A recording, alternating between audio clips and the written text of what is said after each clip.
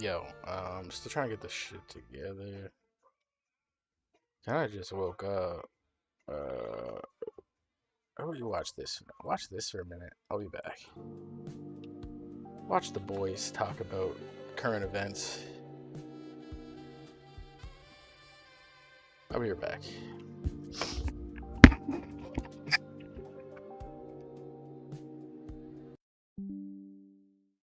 Yeah. Thank you for joining us on this special occasion. We got It's a special. Not the most special thing to talk about, but I think it's a bit special. I think we're living through some really fun times together. We're all sharing these things together. I think it's the most interesting things that I've experienced in my life in terms of world events and these things. And I've never been zeroed in on these things and worrying about them. But my position is different in this one. you have technically skin in the game. Yeah, there's a little bit of skin in the game in this one. So this isn't a foreign war for me. No. And it is pretty damn serious. We've got Yeah, ourselves. it's a bit serious. What do you think this rates as far as like a desert storm or something like that? Like from your recollection. Oh no, it's the invasion of Kuwait or whatever you want to call it in the 90s was an order of magnitude worse. Than Kuwait's happening right again. now They're in attacking Kuwait right now. I have my family's in Kuwait right now, so this is a little bit of an interesting. What the fuck? Charles' thing family's for in me to Kuwait? What the fuck? experience. Yeah. I didn't know that. So Charles's wife is there. Yeah. Oh, yeah, she's Charles's enjoying wife is in right Kuwait. now, which is Fuck. Good timing, of course. Shit. And it's just a very surreal, it's a surreal thing to be living through these astrological or whatever you want to call these times, whatever Shit. these guys Chuck's do their wife was out wars, there, or do fuck. their demon feeding, whatever reasons they have to beating off about the past whatever. I don't know. You can go any which way with this, but it doesn't matter. The fact remains that I have skin in the game. You have skin in the game, and you can say timing is everything because there is something technically going on here. Yeah, there's something going on. There's something deeper and darker behind all of this. Like usual, war is the worst thing in the world. I wish there was no war, obviously. Well, war is an alien concept to mankind. War is not the natural state. Violence and war are not the natural state of the. Want me to turn this thing off? Is it loud or is it bothering you? Oh, actually, yeah, kill that. Yeah, war is not a natural state, and the strategy of war and just everything that goes along with it, the logistics, the formations, the strategies. In my opinion, that was not invented. It was not discovered. It was given to us by the things that surround us or the things in the sky, the spaghetti monsters. Yeah. Because they want they want us to torture each other. Right. So there's. All right. So you got skin in the game. Yeah. Obviously, and like this one does hit home for other reasons too. But just because you have skin in the game, I think over the last couple of years we've said a lot of things like, if we don't see it with our own eyes, it's tough to believe. But you legit have someone very close to you that's there, and she's listening to bombs going off as we speak. Yeah. It's nothing. It's nothing that anyone actually would be planning on. I mean, I'm not a general. Well, it depends what you want to consider a general. I understand the strategic importance of many of these places in the Gulf, and I know that Kuwait has always been of strategic importance ever since '91 or '90, whenever that shit went down. I've always known. So I know that there would be bases that would be vulnerable, and that would pretty much be the only targets in Kuwait. Because the rest would just be civilian, obviously, right? It's just the bases. All civilians, but there's the Kuwait is scary just in general because it's a hotbed for U.S. bases. So when you're in there, you're going to be subject to the terror campaign that's happening to everybody. And what I mean, I guess I could wait. I could have Athena explain it about her situation. I probably should. I don't want to go into her details. I'll let her talk about it. But it's very, very, and I'm dealing with a very alien, a very serious issue, something I never thought I would have to deal with, something that no one is prepared to deal with. It's not even something well, it's not like you ever put yourself in the position of thinking what this would be like. Yeah. But it's pretty scary and real. Yeah, it's scary. It's scary and it's real. And you have the choice. You have the choice whether to be panicking and despairing, or the other choice, which is to do your best, to pray and to force your own will out upon the world. I'm just speaking. It's about the only thing you can do. It's about the only thing you can do, because it could be a situation that'd be very easy to be pounded into dust from devastation. From fear. From fear. You can smell it. You can smell it. But I know that, of course, I wasn't born, I'm not in the show to spread fear. No. And I'm not, I mean, I'm trying my best. I'm not Mr. Hey, look at how I could deal with these. I'm not trying that. I'm just trying to show people that you don't have to go nuts and go crazy. And it's okay to be afraid, but you can't have devastation in your mind and your imagination, because it'll have an effect on how things play out. Yeah, and you and I could talk about this, and we probably will for a long time, but we do have Athena on the line. Yes. And we should hear it from her. Yeah, we got to hear before it's too late. She's got to go to bed. But the things in Kuwait are, I mean, I knew that the bases were going to be attacked. I knew that, but there were some other things that were. It's in other words, you're getting. I mean, we're going to hear from her. This is a first-hand take, but there are things that you would not even think of. Because this is a new generation of drone warfare. I'll let her explain it, but I was like, okay, the bases are going to get hit, and I know that, but now there's a possibility of civilian fatalities in the country from no. And I'm like, I'm not smart enough. I had no idea that it could be like. We'll talk to her in a second. Is this the first time that it really is like the droid? This is the drone. Sorry. Yeah, this is the first time I've ever seen drones. Yeah, I mean, of course, I've seen drones for years. And You see it in the movies and everything, but now. Yeah, and they've been having around, but this is a different generation. This is a live stream. This is a fully live stream war. And you get drones in the sky and all the video footage, all those things. It's a different sort of reality television. It's reality television. And at the same time, it's a terror campaign.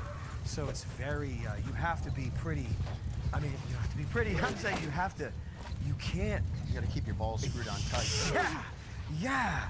Like, I don't know how I would be able to explain any like deep fears and the actual possibilities of insane tragedy that I can't think about or I'll scream. Well, why would you want to do that? Yeah. That would be spreading the fear, which ultimately, just like we always said. Because I can't spread it to myself. Yeah, you don't even want that. Right? This is like how you usually protect me with bad news. Yeah. Except when I'm putting on good movies for you to watch. Getting a different story. It's a different, but I don't do that anymore. But I don't regret watching that one. I really don't. So you want to get Sweet Athena on the line? Yeah, we got to have her on here and just get her take. Athena. She's in Kuwait right now. She's enjoying the fruits of, I guess, of an enlightened world's global civilization where war and death are still required on blood moons and full moons and all of these. The full moon dead sacrifices. Full moon on March 3rd. Timing is impeccable. Yeah, sorry, the Covenant's dead. It's a different covenant now. It's new now, but I guess that's a different topic. But still, if these things are happening, it's crazy. Mind blowing. Damn it. Yeah, it's mind blowing. All right, It's a Athena, fucking we got to hear word. that voice. Yeah, we have to. Can you guys hear me? Yeah, I absolutely can. Okay, great. How are you living? It's nice to hear from you. Just baby. I'm just here with James. Yeah, it's nice. It's just but the family's in a war zone. It's nice. It's terrible. What are you going? Yes, What are you going through out there? Yeah, what's happening? So just like 10 minutes ago, I heard 2 explosions really close to my parents' house. Nice. Oh my god. And just a few hours ago, I was outside just walking, the street Poor Mrs. outside my Carroll. parents' house. And I look up to the sky, and there's like missiles flying in the sky. And I Jesus sent Christ. the video to Nick, but one of the missiles got intercepted, and it like exploded in the sky. And I never thought I would see anything like this in my life. Like, And it's like an we air constantly defense. have. Sorry. Yeah. So there's some type of air defense working for you in Yes. Kuwait. Yeah, I so guess it's what's discarding happening U.S. is, bases. you know, we have a lot of U.S. bases in Kuwait. So Iran is sending missiles and drones to Yeah, okay, attack yeah. the So U.S. Iran's bases. attacking And let me tell you, Iran U.S. does not bases in attack Kuwait. civilians. They don't do this shit. This is America and Israel's specialty. They're the ones who attack civilians. Mhm. So this is Daddy and Uncle Eric. So so Yeah. what's Am I nothing? happening in my opinion is that Iran is sending missiles and drones to attack the US bases, and then America and Israel are intercepting the missiles above civilian areas. And so the debris from the missiles is falling onto people's homes, on airports, on the streets, Isn't that crazy? which is very scary. Yes, it's really scary. That's crazy.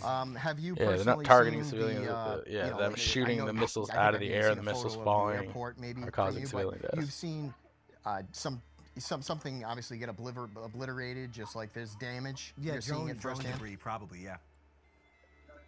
Yeah, there was we have a town here called Jahra, and a lot of people they saw like a missile that actually just landed on the ground.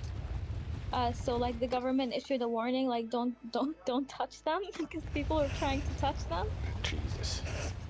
That And thing will blow yeah, up. so I mean, I'll be honest yeah, with and you. the I think I airport. would try to touch it too. I probably would. Yeah, what the hell's They'll this? drive away from. I know. They hook it to a trailer hitch and they drive away with it. It's gonna be worth something.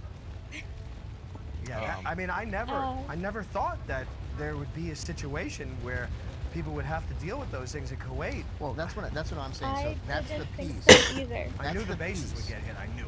That's the piece that I'm saying that if I'm not there and I'm not seeing this stuff firsthand, I would never think about shrapnel from, you know, Collateral from interceptions. right, from some type of defense. Yeah. There's still damage that isn't noticeable. Yes, never it's think. super dangerous because even in Bahrain, which is the country that one of the countries that border Kuwait, the shrapnel from the missile fell onto a building and the entire building was on fire. Can It you was like a believe that? residential building. Can you believe that? Now these civilian things in Germany, I mean, all throughout history, these are not new things, but they're new things for me. Well, that's what I'm saying. It's the first-hand thing. It's Yeah. like hearing it from someone that's seeing it with their own eyes.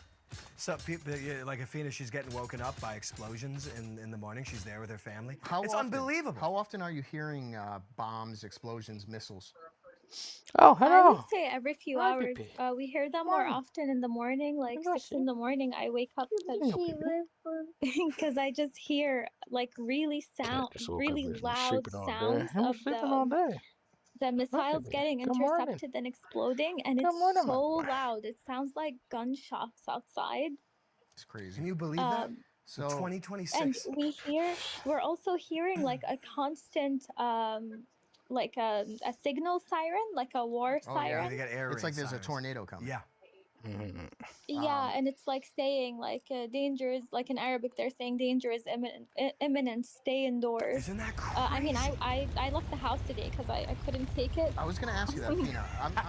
I'm serious. How come you're not staying indoors? Yeah. I asked Charles. Charles said that. I said you were hunting for missiles. Yeah, hunting for missiles and you're Art going to, supplies. Art supplies. I said, what is she doing? Yeah, she's She's doing a No, lot of because drawing. I needed art supplies, so I left without telling my parents, and then my mom Oh called and my she's like, "Where God. the fuck are you?" Yeah, well, Missiles going. Isn't that crazy? well, I'm saying, I'm like, there are things, Charles, there are life more is important fucking things in insane. life. Art supplies. I'm saying, what is she doing? Missile slide around the that's fucking city. crazy. She's It's like, I gotta so get funny. art. You're a Get the wild fuck one. out of the And house. the Yeah, she's crazy. streets were empty. Like, you know, Charles has Of course, seen the streets how would be empty. Who's congested dumb enough to be Kuwait running gets. around Kuwait's and unbelievable fucking traffic. It's unbelievable. The war streets happening? were I empty. know. It was like an I see you. apocalypse or something. I was I the only see you, person baby. on the road. It's only Yeah. you and the person that Yeah, you owns the good art boy. store. Just Athena and the And missiles. They were It's like, Athena and this King is Missile. like a complex with 20 art stores and only one was open. And I told the guy, "Thank you so much. I really needed these supplies." Don't worry, I understand the Huh? importance. only I understand this. Why you feel wet in your So butt? I guess if you're gonna be trapped indoors, you're gonna need something to, you know, You're gonna have to draw. you gotta draw, you gotta build something. Do you have a Game Boy? I'm trying to No, think. I have my Nintendo Switch. Switch No. one is the best thing that's ever been made. You know, Charles and I are trying to make in a weird way, some light. We're trying I'm to just have some watching laughs, like this but I know it's not funny autistic, at all. It's funny scary as hell. podcast, but it's weird because like his wife is in Kuwait, and Kuwait has American military bases that are getting bombed by Iran right now. So his wife's explaining how she can hear bombs going off and fucking to fears in their minds that are generated by things outside of yourself. The terror campaign of the media. I'm not trying to pump your tires, Fina, but I know you're a brave chick. So, do you? My question is everybody in Kuwait like you? In other words, are you not really feeling scared more than anger? No, for me, I think it's because like I'm not afraid of dying, but like honestly, I don't want to get killed like this. I don't want to get killed by Israel. But like it's scary because like it's scary because we don't know what's gonna happen. You know, wars have been going on in the Middle East for so long, but Kuwait and the Gulf countries are never touched. So now that our countries are actually being attacked, we're like, you know, oh shit, what's gonna happen? And you know, Trump is saying, oh, this is gonna go on for 4 more weeks.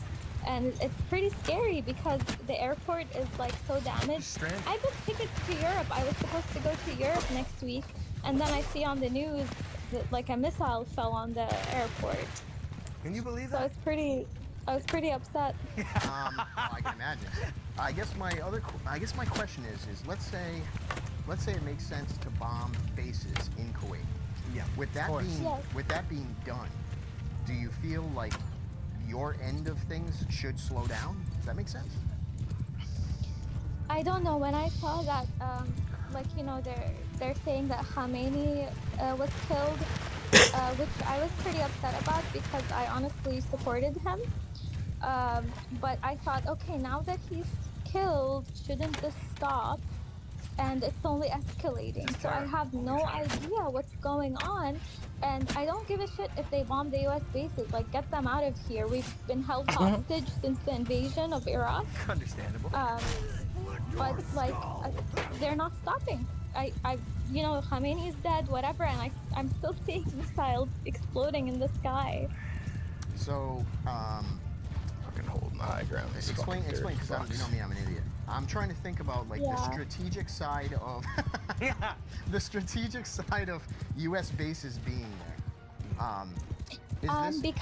Is this like a hub? Is this a hub for the U.S. to kind of station troops? Yeah. So they have a good place. Ever since the 90s. Okay. So basically, why they have bases here is because America is obviously very far from the Middle East. So when they have bases here and they want to attack countries in the Middle East, they can do it from the neighboring countries. That's why they have them here. Yeah, in a weird way, that's what I mean. Like, aircraft carriers are obsolete now, as well as jet fighters. They're almost obsolete drones. It's kind of expensive to be obsolete. What do they call it? $1 trillion aircraft carrier. That's beyond my imagination. No, that's like. We have to talk to a guy from back in the day, the podcast here. I really like the biggest movie. I like that stuff in aircraft carriers ever since watching all of them in 1942. Like, yes, you like it then. Back then, I was like, getting off on the aircraft carrier. Yeah, but this, yeah, I mean, don't they have Zeppelin? Not even Zeppelins, but imagine Zeppelins. No, it's like the Super Bowl one. Don't they have big ass balloons that they can it's moving at like 5 miles per hour? Yeah. No, but there are gunships and there are other ways to launch swarms of drones. Not exactly jet fighters, but the war has evolved or devolved into different mechanisms now, like aircraft carriers. Fuck out of my way, Reed. This isn't World War II. This isn't Japan. I mean, World War II never ended, of course. But this isn't Japan. This isn't carriers. It's a different style. And if they would just remove all of the life out of it and just do their wars with machines, then so be it. Instead, why can't they just have a battleground somewhere, and then there's no civilian loss. There's nothing. It's like let's just throw everything we got at whatever the hell you got, and that's it. No, it's a sort of a kabuki theater or a bukkake theater. I mean, it is kind of bukkake. If you think about like back in the day, I mean, this is getting way off subject, but I was gonna say, the art of war back in the day always blew my mind. How they have they know the front line is just gonna go, like the columns and the marching of like pre-guerrilla warfare. But like if you were to sneak attack, it was like, can't do that. That's not war. That's like bullshit. You're supposed to actually put your line up against our line, and then we make sure that 1 million people die. Like you mean like the civil war, whatever you want to call it. Yeah. You mean like a formal? Fucking time that out pretty damn good. But warfare itself is say whatever you want about it. But it's not a normal human institution. It's a spiritual warfare campaign. I don't know what else I can say. But I can't believe it. I'm not Mr. I watch missiles and watch war and all this stuff. But seeing Dubai, Athena, what kind of military does Dubai contribute to this campaign? Well, I don't think the UAE, I don't think any Gulf country They don't has have a an very active. good history. They don't have an active military. No, we all have militaries. I think, someone can correct me if I'm mistaken. I think Oman is the only Gulf country. Oman is like the Enemy Switzerland territory, of holy the Gulf Arab countries. Boys. We all have militaries, but they're not Right very in the good. shit. And we just rely on the U.S. bases because when the Iraq invasion happened, America was like, oh, we'll just set up a bunch of bases in your country so we can protect you in the future. But obviously this was not their motive. They just want to hold us hostage pretty much. But no, we don't have big militaries. UAE doesn't have a good one. We just have a lot of US bases. They're forced into not developing their own military, so they're like, I was gonna say, I'm playing devil's advocate here. Don't mind me. I'm Fucking saying blunder the up in this US bitch. isn't there to protect you. You find yourself just being vulnerable. just because The US protects us against what? Is America gonna protect us against America? No, I'm saying if you guys have oil, if you guys have a shitload of oil, there's gotta be people in this world that want to take it. No one gives a shit about Kuwait. Like, no one cares about us. I mean, the oil reserves, I think, were unlimited, but they're unlimited everywhere. And what's happening in Iraq is after that the this bullshit, the oil prices went up by 13%. So that's people said the reason for the invasion and the subjugation of Iraq was to secure the resurrection chamber of Gilgamesh and Nimrod. Which we've been talking about for Gilgamesh and Nimrod. Babylon. I totally understand what you're saying. Babylon. I'm just making a They're conversation. rebuilding the third temple. Clearly, like you said, they need the hub so they can fight satellite bases. yes. Take it out, my little peasant. Not just Iran. They want Down to to there. take over the entire Middle East. Reserve forces. And Iran was the last thing that was And holding the Middle Iran. East together. Iran so and now far they're gonna take over away. Iran, so we're just finished. We're done. They lost 500 The men. Middle East is just gonna be one big Israel. God damn. Without, They had that. I mean, I'm not one to really dive into Islam stuff too much, but with what's happening to the Shia and all that, it ends up into not a good ending. Yeah. So it's a sad damn state out there. It's very bad. Oh, and the Middle East is a cursed battleground. It's cursed land. It's been really grim, like, with Palestine and now Syria. Like, they have a terrorist leading Syria, and they're slaughtering all the Christians, the Alawites, Nice. the Shias, Great. the Kurds. Not surprised. Christians always gotta get The slaughtered. Christians always gotta get. Yeah, they always gotta get it. Not just Christians. Don't forget us Shias. We're also Shias are closer to Christians than whatever else. I won't forget you, but don't you forget the Christians. Yeah. I will. They're the Christian. Jesus is always in my heart. Well, don't consider yourself. Just don't consider yourself for a second non-Christian. There we go. Legend. Let's get some Christian. I'm everything. I'm Muslim, Christian, Buddhist, everything except Jewish. That's like a big chimera. That's something out of Full Metal Alchemist. All right. Yes, I'm everything, but I'm not Jewish. Okay. let's get back to. I kind of, in a weird way. It's interesting, isn't I it? want people to understand exactly what the feeling is like around your dinner table. I don't know. Yeah, what's going on? You guys eating chicken bones? What are you guys doing? Just like every family, you must have neighbors, friends, and stuff. Is everybody like hunkering Yeah. down? People like still getting laid? conversations? Everyone's getting laid. Everyone is staying home. Everyone is stocking up on like the essentials. There's definitely tension. Like, I can tell that my family is nervous. That's so sad. Especially my sister. She just had a baby. Oh, yeah, that And was, isn't that? And Yeah. Yeah, it's like everyone, like I constantly feel like I'm gonna cry because I don't know. It's like, I don't know. I feel like in the Middle East, we're always like anxious that something will happen to our Terror. families and our Yeah. countries. But now that it's actually happening, it's like it feels like a dream. It doesn't even feel like it's Isn't that real. crazy? And you got the babies asking you what the noises are. Isn't that nice? Yes, the That's so boys, terrible. Isn't that the twins, unbelievable? they I, were asking me like, "What is this sound about the and sirens?" And That's I told them it's just crazy. music. I have the. It's Oh, just oh, music. it's good. It's good that you're saying the right things. That's amazing. Because we all have a soft spot for kids and panic about something that serious. It's pretty. crazy. You can't even entertain those thoughts, or No, you I go don't want to. crazy. No, it makes me crazy. Yeah, but my niece knows what's going on. Like when my niece hears the explosion, she points outside and she says bomb. How old is she? She's 3. Yeah. Isn't that unbelievable? Well, everyone's still having a fun time. I don't know. I mean, I don't know. we can't go anywhere. can't It's leave. I Ramadan. know. Yeah, This Ramadan is like too. the month Ramadan. where we Oh, get together and we see family every day. you Like like we that? feast together every day. The spiritual So this warfare. Ramadan is timing is just everything. is destroyed. Unbelievable. That's a demoralization terror campaign that's to the spiritual level. It's really sad. Yeah. No one should have to deal with that. All throughout history, no one should have to be killed by anonymous politicians and all that No. stuff. No, who should? I mean, look, all of the rulers and all of this, they are subjugated, chained, and go to hell in the end. We all know this, but that's not exactly a great comfort in the hard times. No, exactly. Like you said, nobody should be going through it. War sucks no matter which way you slice it. Who knows the real reasons behind everything? I'll never know. You could make it up. Yep. Yeah, you might as well. Make it up. Either It's way, amazing, isn't it? Yeah. It's so shocking. There's hardly words for it. Either way, sorry your whole family's going through such hell. Yeah, sorry to hear that, or good Yeah. for you. We're okay. We'll be okay in Kuwait, but to me, I'm worried about family in Iran. Like we have lots of family in Tehran.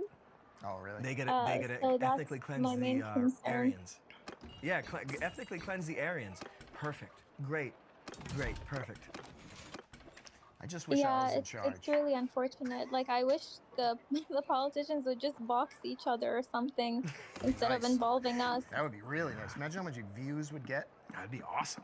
It'd be I unbelievable. know. I don't know why they don't like just box each other or like just Politician deathmatch. they should fight with each other and not No. involve us. No, it's not We about. didn't do anything. It's not about that though. It's. I mean, if you want me to be candid right now, it's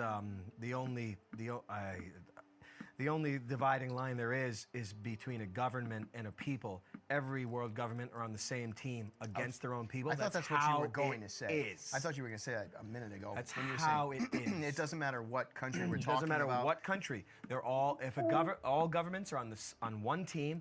All civilians are on the other team. That's the only war there is. Yeah. That's how it is. And that's why. Yeah, that's the only devastating. thing that makes sense to me They're because fighting why would each other? they kill Yeah. civilians? Yeah, they're fighting each other. Yeah, right. Yeah. I used to believe that when I was a child. I didn't know there was a huge military base in that hotel in Dubai. Oh yeah, you remember the military base in the Dubai hotel, the 7-star hotel? Remember the military base in there? How'd that happen? A huge military base. What were women being turned into human toilets in that hotel? Why did it have to be bombed? Who knows? I don't know. Is there any other questions we should hint on or get around on there? No, I mean, I think we covered everything. Bombs going off, intercepted drones going down in the airport and civilian places. Just a new type of war. I mean, a new love my way. War my way. Yeah, hopefully it'll end soon. I mean, I'm afraid of the blood I'm- moon. Afraid of the blood moon. I'm not. I just I'm want not to. ashamed. I want to go back to America. Like Yeah. I don't want to be here anymore. Yeah, I I hear want you. We to gotta take get you my back. whole family and go back to America. All right. Well, I hope you stay safe as hell. Yeah, stay good. Tell the babies. Hey, is James? Is he still laughing over there? What was his issue over there? I'm just Yeah. curious. Do you want to say hi to Daddy and Uncle Eric? Daddy. Hi, buddy. James. How's it? Here's Uncle Eric's on the line too. I'm here. Say hi to Uncle Eric. Hi. He said hi. Can I, before I leave, can I say one last thing? Yes. Sure. I hope it's spicy. I'm gonna quote the great Khamenei. one of his great tweets. He said on No, Twitter in this will be silly. 2014. This will be like romantic. Oh, this will be romantic. Yeah, I think so, right? You're not picking Wait, a I political have a one, right? romantic one first. Okay. He said, "You can't leave all tasks to your wife and then criticize her, even if she's a scientist or a politician. Yet, when interacting within family, she's a flower." That's nice. It's a hate-filled. And also, All right. Well, thank you, Afina. Hate-filled screed. All right. Well, thanks, Afina. No, but there's another one, but it's I not. have- This one's not I have electric, is it? the greatest one that he ever wrote in 2014. He Okay. said, "Holocaust is an event whose reality is I don't uncertain." know. Yeah, We can get into It's it. a good one. Yeah. No, I mean, but we I think thank it you. has We hope to God you happened. stay Yeah. safe. I How think it it sounds happened. crazy. I think he was probably drinking when he said that. I really like that one. No, we definitely all appreciate that. Well, we appreciate you. Yeah. Well, God bless. I mean, thank God you appreciate you guys. too. I mean, it's like goes beyond words. Like, what else can I say about my family being in a war zone? Oh, that's unbelievable. It's devastating. It's Alright. okay. I don't think you should worry. They have like bunkers and shelters. I mean, they don't have bomb bunkers like they do in Tel Aviv, but they have shelters and stuff, and I think it's gonna be okay. Hopefully. Oh yeah. No, I think it's.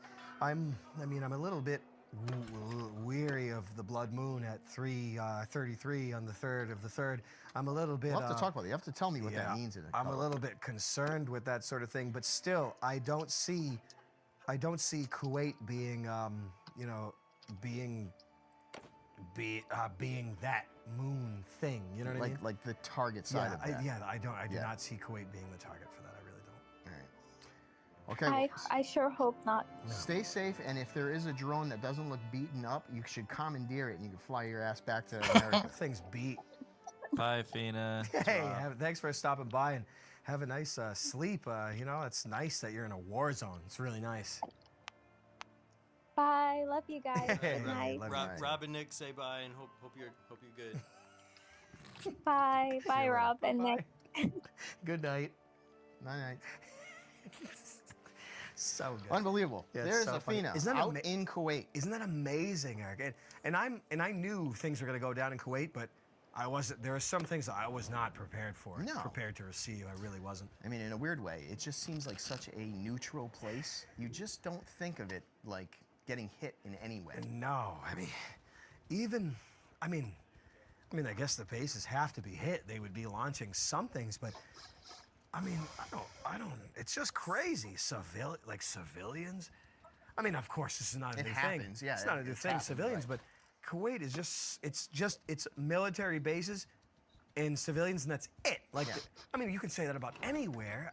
I mean, I can't put it into words. Like, it blew my mind. Yeah, no, it's just you're not picturing like airport hangars everywhere No. with like fighter jets and all this. You're just not No. normally seeing that. No, it's really. I mean, I guess we're just lucky. They're not sending more stuff into Kuwait for no reason. I mean, you know how governments work. They do whatever they want. Yeah. Thanks. We got some chat reads we should get to. Oh, yes. Yo, Hi, a Rob. couple chat reads. Hey, how you doing? We got a $20 from Aphelion777. Massive love for you brothers from Louisville. Prayers for you and your families. Yo, thanks. Need those. Please, prayers. Please, Thanks, please. brother. We got another 10 scones from Lex2K1. I hope this shit ends soon. I'm sorry that your family is there. Prayers and love, Charles. Hey, thanks a lot. Need prayers. Really appreciate it. Absolutely What insane. what else is left besides do not fear and have faith, and like what else is there? Tell me about the blood moon. What do you think it? Like, how does it factor in with something that I can't even? Okay, well, imagine? my knowledge I keep very limited because I don't have room for trivialities, and they're not exactly trivialities. But the blood moons, whatever this horse moon, whatever you want to call it, horse powder, horse life, blood moon, horse, whatever. horse fluid, Yeah, horse dong. horse winnie fluid. You know?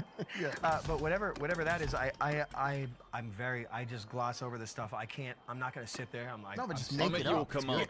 Yeah, it's true. But there have been very big cultural changes or governmental changes during these whatever horse blood moon this is, and this is apparently happening on the 3rd of March. which is the third month, 3-3, and at 3:33 in the night, in the deep night, and you could call it morning, but that's not the morning. The sun I hear you. Yep. So you're talking about 3-3-3-3-3-3. yeah, 3-3-3, 33, 6-6-6, 33, 23, 6-7, you know, this and that, 11, 22, all this wizardry, which is, I guess it's some. I mean, I'm not gonna. How do I explain it? Regardless, it's the old covenant, the old system. You've said it before. I don't know. Numbers are gay. Yep. But numbers Numerologies are gay. Numerology and numbers. Hey, God, look at God. Oh yeah, God's numerology. God sees in numbers. Blast yourself, then, God. I don't believe it. So, again, very weird timing, but weird. But is there something behind it? How could there be something behind it? Now, look, I'm not exactly the biblical or the historical scholar. I'm just going to have to give whatever you get, and people are just going to have to eat it. Yeah.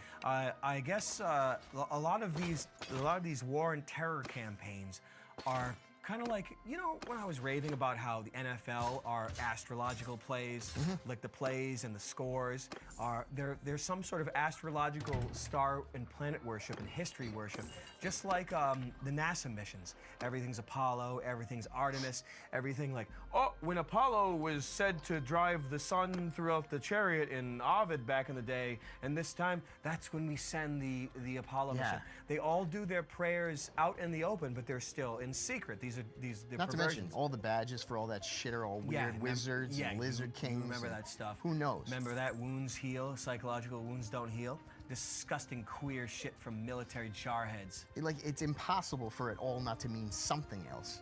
It's not just flying to the moon to see what kind of rocks are there. Well, now we have proof at the beginning of the Ramadan and Lent, and I guess the beginning of I guess the book of Ruth, short for ruthless. Oh. There's a sort of a Persian genocide in that. Now, I don't even remember, and I don't actually care to remember, but there's a commemoration in Ruth where she used her, I guess, feminine wiles to save a certain percentage of the Israelites. And now, of course, I could be wrong. I'm making this up.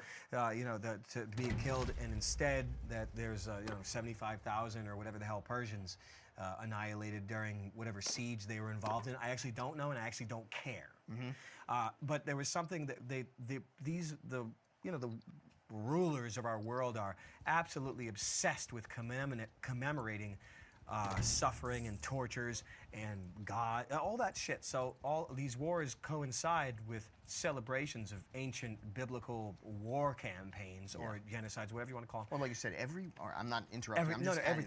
Every war is based on religion, regardless. Every single thing that happens in this world, the media and sports, and every single thing is always an allusion to their star mythology from the past or the future or whatever. It's all a complete religion. Even the NFL, even baseball, everything is a religious institution to instill these subtle initiations below the radar of most people. I mean, almost everybody. That's actually the trick of it all. It's absolutely crazy. Everything's a secret except for What do you want, 0.0001%. Yep. Probably. Yeah. Now, every war does not need to happen. United Nations really doesn't need to exist. And like you said, it's a foreign thought. It's a foreign thought that we actually have to battle. Yeah, it's actually not the truth. Yeah. It's not the truth, but the system was built on the subjugation of God's children, who are us.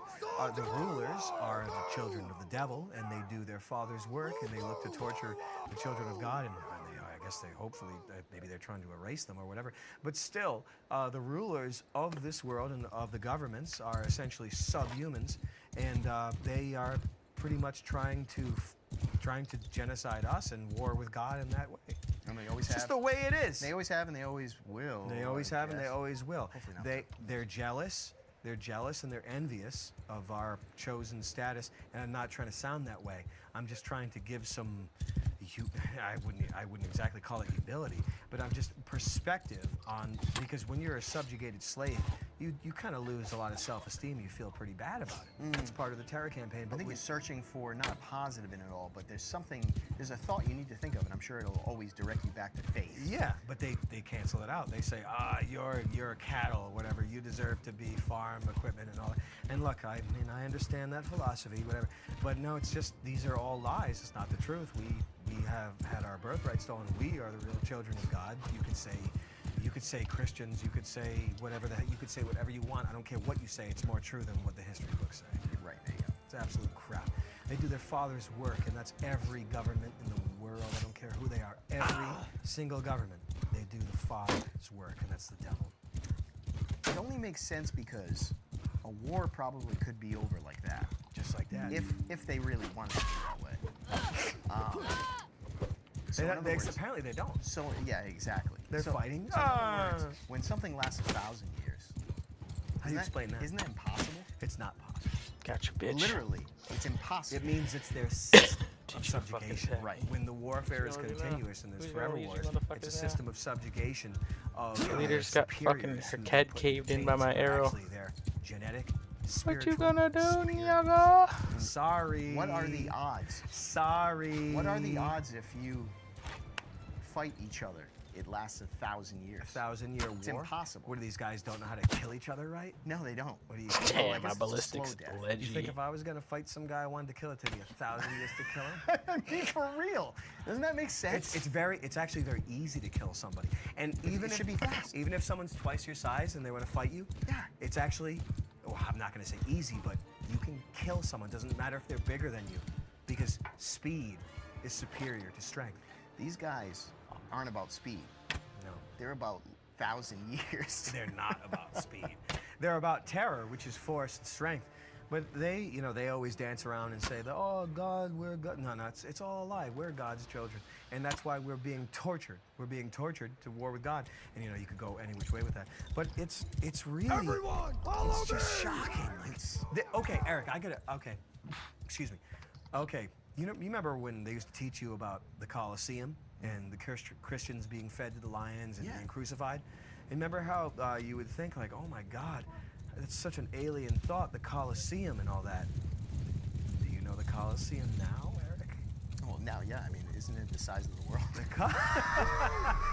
The Colosseum is worldwide. The pillars are pretty wide. The pillars are wide, and still, and people forgot about this. They're like, oh, the persecution's coming and all this. The days of the lions and the days of the Colosseum are still here, and the Christians are still being fed to the last. And we've said it a million times. I just don't understand how the Christians are always getting whacked. But anyway, we do have... We're getting whacked with some chat reads. Let's get some chat reads. We got a donation from Gregorges Media. God bless Charles and family. Form a shield wall! We have a $20 donation from 1920s Buffalo.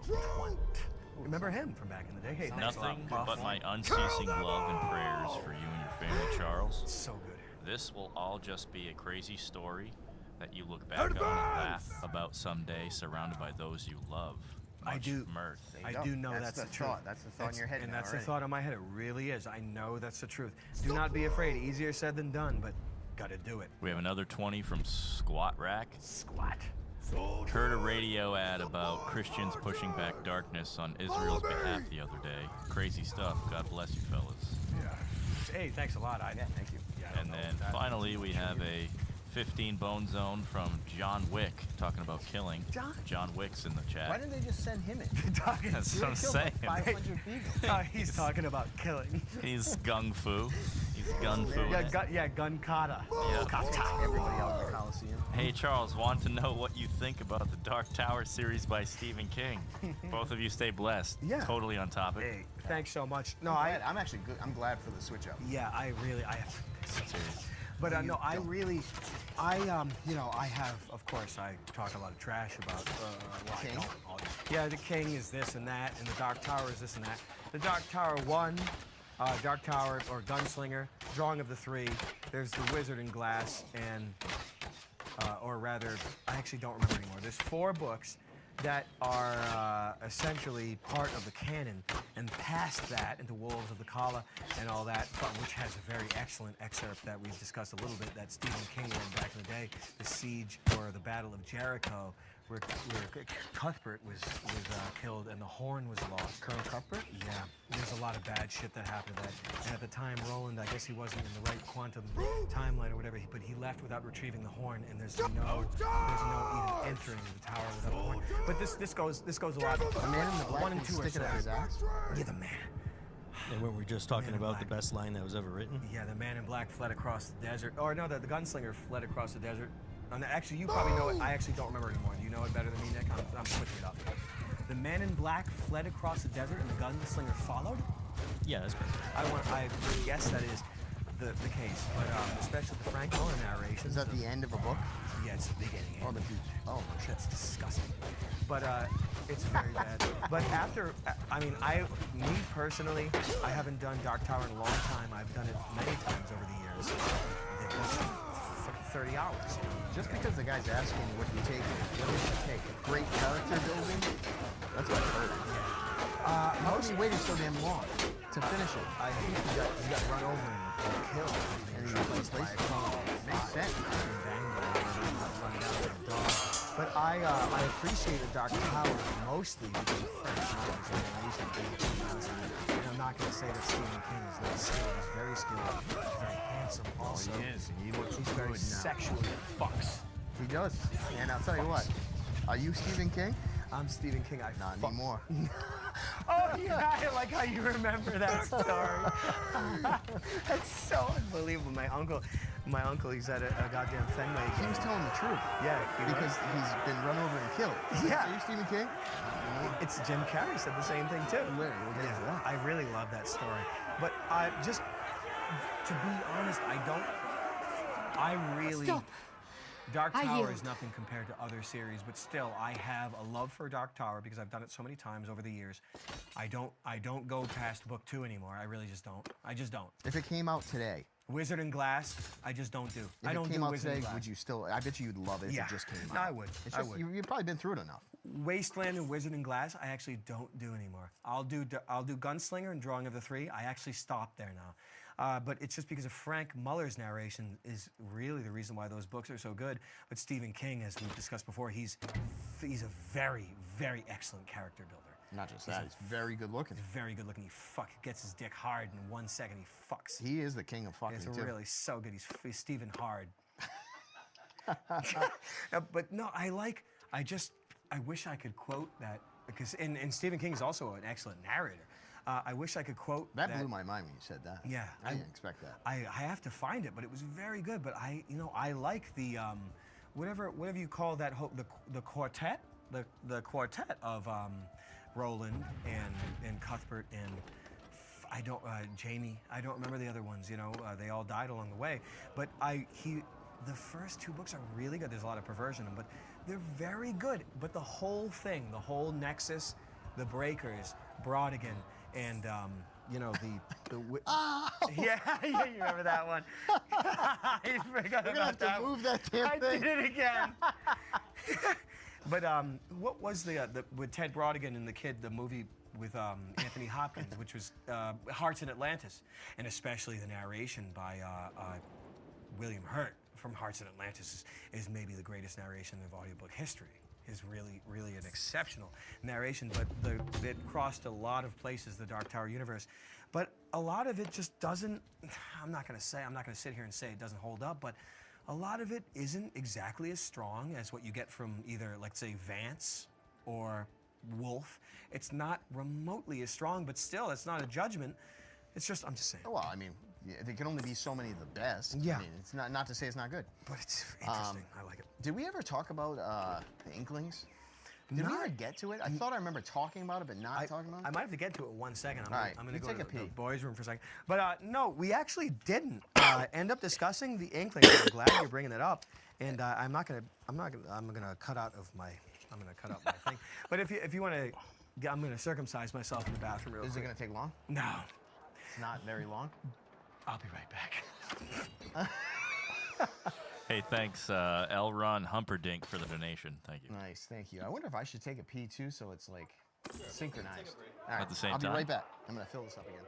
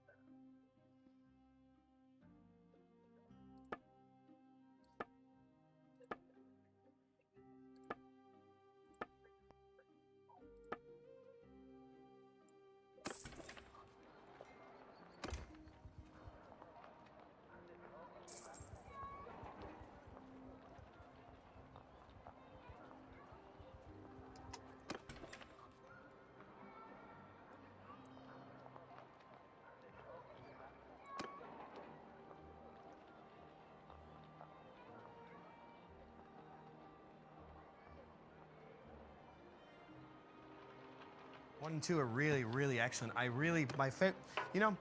Cuthbert Humperdinck, Cuthbert and Eddie Dean, they're actually really my favorite characters in all of fantasy and science fiction. I love Eddie Dean and I love Cuthbert. I love them. I really like them. They're authors or are they? No, they're the narrators? characters in Dark Tower. I was still rambling about Dark Tower. Somebody brought up Blaine, and I the think, train. I think the best audio was actually that chapter. Yeah. That chapter was insane. When they were driving across the whole nuked wasteland with Jake was there, Eddie, Susanna, I'm sure, of course. None of them died at that point, but Roland, and I guess they were going. Shit, man. Oh, no, they went. Dark Tower, it crosses into Wizard of Oz territory. So it's really a lot of interest. It's cross-pollinating throughout like the MK Ultra programming universe, if you want to be honest with you. So the guy's crazy. King is crazy. I mean, you know how I feel about King, but a lot of his stuff is very fine. Damn. I'm not gonna lie. Let's talk about the Inklings. Yeah, Or the not the inch, or Inklings, the you inchling. Before we Inchling. sweep into that, we got one more chat read. Oh yeah. From Based IRL, $20. Thank you, Based. Thank ya. Thank ya. Love you guys. Let's all pray together tonight for the Middle East. Yes. Let's all pray for the great American city where we signed the Declaration of Independence. The war is on all fronts. Weapons innumerous. Prayer is the answer. Yes. Perfect. We It's the also true have thing. another banger $50 donation from Anime Hole Rapist. It's a good name. Wow. That's nice. That's awesome. So we good got some one. anime we want to play, actually. It's In- it's in only your honor. specifically the Anime Hole. A glorious time to be in with infinite bread and unending circus.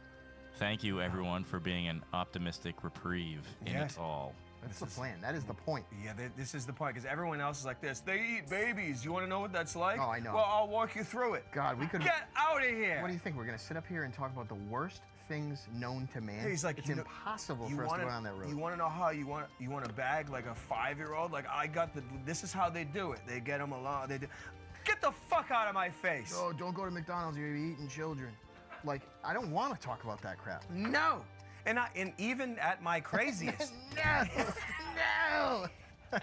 Henrietta. Quick! Let me out!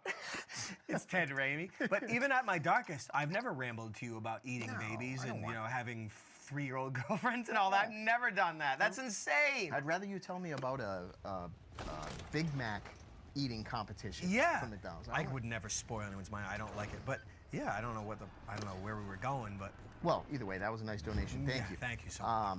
Let's talk about the Inklings. The Inklings are a fantastic topic. Give me the guys. Now, I just Charles and I were talking the other night, and it just went on forever, and we should have recorded it. Yeah, we did 2 Palace shows alone without recording. In the dark. It was devastated.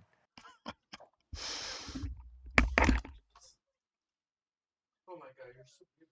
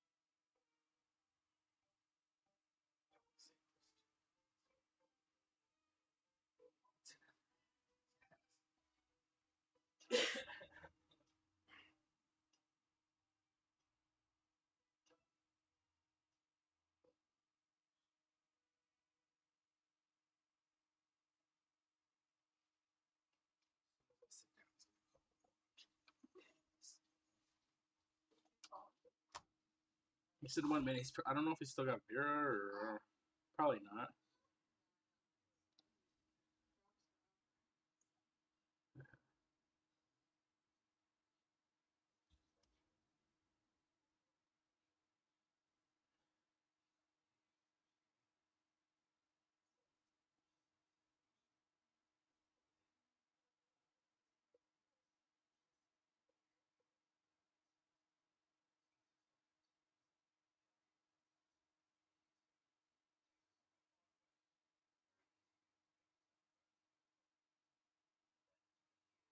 Oh no.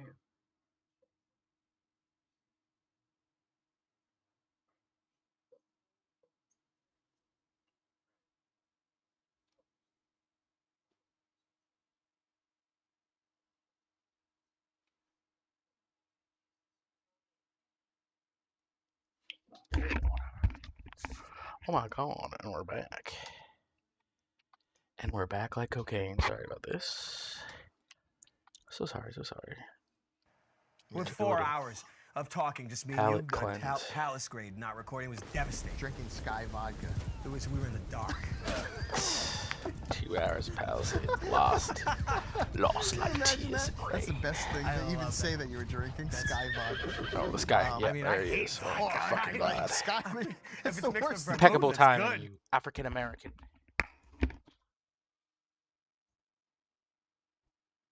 Oh, sorry.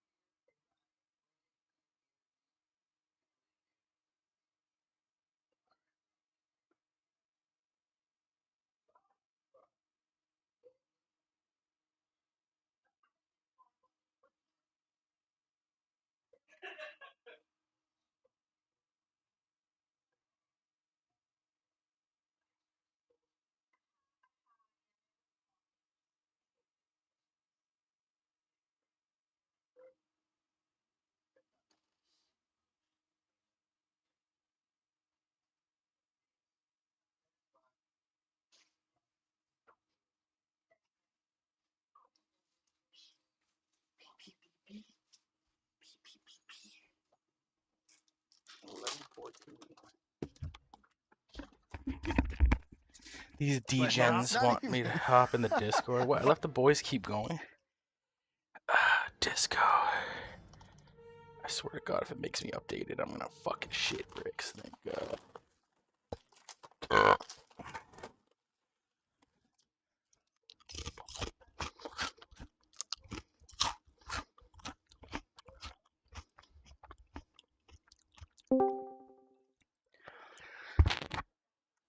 That kid's audio. Hello, someone said there was 2 fucking naggers in here, and we're hunting them down. We're scanning them, we're Are you lynching them. Are you that nagger guy? Goddamn fucking naggers. People who annoy you. The answer was naggers. Oh no not... way, dude. The answer is naggers. Are you guys winning? Are you winning, son? We're Definitely playing. not. We're playing. What's it called? Wild card. Wild card. Wild card. What the fuck is that? So you just keep coming back. Oh, okay. Big key. Big key. Okay. The guy never answered what a chess cookie is. Fuck out of here, that shit. Oh, where are these Negroids coming? God, I'm too dirty with an R9. Vodka It's disgusting. It's just stupid. If you got a burn or a Told Sinead slash to hop support on. on It's there. what you drink when you have $0. Yeah, it's in Mr. Boston. Yeah. Ew, It's nice like one. you're one step That's away hot. from it. Yeah. I remember. It's so fucking I don't hot. even- I have a story that's even below that. I don't even know if I want to say it. But yeah. Anyway, so give me the trio. Yeah, well, I mean, there are more Okay. members, but I'm not an educated man. Ochi is the real expert in this. Ochi Oh, what is the the man on fuck? the He's an herd. expert, but I Fantastic. can't guarantee that he's in here right now. See But that kid. what we're talking about are during a period in the Alright. who cares? See, I like dropped down. He was 40s, just in my 30s, face. That whole period of C.S. Lewis, Tolkien. What's his name? Tolkien. His first name. What? It's like RK or something weird like that. Okay. What's the initials? Cake. Isn't it Cake? JK, isn't it? Jake. No, it's Rowling. I don't know his name. It's John Ronald Reuel J.R. Tolkien. Tolkien. Wow. JR. Oh, because J.R. I just. JRR. But Don't finish that Tolkien, fucking bag of of course, on there. and who I'm not the biggest fan of Lord of the Rings. I like The Hobbit. I'm not the biggest fan Guys, of Lord of the Rings. I don't mean to be a downer, and but this and that, but do you I guys love realize C.S. you- Lewis. there's C.S. war Lewis going is on what's right part of now, that. and you're Now, can playing you a game consider that when glorifies this one- weapons, Charles assault Williams. weapons, Oh, made to kill other Carroll people. Williams. Charles Carroll. You guys are terrible. Yeah, Charles Ah, Williams. no You guys way are she sick. got me. I wouldn't exactly call him my favorite You because guys I are was sick in trouble. globalists. he just has. I just lost kill leader and I'm at 6 kills. But I'm Like, drawn who the to fuck? the occultism. Someone got Is that 7 like- kills. Much experience Is in that in the course whole because map? I'm a mystic that had a lot of What's that? experience in OTO. Kill leader? Like kill leader, whoever has the most kills in the game. Nice. That could be that could have very dark initiations. Oh, I got KS on that one. He had his Oh, own you guys gotta be that kidding was me. An OTO And offshoot. both pretty much died at the same The Fellowship time. of the Rosy Cross. That was very Getting a interesting. rock dropped. I'm not getting a rock dropped on my skull. Go ahead, boys. Get in there. Well, I guess Oh, great. We're just getting Irish, fucked away. I guess, but still, If I sit in this corner, I won't get the Whoever the- skull rock. Whoever the kill leader is still has 7 kills though, because I have 7 and I'm kill leader again. They passed along each other's writings. They critiqued That means I have no each other's damage. writings, encouraged each other's writings. And without this taking this that. mastermind coagulation of the greatest literary figures of history, Tolkien, Lewis, All I know is I'm not doing good with Watson. there's even more in the Inklings than I know too. Watson? No, Oh, you pussy. I hate Alkins. They're so good. surviving World War I, which was meant to annihilate the complete white intelligentsia and the globe. And it probably did a good number on them. Turtles are just eating rocks. Oh yeah, it did annihilate the white intelligence of England. Fucking They break through survived yet? it. Let's go, dumbasses. In dealing with this war and this stuff, they developed literature and their history to help people build their faith and not turn away from faith after the horrors of wars that have been meant Oh, no way, this lifeline got me. Oh my god. Christians and whites. That's what they did. So the part that I guess the mystique of it all, because I'm not into this shit really, but when you tell me all this, is World That's War squad I, wipe. you got Okay. three guys that knew each other. You're calling them maybe the best literary guys ever. And somehow they all knew each other. And to me, I'm like, that's Shit. impossible. It's not possible. I I don't know don't if care you're if it's in around now, the but I same know. time period. You can't get 3 guys that are, what are they, Oxford guys? Oxford, Cambridge, and else maybe Oxford, Cambridge. Either way, associated. there's Oh, no, I gotta reload. Yeah, and and they Yeah. were Either way, we win. full-bird professors. Damn, I'm at 9 kills right now. Regular people. Damn, I'm son. only at 4. I might be able to get this 20 down. to me it doesn't make sense. It doesn't believe make in you. sense that you could be that good and last I need 10 the test of kills. time and then know each other unless there's something else behind it. That's I mean, embarrassing. I understand what you're saying. This is always a possibility. Even with everything As long as we all don't die at these once. guys all We're good. could have been part of British intelligence. Maybe Right, Ben. like it would make more sense to me. Yeah, why not? Why not? They could have been part Yeah. of. I mean, Yeah, what else would that's there be fine. besides an intelligence operation? Well, I What mean, else would there be? I think Chanel's gonna Besides hop all on. this, She's just just like finishing. everything She else, started maybe watching the they're new Bird series. are pushed forward and put in the Yeah. heads of all of Wait, us what? on purpose. You know, whatever it may be. Ever but seen the sure, movie but The there has to Burbs? be something else. There's a different through line. No. Where there's 3 Never seen The Burbs? guys, prominent guys like that knew each other, part of the same club, we'll say. Yeah. Is it a club? I'll have Yeah, to no, use they it. met at the Eagle and the Child, I believe. There's I will I take your forget what the name of fucking the pub was. after I on, didn't no. actually managed to get there because I was too ignorant when I was. Fuck, there's like 2 of them on my London ass. last time. Oh, London. I was too ignorant I to know. go there. I'm not sure they might have bulldozed it down. I don't know. They usually erase Holy those. fuck. There's a pub. I mean, you. Your help was remember, most Eric, welcome. Wes Anderson, Noah Baumbach. They wrote Life Aquatic at their restaurant at such. That was the not saying the same place. Steve Sisu and No, the not like. the same Oh, place, okay, but it was the same style. Like they would eat, they would drink, and they would just write, and they It's would. kind of what pass you it. and I fantasized over doing. Yeah, over the because years. I mean, you could say what you want about Anderson and Baumbach. I'm but camp also, up, you know, up there with you. I haven't. And what's The the other? Squid and the Whale. I haven't seen that. He's fucking dummy and What's everyone. our boy's name? Who's on Painkillers? My friend. I mean, Who's on Painkillers? Ned Plimpton What? in Life Aquatic. Oh, you mean Owen Wilson? Owen Wilson. Oh, yeah. I mean, I guess after his separation with Kate Oh, Hudson. this life one got me in front of me. He must have been on Yeah, On the ground. Allegedly wrecked attempted a little bit or suicide back in the day. But he used to write. She used to.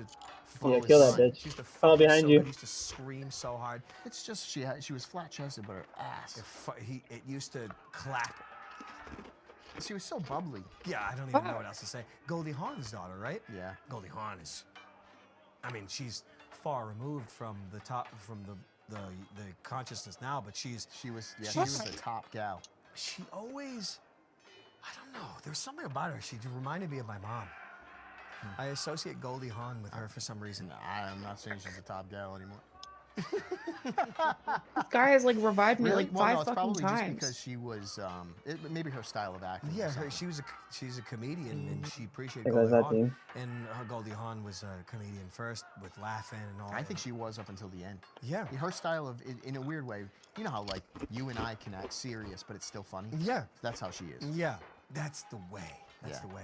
But that's I mean, Inklings. Yeah. Like, so in other words, so they're all together, right? Maybe, and they used to write that way, same way as Wes Anderson. They wouldn't even like. I know Ochi. If he were in here, he would know better than I. But I believe. Excuse me.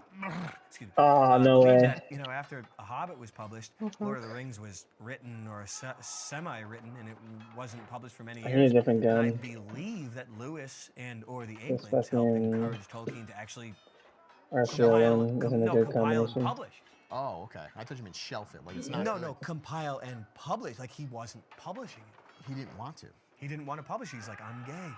This is gay. He's like, if I do this, everyone will know I'm gay. Everyone will know I'm Oh gay. my god, I put fucking myself out. dummied But too. I actually don't blame That him. all seems I'm so with lucky he them. had himself this. Because all it is orcs I'm screaming. at 13 I kills. hate the sound Bloody design. murder. Those movies Oh, wow. suck. I hate the fucking movies. What's in the book? The whole time he's like this, and orcs flew around. I'm kind of at like a dead stop right now. I need to keep fighting. Eric, I thought you liked the But orcs. it's getting harder and harder because I like I'm the getting less orcs a fucking. lot. I'm getting more time. I said there's only one part of this freaking movie I like. Every single time, like, cause I would say Nick's a fan of Lord of the Rings. Yeah. And when we owned a house back in the early 2000s, I used to go to sleep listening to birds Wow. scream. Okay, all great. night long My to the friend. damn thing.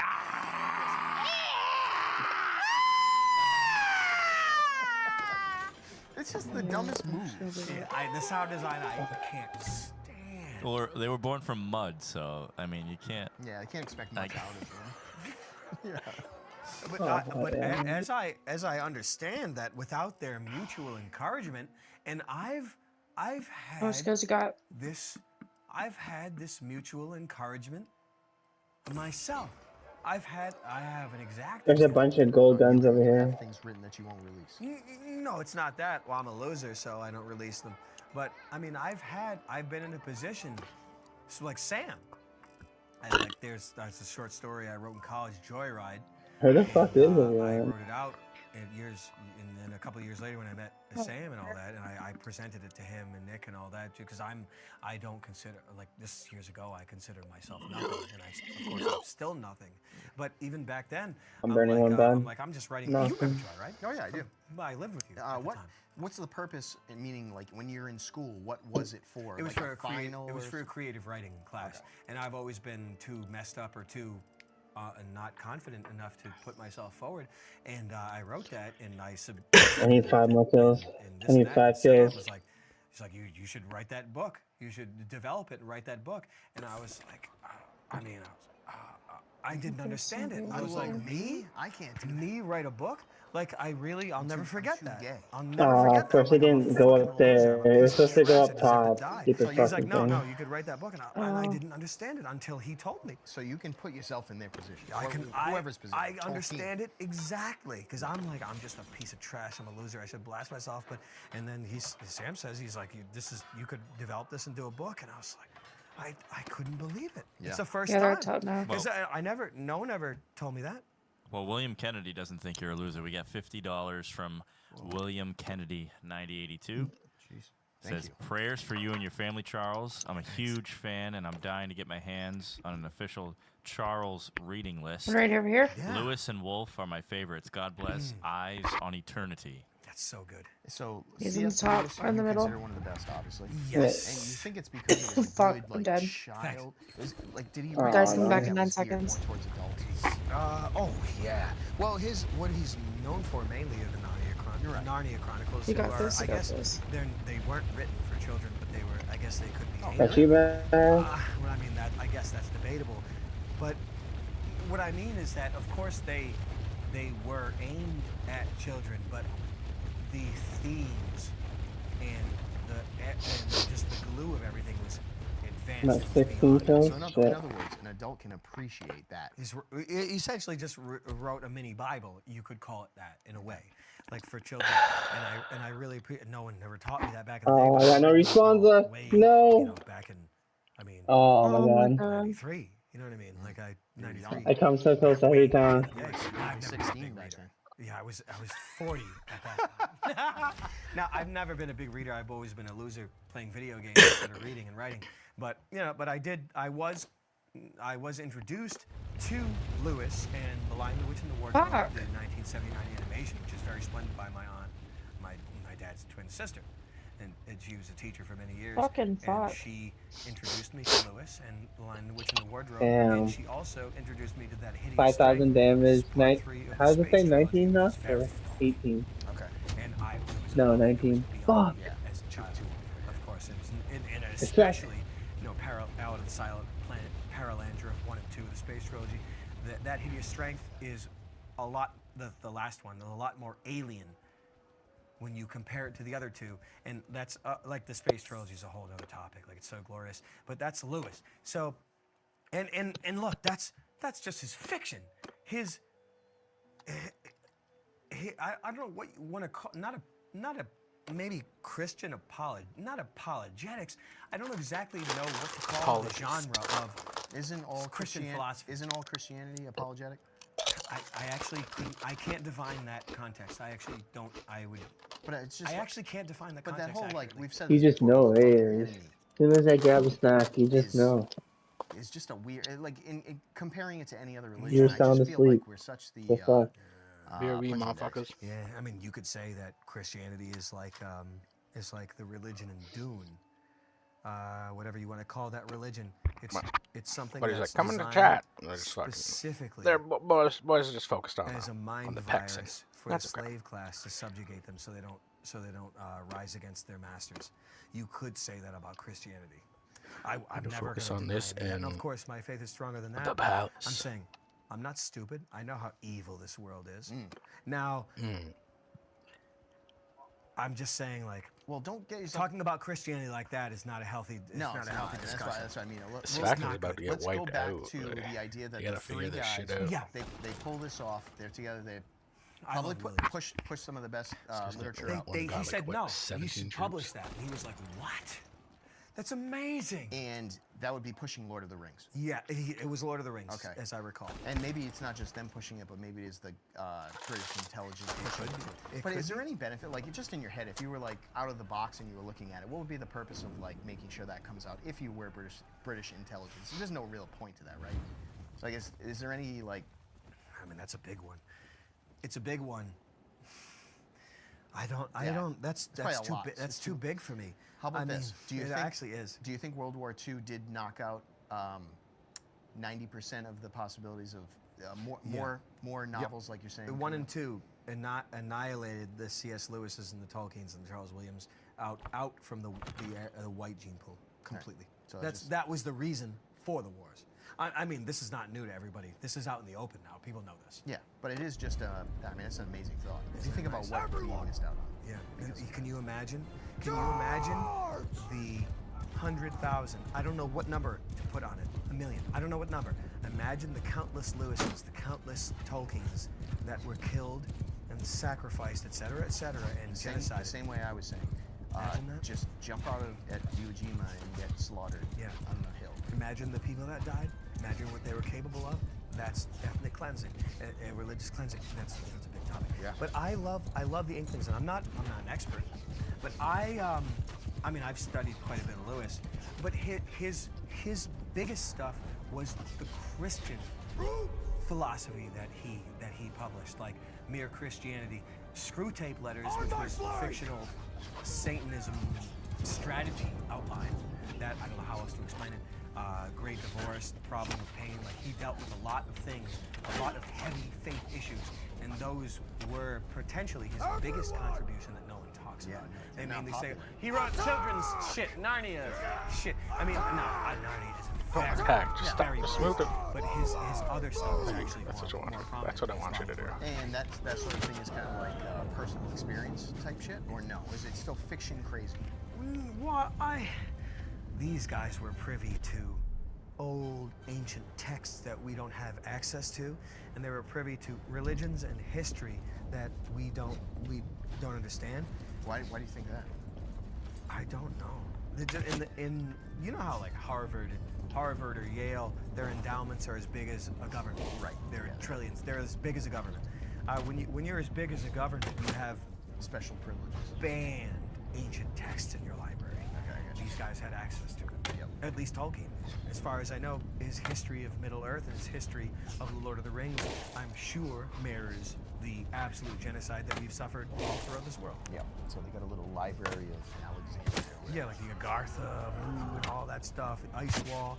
That's all of that stuff. All those conspiracies, Ice Wall. That's all Lord of the Rings. Right. That's all.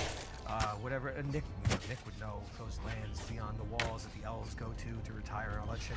Those are all. I mean, Chimeria and all, like Conan, the Barbarian, all that stuff. Those are similar histories. Lord of the Rings and Conan, the Chimeria. No way they broke the similar fucking histories. ram, so everyone's bailing. Robert E. Howard, a great tragedy.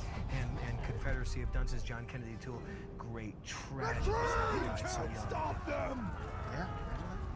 So much lost. Do we have? Maybe we should go to some things. I wish I could. I don't wish, but Charles Williams. I feel like because we're on the topic, I wish we move on. We really no. We didn't even talk about it. So you were saying like he might be the one. I mean, he was a little bit. I don't know. I don't know much about anybody, but someone. If there was a leader of the three, it might have been him. He was the oldest. I know that. And he died the earliest, and he was good friends with Lewis. Tolkien didn't get along with him. Maybe he didn't like his occult history and all that stuff. I have no idea. I haven't read enough about them.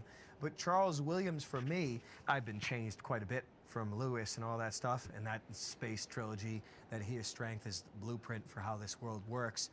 Drowned God, Baphomet, Templar Head, reanimation. I mean, people can look that stuff up if they want. We don't have time to bullshit around that stuff. But these are very, very dark, homunculus gods. It's very, very dark. But Lewis, Homunculus. he dealt with They're homunculus gods. darkest stuff out of all of Lewis or Lewis. Okay. No, Lewis. But the Williams stuff is the most Christian mystic, occultist, which has an impact in that Lewis, you know, of course he has figurative languages and he has these things, but Williams, his language and his, I don't know if you want to call them auto-initiations, but he writes his language in order to help, just like kind of like we do in some ways, to process white initiations instead of black, instead of seeing the death and the child abuse, dark black initiations, white initiations as in the archetypes and the Godhead. I mean, this is beyond my intellect, you know. I'm trying my best to. Way beyond mine. I'm trying to grasp what you mean. But in other words, are you saying he has a positive outlook when it comes to initiations rather than maybe the rest of the world, the way this demon world rolls? Yes. The king will get you thinking about child abuse and farts and shit. With Charles Williams, he was adamant, as long as I can figure, adamant on white initiations, that people understand the architects of. It's beyond man. Well, for fuck's sake. The place of the lion. Like it's I suppose so. He's just his got a books more. are so fucked up, they'll make you crazy. They actually seem pretty crazy. Dude. Just hearing it makes No. my. I mean, like, in other words, though, but there is a positive side to his books. This guy wasn't like. Very. No, it's not. It doesn't leave you perverted and dark. No. So, in other words, you don't feel like the guy's worshiping the devil. No. Okay, well, that's what I want to know. And I mean, what else you call OTO? Is it like a lot of the stuff. Masu's in there fucking shit up. Oh my god, that was a lot of purple. Fellowship of the Rosy Cross is a different Jesuit variation. I couldn't tell you all that stuff. But the other stuff is the OTO,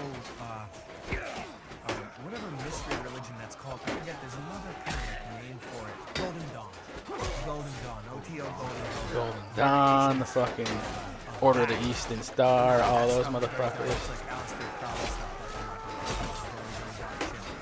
Williams, I don't expect to be. He didn't initiate me into dark stuff. I just finished up and sitting on the hill a couple of weeks ago. I didn't feel good. No, but it's not like Hellraiser, this and that. It's figurative, not figurative. It's spiritual torment as opposed to physical torment. Spiritual torment and points of no return through falling away from ethics and morals and love. Like That sounds more dark. Yeah, dark is not. it's very hardcore, but it's not like child abuse, this and that. It's like It's not in your face, but it's still like. but the archetypes and the mysticism of, let's say, the place of the lion, which is, I can't think of it. But what's the one with Esther? And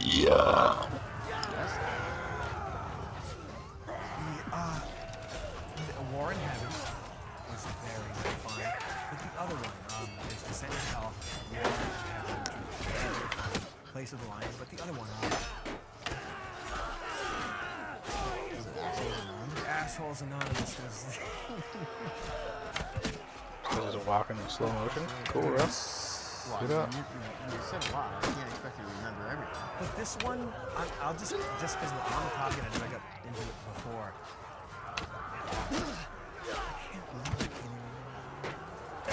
It's really disturbing me. But this is.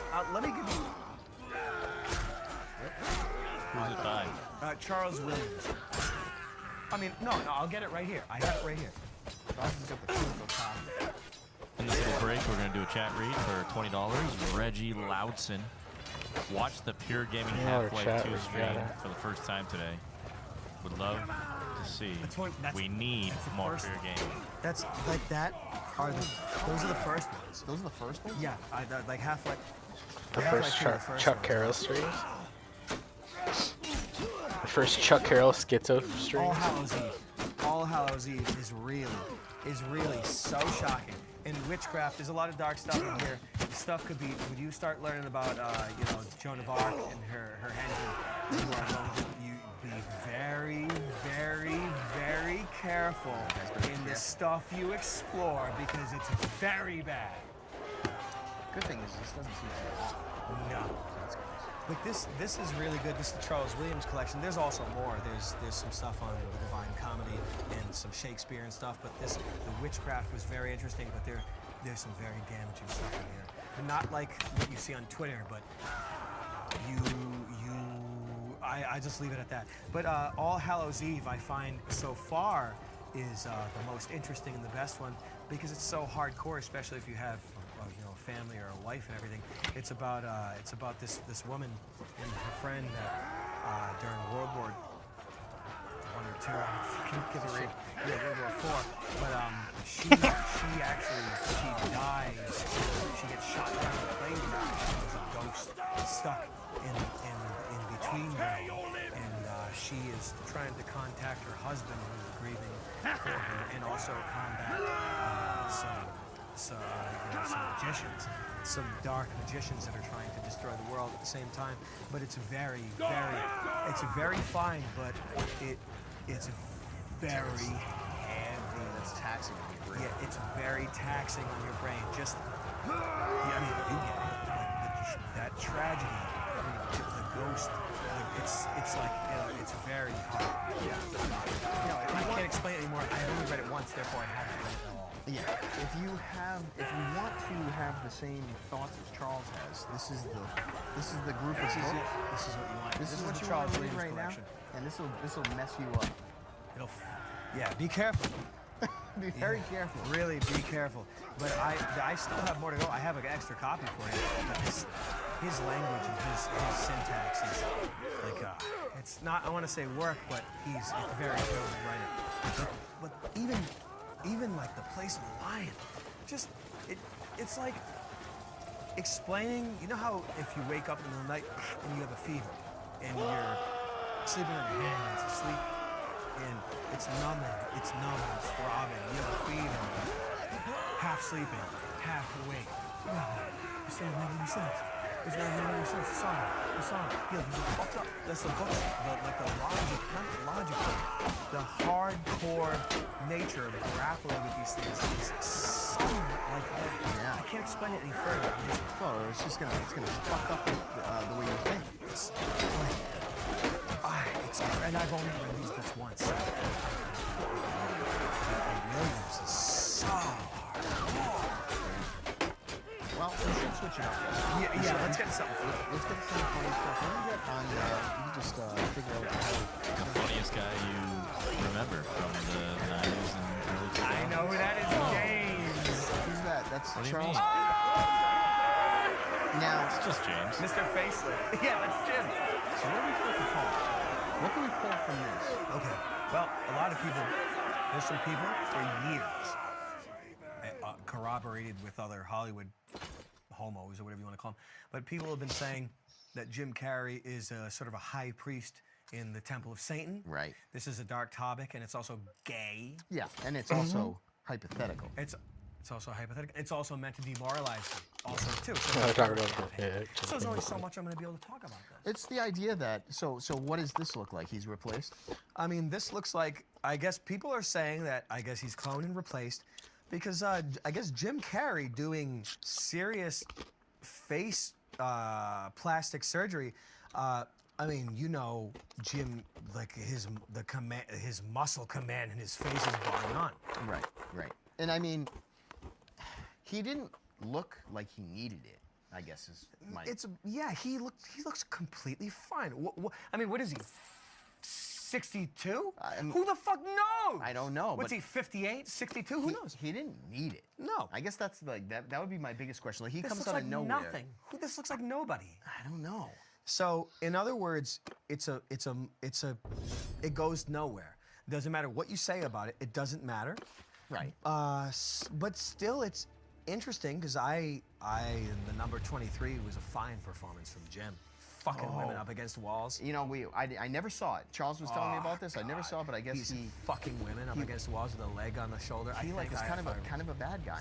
Fucking them. Jim So Carrey good. playing a bad guy in a movie? Yeah. Number 23 was very interesting. And look, I know he's gay and this and that, but he's one of the most talented of our generation. You could say he's a test tube freak and there's a demon inside of him. Look, that doesn't faze me. It just, yeah, exactly. In this world, like, Doesn't faze me, homie. I mean, who isn't? Yeah, doesn't faze. It means nothing. If he had a machine elf in his head doing all those roles, that wouldn't faze me at all. It'd beat off in his face. It wouldn't matter because you do know that he was one of the best actors, Yeah. and it doesn't matter what kind of person an actor is. Regardless, as an actor, he was one of the best. Yeah, he's really nowadays probably not. But whoever that is. Whoever You didn't that like him is, as right? Eggman and Sonic the Yeah, Hedgehog? I was just gonna say I can't, Yeah. dude. I can't handle Sonic the Hedgehog. I played Sonic the Hedgehog for 30 years ago.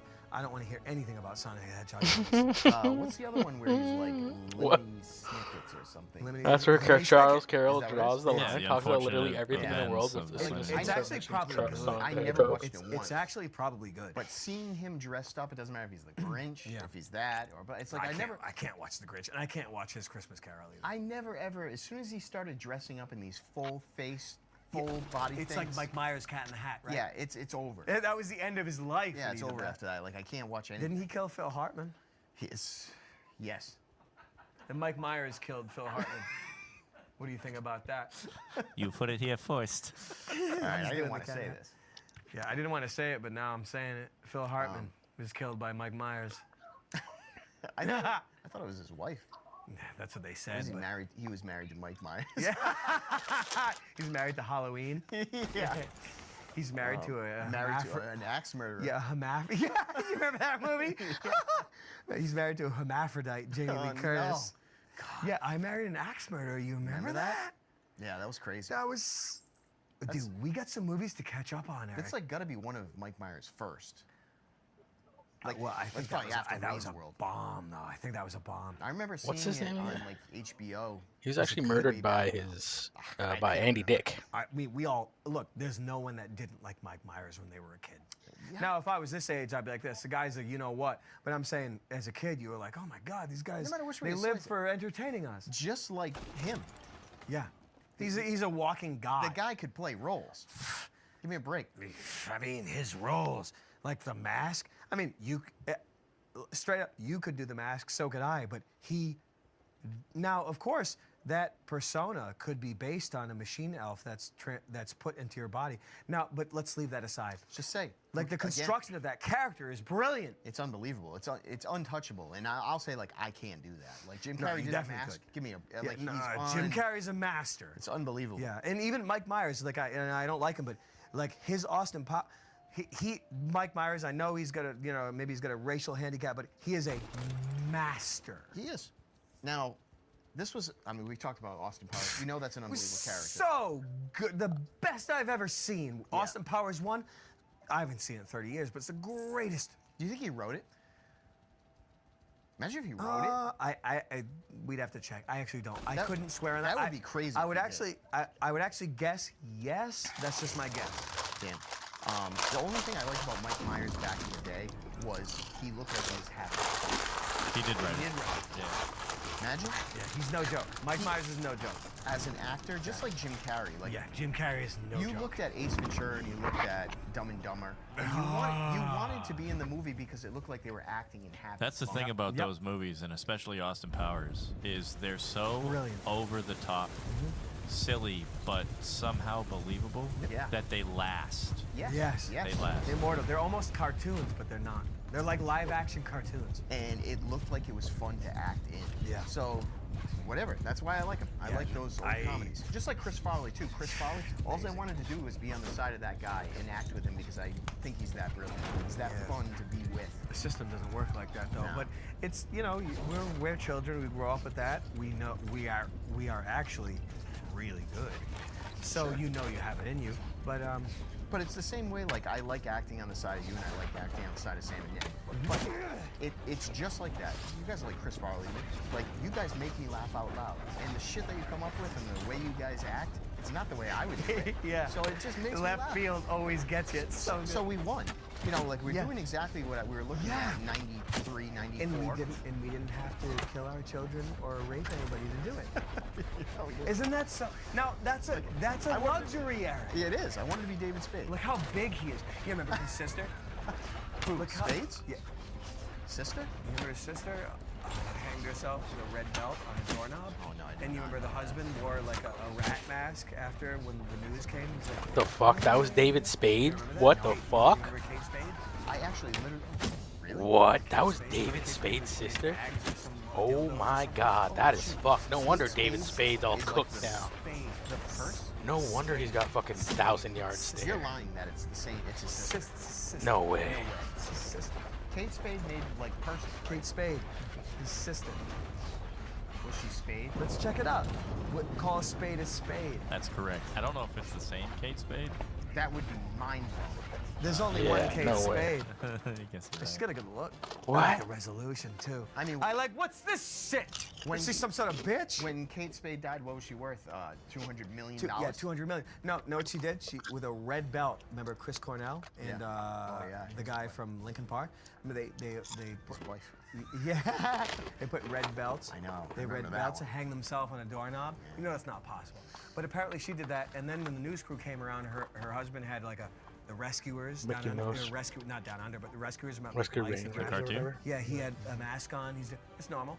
Like that, like Eric. Like let's say something happens to you. Like this, what happened to Eric? I have a fucking mask on. Hey. Now, in reality, Can you Charles- imagine that, Eric? No, I mean, like, I know you'd be devastated that I died.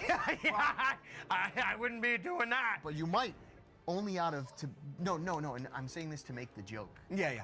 Just because that's what they all, like, you'd come, you're wearing that, like, I'd be laughing. I'm wearing your face mask. Yeah, like, I'd be laughing. Yeah, I know what you're saying. I'd be laughing in heaven because it's too Yeah. funny. I turn around and get your face on. That's so stupid. Like, that is funny. I understand the comedy behind it, but I don't think That's not for that purpose. No, but yeah, brother, sister. Can you imagine that David Spade led Dyke? No, that's unbelievable. Isn't that? David Spade. Call a spade a spade. Now, I don't exactly hate David Spade. Now, I know he's a certain type, but Why would you hate David Spade? what I mean is that we grew up with him. That's all I'm saying. I guess what it comes down now, because his stand-up stuff, it's okay. But I'm saying there's little pieces that He's actually very good. I think like there's a piece of him that is. He's a specialist ball buster. He's a specialist. He's the type of guy Good brother. I don't have good conversations with. I really don't. Like, he's the type of guy that when you're in person, he would hate me immediately. And he would bust my balls, and I wouldn't even know what to do. I'm like, I just jersey him and try to... No, you turn around and you fuck him up his ass. Yeah, I'd have to like speed it out. Yeah, you hold him down and you fuck him up his ass in front of his whole family. In a weird way, his ball busting is smarter than mine. Yeah. Oh no, he's. He's... I'm not gonna say. It'd be like calling Norm Macdonald a piece of shit. Yeah. Yeah, they're pretty skilled comedians. Yeah, they are. And they've been around for 30 years. And I've actually never been a Norm Macdonald fan. I know he's the best, and I'm more of a fan now than I was. But back in the day, I was never a fan because I'm gay. Well, it's just back in the day, he was always like a stand-in guy for an Adam Sandler movie. I didn't really think like there was much behind it. And now I do see. Yeah, well now his brilliance is incredible. Yeah, he's just amazing. You know, this is a ultimate. Norm Macdonald's a god. He is really good. You know who else is a god? Not in service 98 for $25. Thank you, not in service. Thanks, 25. Yo, Charles and Eric.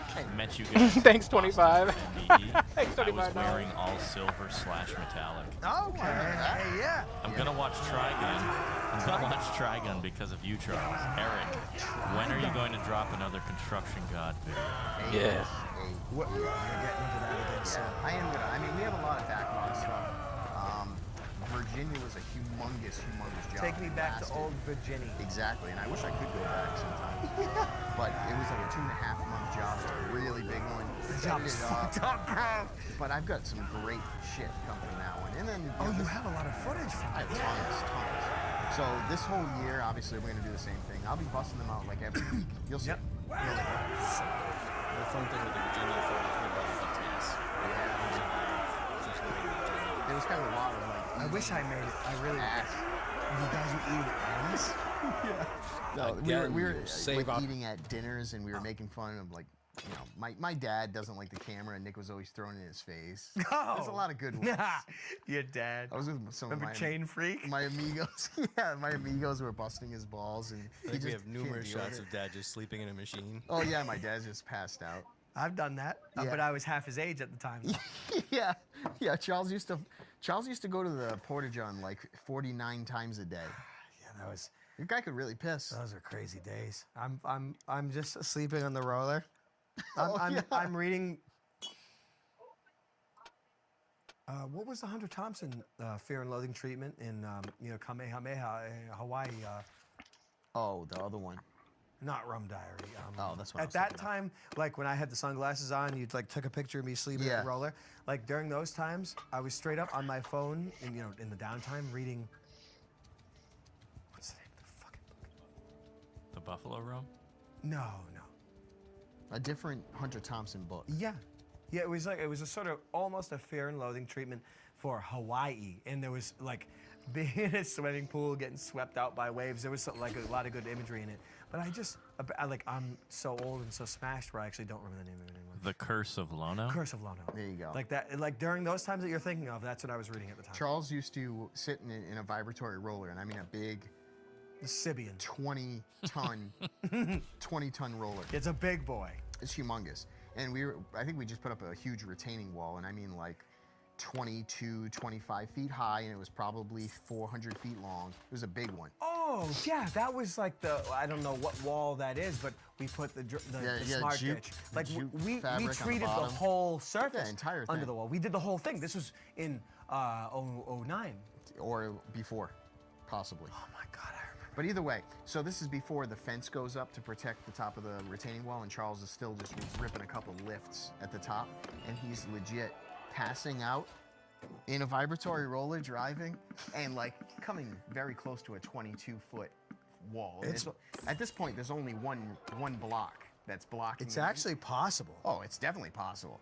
Like, he was scaring the shit out of me. But every I mean, he would end up just like, those things have either a high RPM or a low.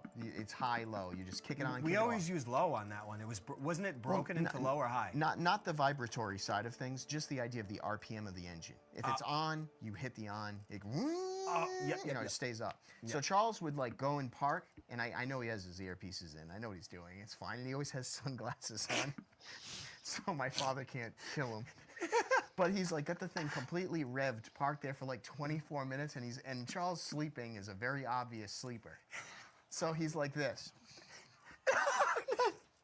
Because I'm the master of sleeping. Oh yeah, like if he has any back problems or neck problems, it's for the way he was sleeping on a construction site for years. But anyway, it was always a barrel of laughs with that. But Charles definitely could have just went right over the edge and died.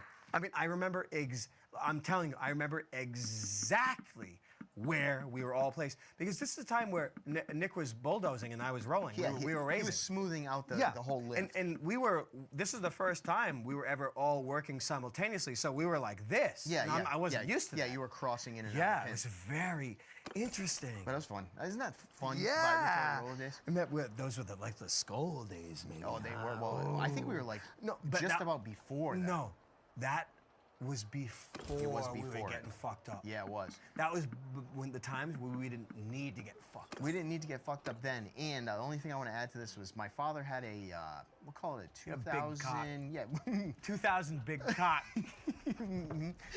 He had a 2004 Suburban, and whatever kind of freaking sound system, who knows what he has in this thing. But Charles, it's like this was when satellite radio just Yeah, came it was out. XM or Sirius. Yeah, something like that. And no matter what, Charles would say, I'll go get the laser.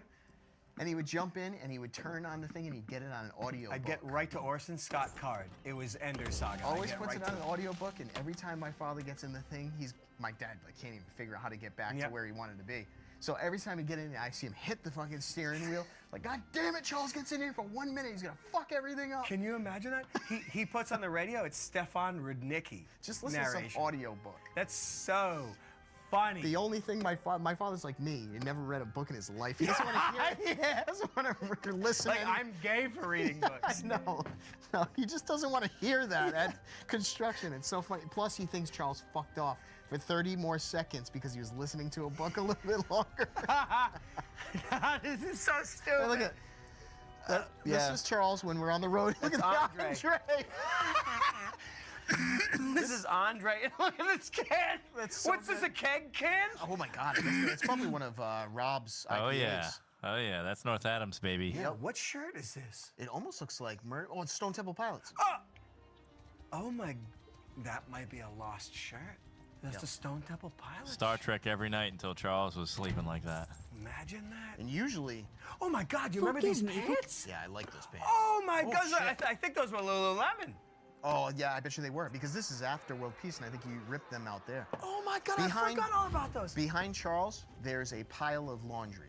Can almost guarantee it. You remember the tie laundry? Remember I was tying it up in a knot? Yeah. Oh, I got those too. Hold on. Look, I'm sitting on my hands too. What's that, a hand warmer? Yeah. Dude. Oh, wait, Eric. Oh no, I don't have my glasses on, but these are the glasses I still have. But the other side's broken, but I mean, a pair of drawers? Yeah. I mean, look at, I forgot about these pants. Is that a baggie full of weed? Yeah. I forgot about Imagine those pants. North Adams. Unbelievable. What, like, if this isn't perfect, so you work all day, you get home, entree champagne, passed out watching Star Trek Look every night. at this. Best of all time. We're watching Manchurian Candidate, a movie that's way too old to put on. Like, I should never have put that on. But House was something I never regretted that's from like 77. Japanese? Yeah, the House one. You remember that one? Oh, I put on House for everybody. Yeah, look at this. Oh, look at it. It's a Hayden Sighton utility shirt. I have it all it's all tied up in a knot. Charles, it looks like you're gonna Bag of laundry. You're gonna be thumbing for a rod to get the hell out of there. Dude, and this was years ago. Yeah, this is what, Rob? What is this? 2000, I would say 17.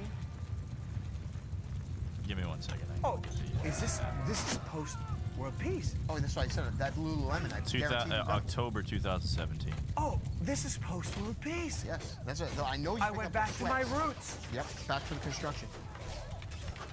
So anyway, It's so funny. you want to talk about fun times? I want to get back to construction like tomorrow. I wish I could just grab you assholes, and we could just do this instead. We have a $20 chat read from $1 Million Poverty. Happy Lent, guys. How do we feel about the Orthodox Christian? Is it good? I like it. It's very good. I like it too. It's not that I don't like Catholicism. I definitely am a positive, but there's a lot of stuff that I don't like that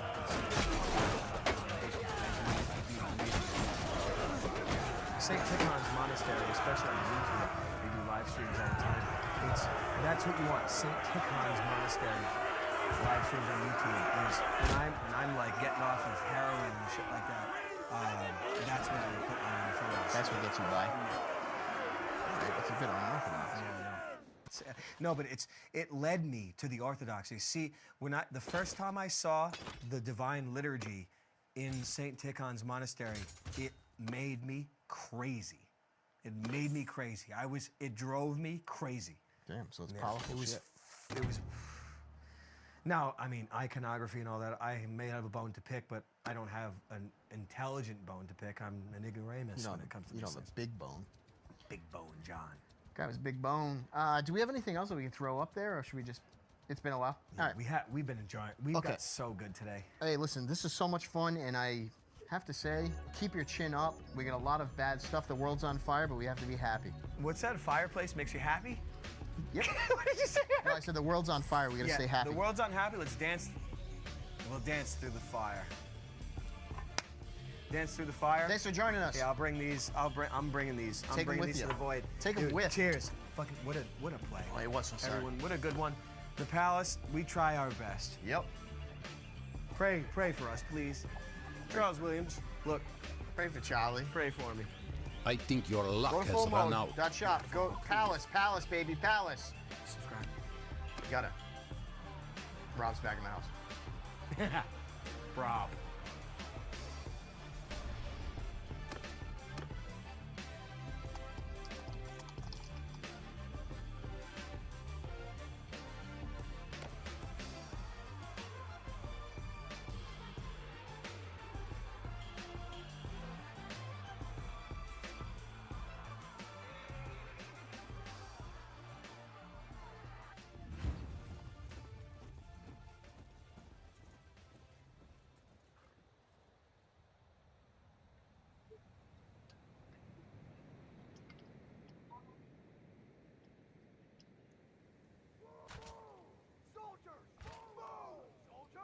Merch alert, baby. Merch alert, merch alert, merch alert. The quality has gone through the roof, as they say. Hooking. Gang, do yourself a favor. Get over to RUGarbage.com. We got hats, we got shirts, got mugs, we got keychains. We got wall art. We got paintings you can buy. Go check it out. RUGarbage.com. Limited supply list. Do it. Hey, everybody out there, and welcome back to everybody's favorite podcast. This is Are You Garbage? Oh, yeah. It's that little show we sit down with your favorite comedians, and we find out if they grew up to be classy, Yeah. or This old or new? They're just a big old piece of trash. Trash. I'm your host, Dave Trolley, coming at you on a beautiful day. We're out back here at Tootie's in a new edition. She just brought home some Valentine's Day candy. Okay. The show. Bang. I was like, next best. This is about $100. An actor, a musician, something. Yeah. Don't meet your heroes podcast when you guys start talking. Get a kid. It's hooked up with them too. Oh, good. Yeah. Oh, horrible. You can never kick a. Apparently, I don't. I was whizzing all around. He's like, it's crazy. He's like, seriously. All right. Facials Is are Lickner still unlikely. looking in? No, you done.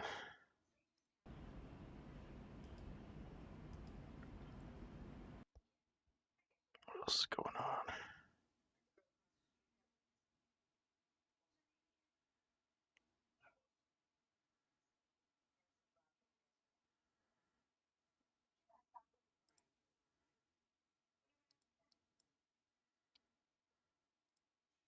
Israeli army's reaction was very swift, as if they were waiting for a chance to crack down on Lebanon, whether it's in Beirut or in the southern area. There are talks and reports in Israeli media about succeeding in eliminating or assassinating, for that matter, Lebanese officials of Hezbollah, whether in the south and in Beirut. And as we heard, Zaina, there are talks of one man, Muhammad Ra'ad. This name has also been circulating on social media and on Israeli media as well. And the main message from the Israeli army was that they want to crack down on anyone who causes and poses any threat to Israel. And with these renewed tit-for-tat strikes, Nida, between Hezbollah and Israel, this now raises serious concerns about a widening of this current Iran-Israel conflict with yet another front.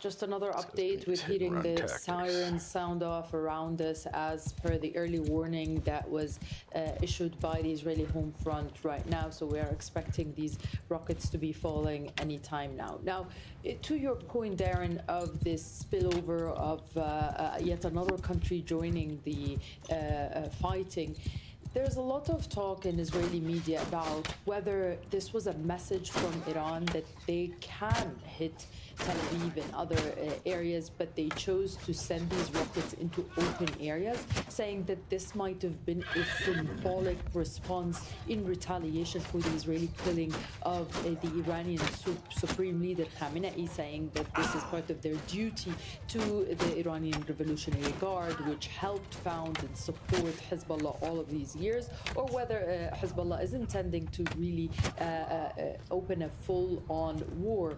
The indication amongst Israelis is that this is still too early to tell, but they should read the signs. And also, they're saying, will the Israeli Prime Minister and Israeli government pick up on these signs of Hezbollah if they indeed mean just one round and not a total and full-on escalation? And they're wondering whether the Israeli government and the Israeli army, because they responded immediately, Darren, whether they were waiting for such opportunity to crack down more and more on Hezbollah, which is something the Israeli Prime Minister has said time and again that he was willing and wanting to do under so many claims, saying also that Israel has been noticing that Hezbollah is not disarming. Another loud bang that we can hear here from Ramallah, and we'll wait to see whether we will get more information on very loud bangs that we can hear around us, whether we can get information about the results of these impacts, whether they're happening here or they are remnants of shrapnel, but we can definitely hear the sounds. They're quite loud, actually. All right, Anita, thank you for now. Let's bring in Joe Macaron. He's a geopolitical analyst focused on the Middle East. Blasting to the boys' shields. Joe, thanks for waiting. I mean, look, many observers say it was predictable that Hezbollah would take action after the supreme leader of Iran had been killed. So perhaps this didn't come as a surprise. But did Hezbollah sense that perhaps the Iranian regime had been weakened somewhat and that they had to react? Former ring! I mean, obviously, this is a decision made by Iran more than by Beirut. The indication that the statement that was issued yesterday by Hezbollah was not very clearly that they will do any activities. But obviously, this morning the decision is different. I think the Or regime what is the hell? around its That's border not the ring I wanted. For them, they made it clear that I thought the Hezbollah circle will they're supposed to. I execute thought the the red circle line. makes them. I'm not sure if Hezbollah The has a archers go in the clear middle. What the fuck? plan. We have to see beyond what happened on the dawn today if there's more attack or they were finished by those exchanges of clear violent messages today.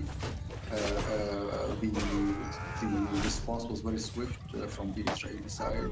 If the reports are true, they killed the second in command in Hezbollah, who was recently appointed by Naim Qassem. So we don't know who make the calls in Hezbollah now, especially in the field. But obviously, this is a message from Iran that all hell will break loose in the coming days. Joe, Lebanon's Prime Minister released a statement earlier saying that launching projectiles from southern Lebanon is an irresponsible and suspicious act. He didn't mention Hezbollah by name, but I mean, does this now increase those long-standing tensions between Hezbollah and Lebanon's political leadership? I mean, definitely, it's going to be a tense morning in Lebanese politics. We have an 8 a.m. meeting for the cabinet. Some people are saying maybe some decisions will be taken. It's not clear how much it can be. I have to restart this. Causes tensions. Shit going on. Will they control? Will they be deploying on the borders? Just charged all my fucking cavalry into their field wall. The rhetoric is very easy, but they will go down on how you wanna control Hezbollah on the ground. It's a bit tricky. So we're gonna wait to see the 8 a.m. How it's gonna end. There will be tension in the media that Hezbollah ministers also. Yesterday, the High Defense Council met, which Hezbollah ministers are not part of directly. So we have to see what will happen. But the Lebanese government or state are in a difficult position. Joe, what are Hezbollah's ideological and political concerns now that the Iranian supreme leader has been killed and Israel is at war with Iran? Because this could even pose a very serious threat to the very existence of Hezbollah. Definitely, for them, he's a father figure. He's a leader. He's a religious reference, not for all of the Lebanese Shia, but at least for Hezbollah followers. So for them, they always drew the red line that if Khamenei is killed, then we're going to react. And they acted upon that. But strategically, Hezbollah will not add anything to the current tension because for now they only launched some rockets. The Iranians are launching furthermore across the region and Israel. So it's not like they got the support front. So their entry in this war won't change the dynamic. It's just for them, I think they see it as a moral stand to support Iran, who give them money. There's ideological connection. But we have to see if there's internal tension with Hezbollah now, because there's a political wing now who's more in leadership, and we have the military wing where we don't know the names who are in control because most of the leaders were killed. So we have a second generation of young leaders in Hezbollah now taking control of the field. We don't know their names, and for now, but we have to see how this tension will grow moving forward. Okay, all right. Joe Macaron there in the Lebanese capital of Yeah, Beirut. fucking Joe, way. many thanks for your No thoughts fucking and your way. analysis. Dude, the PC needs to calm down with that shit. Well, more explosions have been heard in the Iranian fucking capital. dancing Tehran. around us The like US that, military bro. We says had it's you, struck more than had him 1,000 pinned, targets inside Iran and he's since pulling the some beginning shit. of the joint US-Israeli operation. Earlier, Israel launched a fresh wave of attacks on Iran, including strikes that hit a hospital in the capital, Tehran. President Trump also spoke on his Truth Social platform, warning that his military operation will continue until all of Washington's objectives are achieved. He also urged Iranians to rise up and topple the Islamic regime. Iran's formerly supreme leader, Ayatollah Khamenei, is dead. This wretched and vile man had the blood of hundreds and even thousands of Americans on his hands and was responsible for the slaughter of countless thousands of innocent people all across many countries. Last night, all over Iran, the voices of the Iranian people could be heard cheering and celebrating in the streets when his death was announced. The entire military command is gone as well. These actions are right and they are necessary to ensure that Americans will never have to face a radical, bloodthirsty terrorist regime armed with nuclear weapons and lots of threats. For almost 50 years, these wicked extremists have been attacking the United States while chanting the slogan, "Death to America" or "Death to Israel," or both. They are the world's #1 state sponsor of terror. We are the world's greatest and most powerful nation, so we can do something about what they do. Well, let's bring in Tawhid Asadi again. He's live for us in the Iranian capital, Tehran. Tawhid, so as we've been talking throughout the morning, more strikes across Tehran where you are in the last few hours or so. Tell us what more you're seeing and hearing on the ground, Tawhid. Not just across Tehran, but also across the country that we have been receiving reports about the escalations ramping up and the strikes taking place, of course, in cities like Sanandaj. We saw footages of huge explosions also in other cities across the country, such as Bushehr and Ahvaz in southern parts of Iran. We see the same, and also here in the capital from midnight up until the last hour, we have been hearing sounds of massive explosion, all indicating that the trajectory of strikes by the Israelis and Americans continue up until the moment, and that is not just limited to the military headquarters or political centers. Across the city, we see footages of residential areas and civilian areas being targeted, living fatalities. Last night in one of them in Nilufar Square, at least 20 people were killed, and added to that is the climatic, very disastrous footages that are coming from Minab, a city in which elementary school was targeted, leaving more than 160 student girls dead. And of course, it was the public relations head for the Ministry of Health saying that 180 children have been killed just in the IRGC southern parts of Iran, and there are also concerning numbers regarding the civilian fatalities in other cities and places as well. Yeah, and we had that breaking news about an hour or so ago that Ali Larijani, the Security Council chief, the Iranian Security Council chief, saying that Iran will not negotiate with the United States. How significant is this, Tawhid?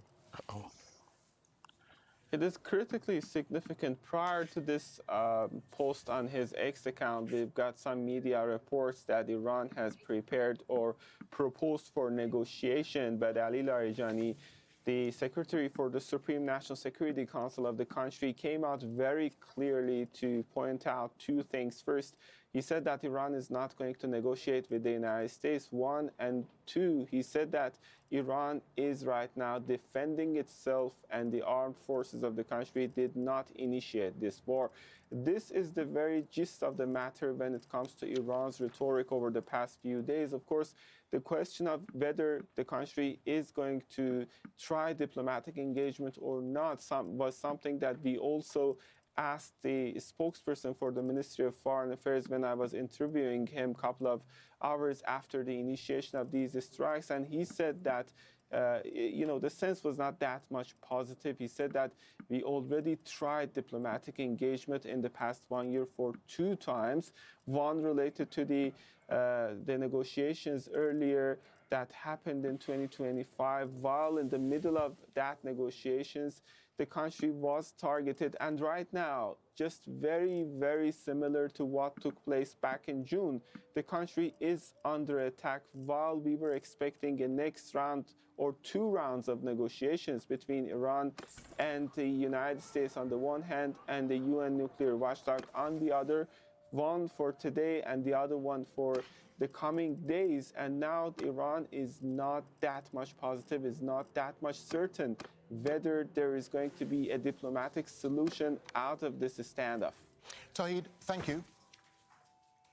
Well, Iran's military power is often described as opaque and complex, but behind that complexity lies a deliberate design. The nation operates parallel armies, multiple intelligence services, and layered command structures, all ultimately answering to the supreme leader. Al Jazeera's Ali Hashim explains how Iran's military and security institutions operate and why they are structured as they are. Iran does not rely on a single military chain of command. Its security system is layered, duplicated, and intentional. At the top sits the supreme leader, the commander-in-chief of all armed forces. Below that authority are two parallel militaries. The Artesh, Iran's regular army, is responsible for territorial defense, borders, airspace, and conventional warfare.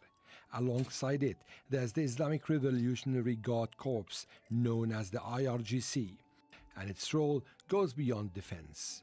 Given its ideological structure, it's responsible for protecting the revolution politically and militarily.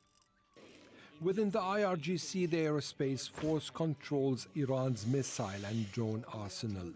This forms the backbone of Iran's deterrence strategy against Israel and the United States. Iran avoids merging these forces by design. Duplication here is a safeguard against coups, internal threats, and sudden collapse. Inside the IRGC sits the Basij, a mass mobilization force used for internal security, crisis response, and ideological enforcement. Iran also maintains parallel intelligence services, while the two main branches remain the Ministry of Intelligence that follows the government and the IRGC intelligence unit. There are around 16 services that operate under the Council for Intelligence Coordination. Beyond its borders, Iran projects influence through a specialized force. The IRGC's Quds Force manages Iran's regional networks, including in Lebanon, Palestine, Yemen, and Iraq, and previously Syria. It operates with tactical flexibility but within limits set in Tehran. Military command is organized through separate entities known as Maqar. The Khatam al-Anbiya unit coordinates joint military operations during wartime and national emergencies, while the Muhammad Rasulullah bloc is responsible for defending Tehran and managing internal emergencies.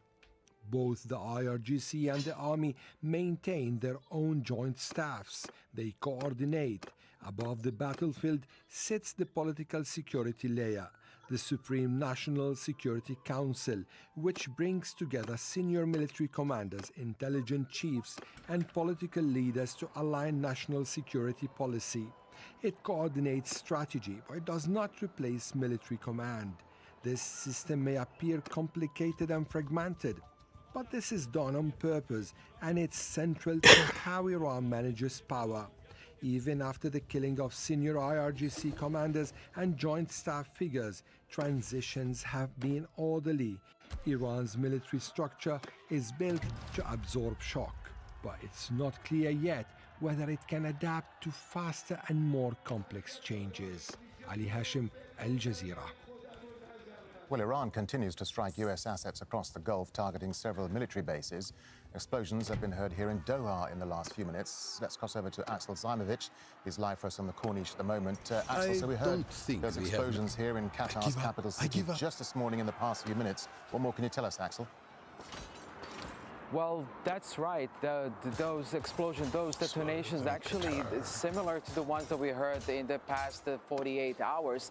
It's very likely that we heard the explosions of activated Patriot systems, and it means that Qatar's air defense system is still intercepting missiles and drones coming from the direction from Iran towards Qatar.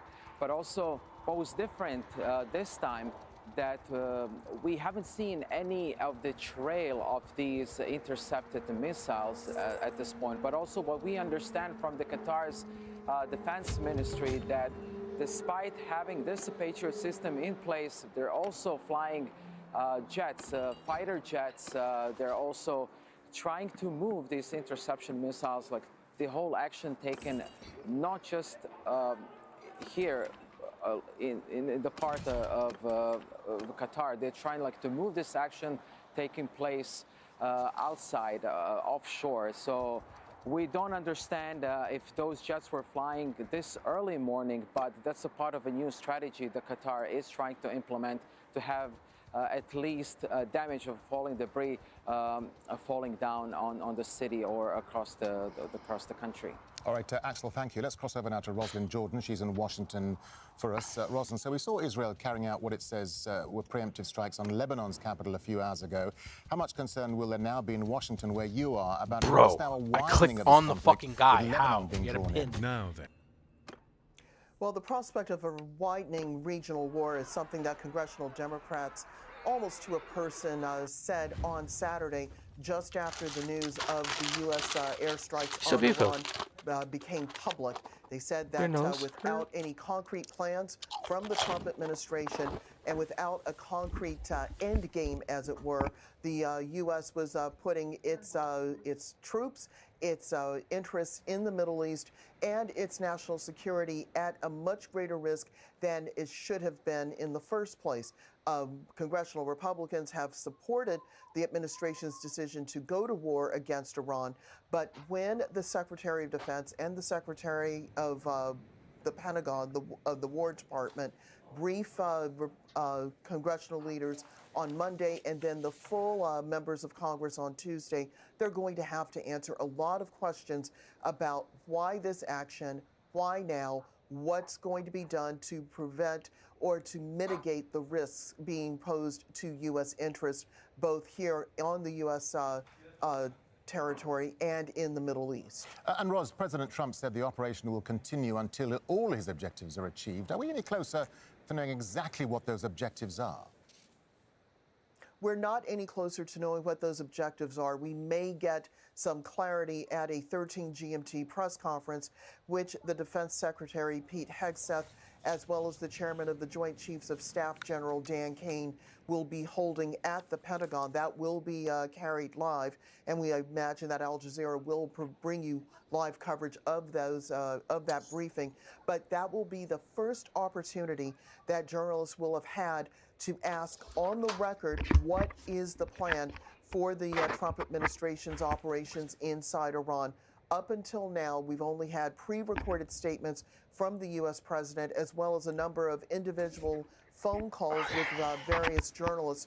But even whatever the president, Donald Trump, has said, some of his aides, unnamed, have contradicted him. So that does raise the question, what is the point beyond, is it regime change? Is it trying to gain a toehold on Iranian oil? Is it changing the power balance in the region? We don't know, and now we will start to hear some answers from Trump administration officials. Ros, just briefly, 3 American servicemen have been killed in Kuwait. How is that likely to complicate Trump's war plans, and what sort of political blowback could he face? Just briefly. Very briefly, those who are part of the MAGA movement who supported Donald Trump's re-election in 2024 have already said that they have lost confidence in the president. The president had campaigned on not getting the U.S. involved in new conflicts, and this is very disappointing even to those who supported him. Of course, those who voted against the U.S. president are not happy with this. The most recent polling that has come out, 1 in 5 support this action. All right, Al Jazeera's Rosalind Jordan there, live for us in Washington, D.C. Ros, thank you. Well, as we mentioned, Iran continues to strike U.S. assets across the Gulf, targeting several military bases. Earlier, loud explosions and sirens have been heard in Kuwait for a 3rd consecutive day. And authorities in Bahrain say falling debris from an intercepted missile has killed 1 person on a foreign ship.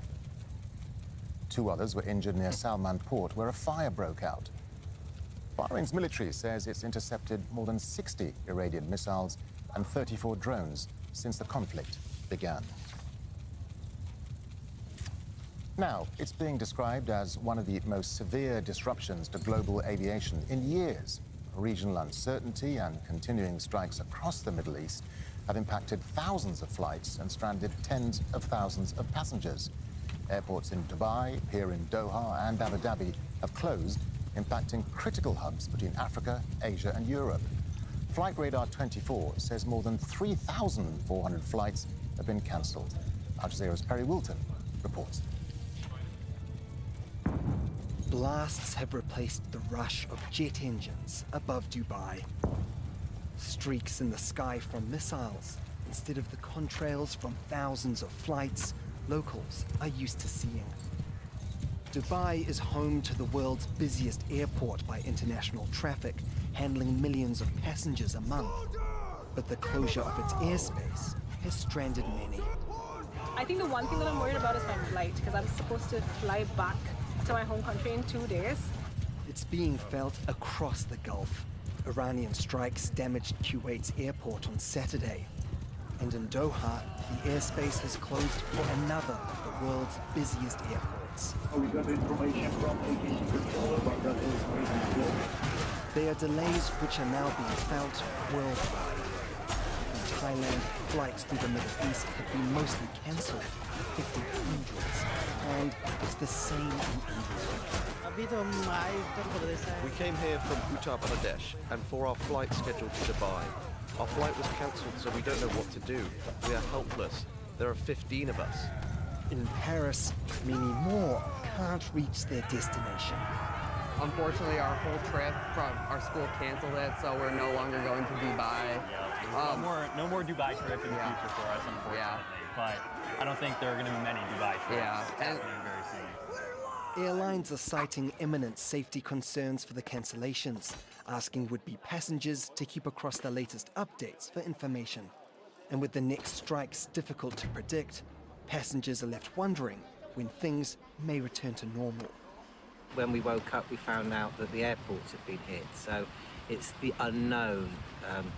So my daughter's meant to be flying back today, so we're going to find out if the airport's open. So that's the unknown, that's the nervousness, what we're, concerned about. It's that unknown which hangs over the region, a region that's dependent on travel for its tourism and its workforce. And if the conflict in Iran continues, the aviation industry is likely to experience even more disruptions, impacting millions more. Kerry Wilton, Al Jazeera, Doha. Well, that's it from me, Darren Jordan. Coming up next, Inside Story looks at the very complex process of choosing a successor to Iran's assassinated supreme leader. Iran's supreme leader Ali Khamenei assassinated in attacks by the US and Israel. Huge crowds of mourners on the streets. The complex process of selecting his successor is already underway. So how does Iran work, and how robust They already have an state interim systems now successor, under don't they? attack? This is Inside Story.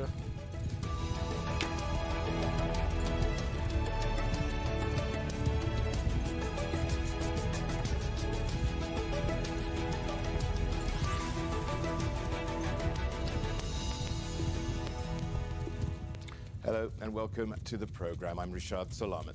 The Islamic Republic of Iran, founded after the revolution of 1979, is under attack like never before. The supreme leader has been assassinated after the US and Israel launched an aerial campaign on the country. The process to choose his successor has already begun, reflecting Iran's complex system of governance, interwoven of military, judicial, clerical and elected bodies, with the Revolutionary Guard, one of the most powerful elements of state. All are involved in some way in the running of the Islamic Republic and in the lives of Iran's people.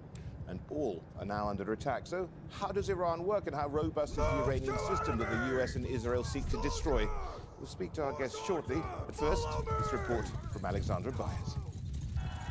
The Iranian supreme leader has been assassinated, and the US and Israel continue to bomb Iran.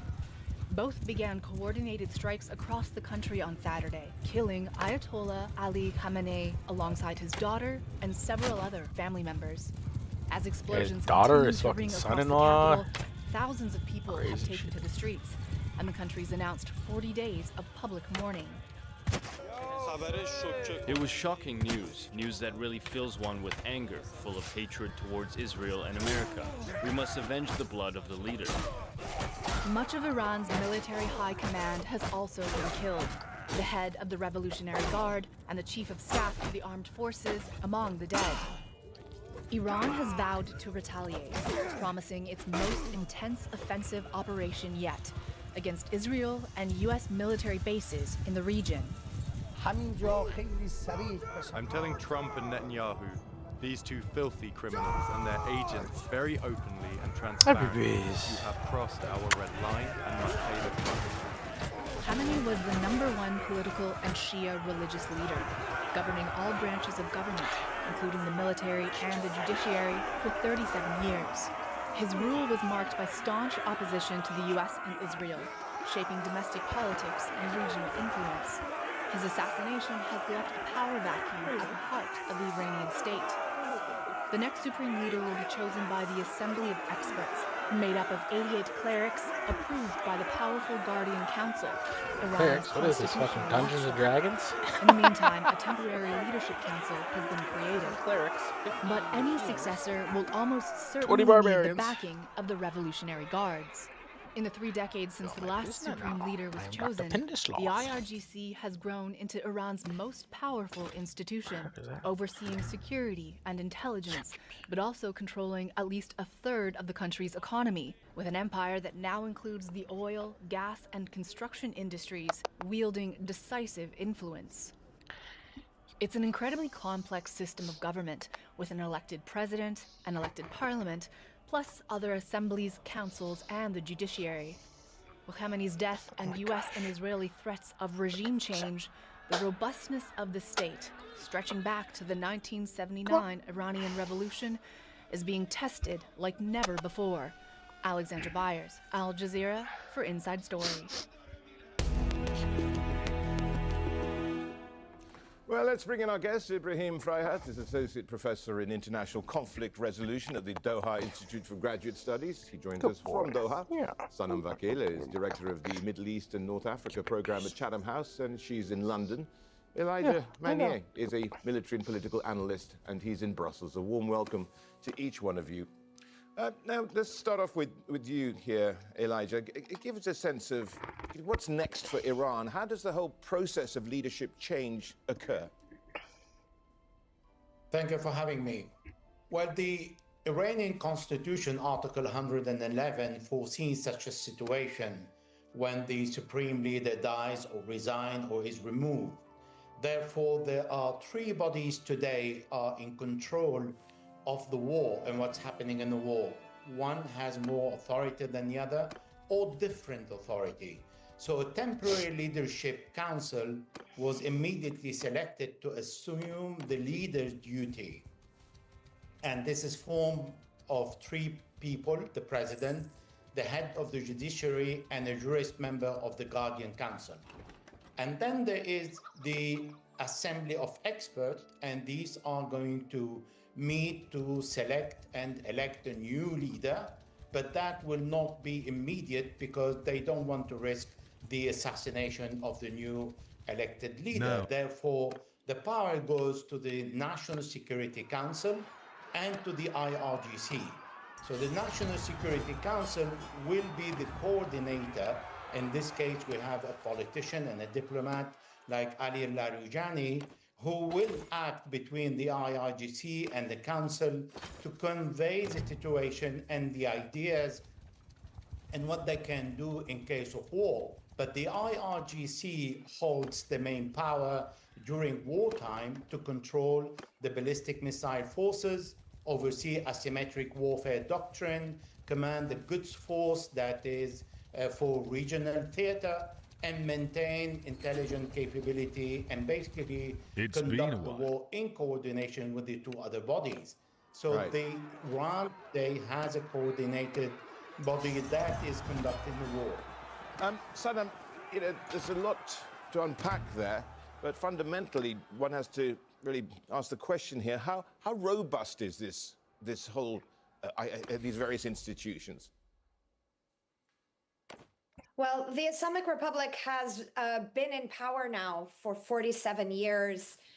Part of the durability of this system is that it did not dismantle the Pahlavi government in 1979.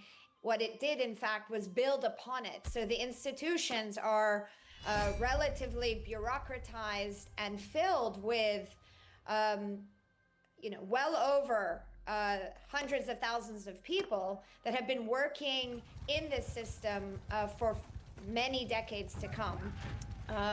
Part of this war planning also has been for the replacement of key officials. I think that the leadership across Iran having learned the lessons of the 12-day war from last summer, was quickly prepared to address the killing of senior echelons of state. And so they have all of these contingency plans in place, and they're trying to showcase a quick institutional response, and that they're still following process despite being under the biggest threat that they've ever experienced.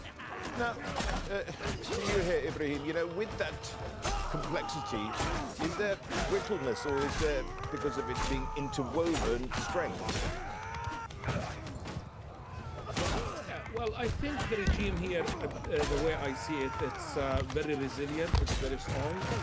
It's a security-based regime. It has the powerful IRGC and the siege forces are in control of the situation. We have seen in the past war, the 12-day war, when the leadership was replaced, was assassinated. It was replaced quickly without leaving any vacuum. So the regime was able to replace itself in terms of leadership without having really crackdowns in the system or in the regime. In addition, we also saw the protests last month that also lasted for a few weeks. During those weeks, though it was the protests were receiving very clear and strong support from the US, from Trump himself, but we haven't seen in the system any defections within the system. So the system remained strong, united, resilient. And there is an additional factor that I pay close attention to, which is an important factor in my view, which is the ideology of the regime. This is a regime is based on ideology, and the ideology has followers, and people within the citizens, they adopt this ideology. So it's not a regime that's separated from the people, but it's linked to the people, to the foundation. And for that reason, the way we saw now the assassination of Khamenei, people going out to the streets. And here I recall when Saddam was toppled in Iraq by the Americans also, how the people in Iraq went to the streets celebrating. But here we haven't seen, we are seeing totally the opposite of people actually mourning Khamenei. So that's the link between the regime and the ideology and the people, the citizenship. I think it's a strong factor that makes the regime resilient. Ibrahim, to you again, I mean, it's clear that Israel and the United States had a clear objective from all this, and that was regime change. But they didn't seem to have any end game here, apart from telling the citizenry to take to the streets and grab power.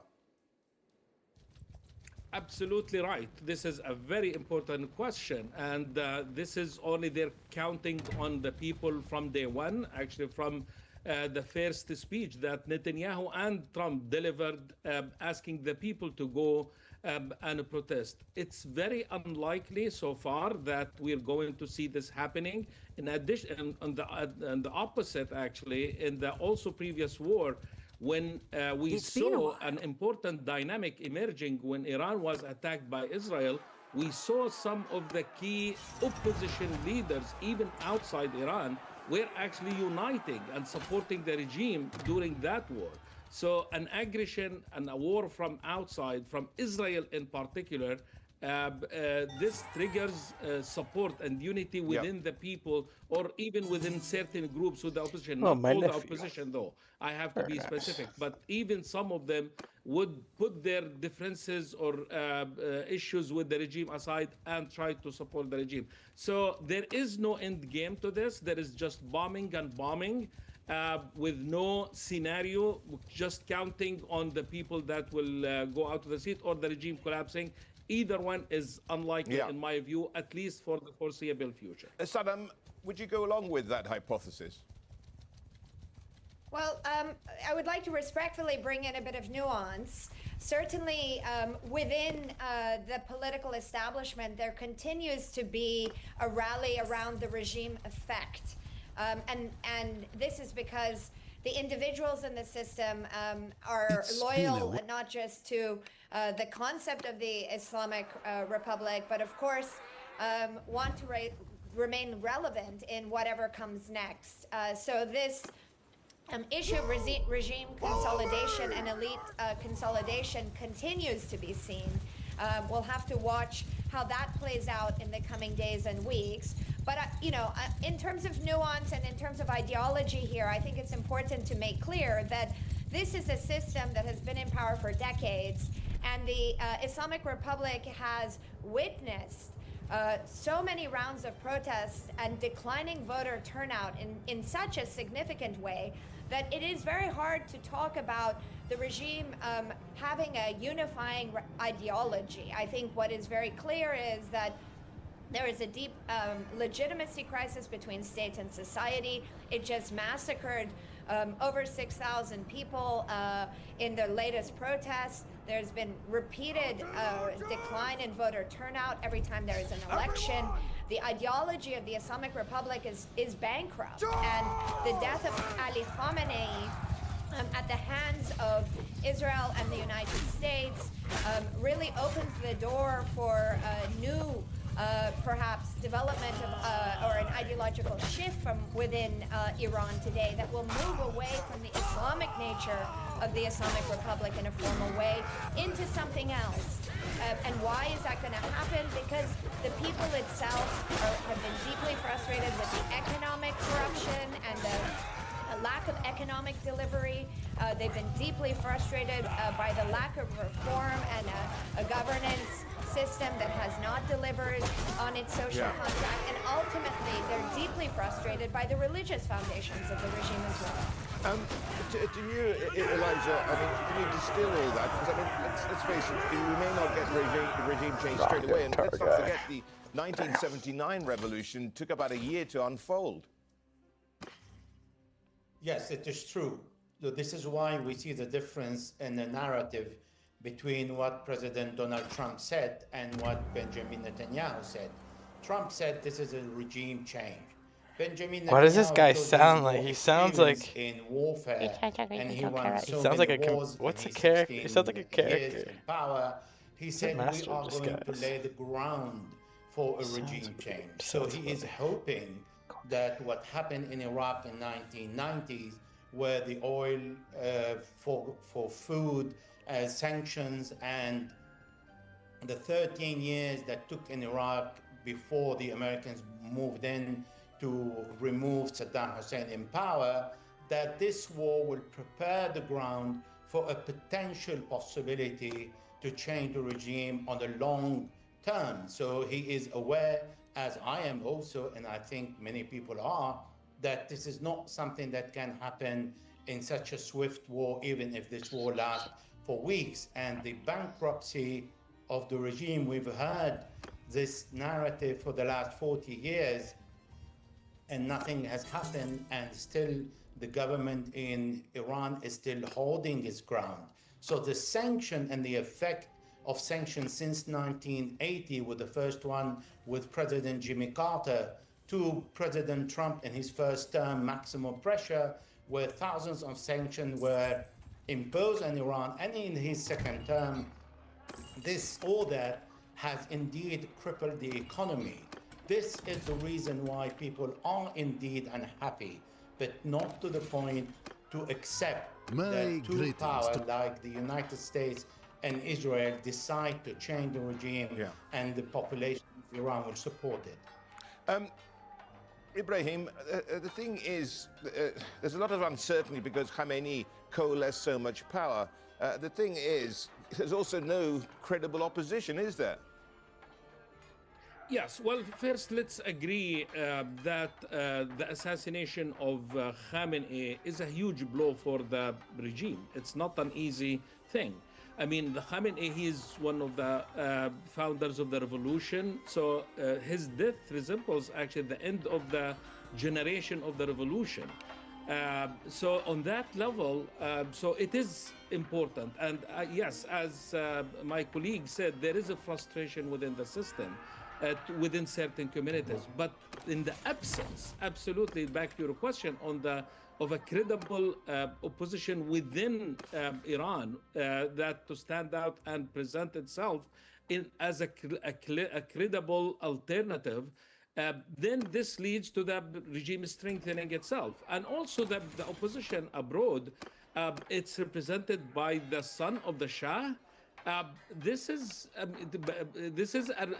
He resembles an age where Well, now, the Iranian stranger, people peace revolted to you. against it. What is So your that's name? one. And two, also the close ties with Israel that he has with Netanyahu. This is not appealing to the Iranian people. On the contrary, I think he's shooting himself in the foot and undermining his credibility being as an alternative or a credible alternative.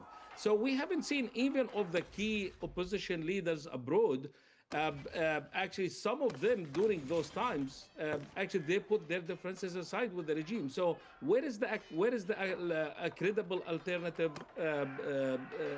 leader here, or assistant to revolution to present itself as an alternative to the regime? So that's another reason, actually, why the regime is still strong. And until we see a genuine, representative, credible revolution or opposition coming, whether from inside or outside, that's not being seen as implementing agendas of Israeli government or the U.S. government, because also this is a problem that the Iraqi opposition experienced during Saddam's times. They were all seen coming on the Iraqi opposition coming on an American tanks to rule in Baghdad. So that's a problem I think the Iranian opposition will have to answer. Some a warning of perhaps the Revolutionary Guard, the IRGC, perhaps taking over, as it's probably one of the strongest institutions. Yes, it certainly is one of the most strong institutions, and they have been constitutionally empowered since 1979 to protect Iran's internal and external security. And they've been deeply loyal to Khamenei, but they've also become more empowered across Iran's economy, as well as Iran's elected and unelected institutions. So they will certainly be kingmakers in supporting whoever or whatever comes next.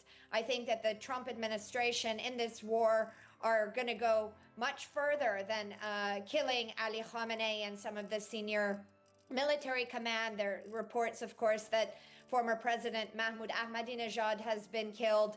I think that many of the familiar faces that have led key institutions are clearly targets. And so the guards and perhaps an unknown guards figure could emerge to be a mobilizing force. But if I may say something quickly about this so-called Iranian opposition, I think it's important to recognize that Iran is a huge country of 90 million people alongside a highly politicized diaspora.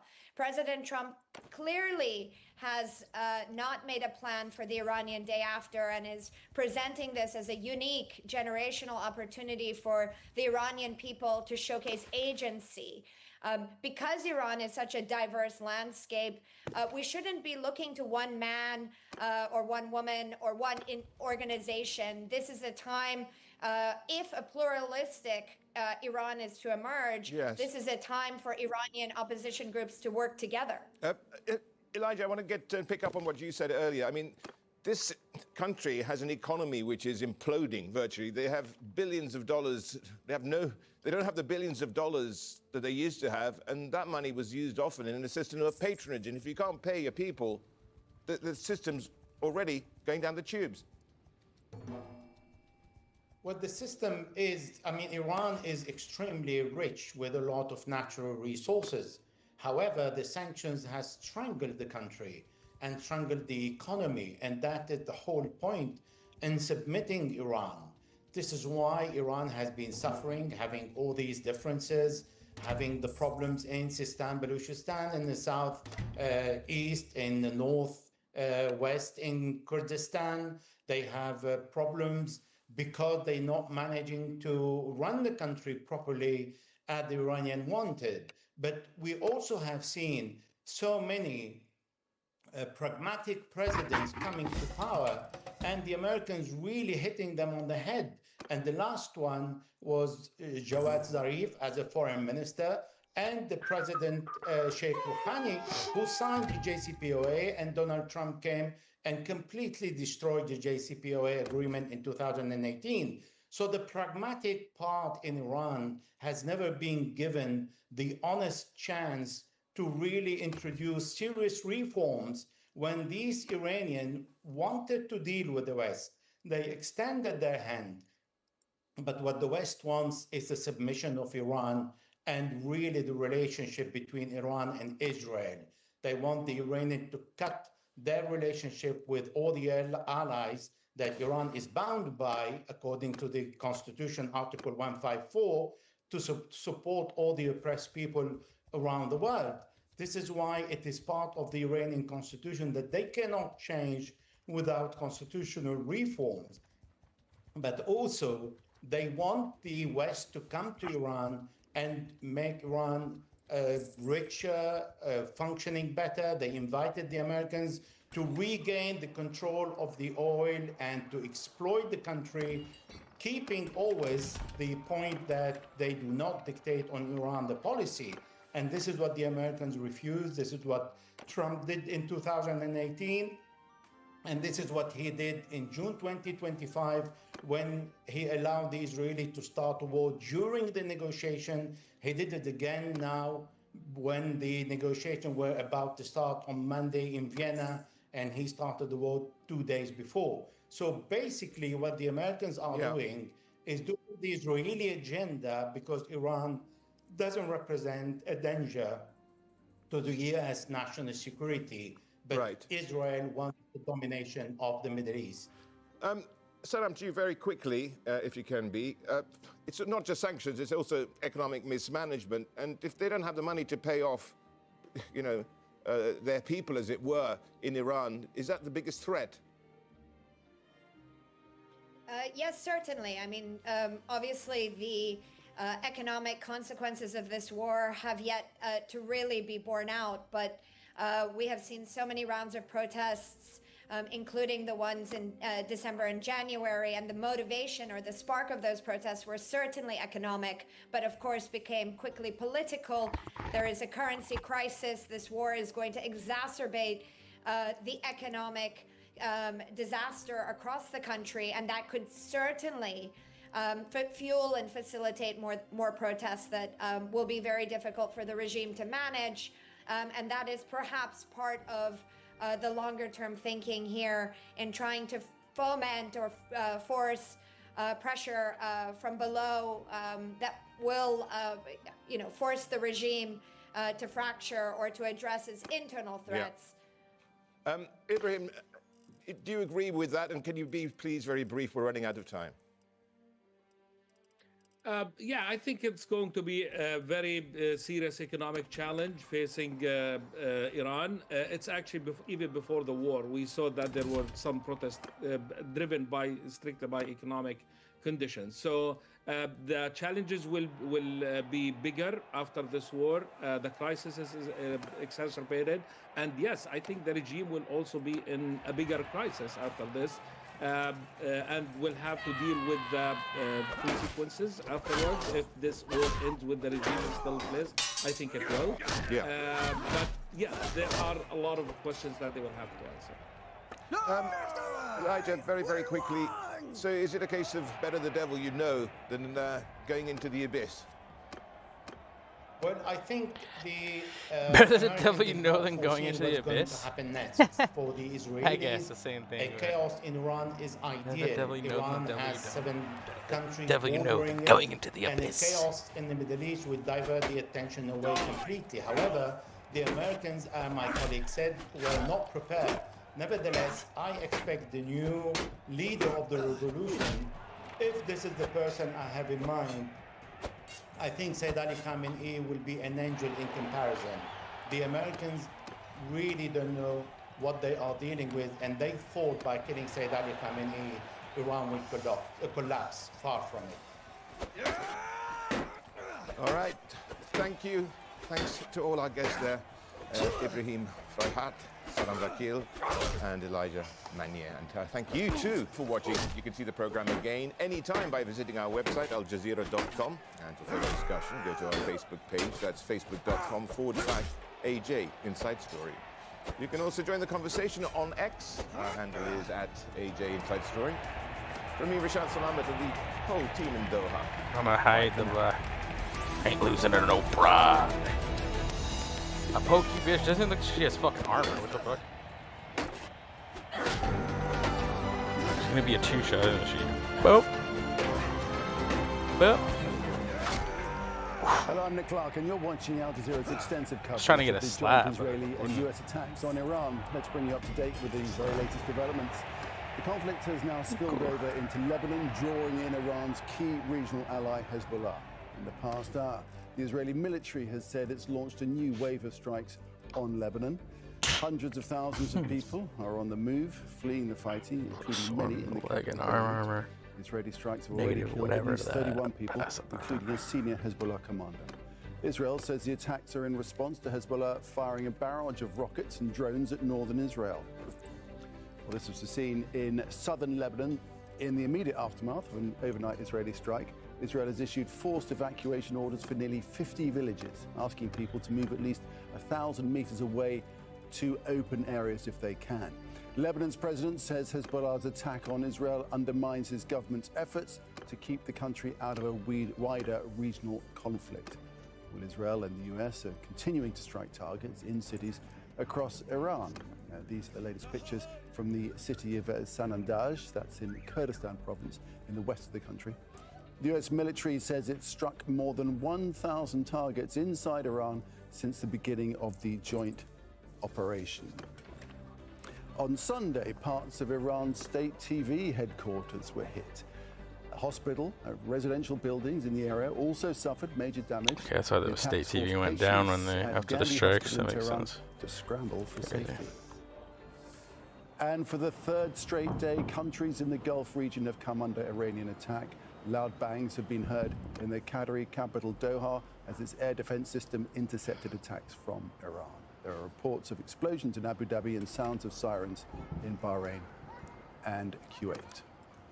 All right, we've got a team of correspondents covering the latest developments for us in Tehran, in Washington, D.C., in Ramallah, in the occupied West Bank, indeed here in Doha and in Beirut, which is where we start with Zaina Hodder, who's live for us from there. So, Zaina, first up, we have this Israeli warning to residents, and now people are on the move in their masses.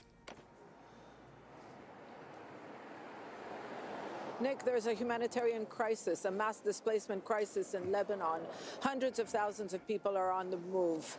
Dozens of villages being evacuated in southern Lebanon. Traffic jams along the highway to reach the Lebanese capital, Beirut. Also, in the past few hours, we have watched families pick up whatever they can and leave the southern suburbs of Beirut, the area behind me, after those overnight Israeli strikes, which followed Hezbollah launching a barrage of rockets across the border. And in the past hour, there have been more airstrikes reported in southern Lebanon, and a warning from the Israeli Northern Command that Hezbollah will pay a heavy price for firing those rockets across the border. There's a lot of concern, a lot of uncertainty in Lebanon. The Lebanese political leadership has been trying to keep this country out of what they're calling a dangerous regional conflict. But yet again, Lebanon finds itself in the eye of this storm. Hezbollah, a strategic and an ideological ally of Iran, saying that it launched those barrage of rockets to avenge the death of the late Iranian leader, Supreme Leader Ali Khamenei. Also saying that it did it because of the repeated, quote, aggressions on Lebanon. But there's a lot of criticism. There have been a statement from the president, from the prime minister, saying that such an action was irresponsible and it is threatening Lebanon's security. And as we speak, the Lebanese cabinet is expected to convene in an emergency session. And amongst all of this, there are reports a senior leader of Hezbollah has been killed. Yes, it's not clear who was targeted in those overnight strikes. There are a lot of reports that this was a targeted assassination, a high-ranking member of Hezbollah. There are reports it could be Mohammed Rad, He is a member of parliament he heads Hezbollah's parliamentary bloc. The group is not just an armed force, it is also a political party in Lebanon.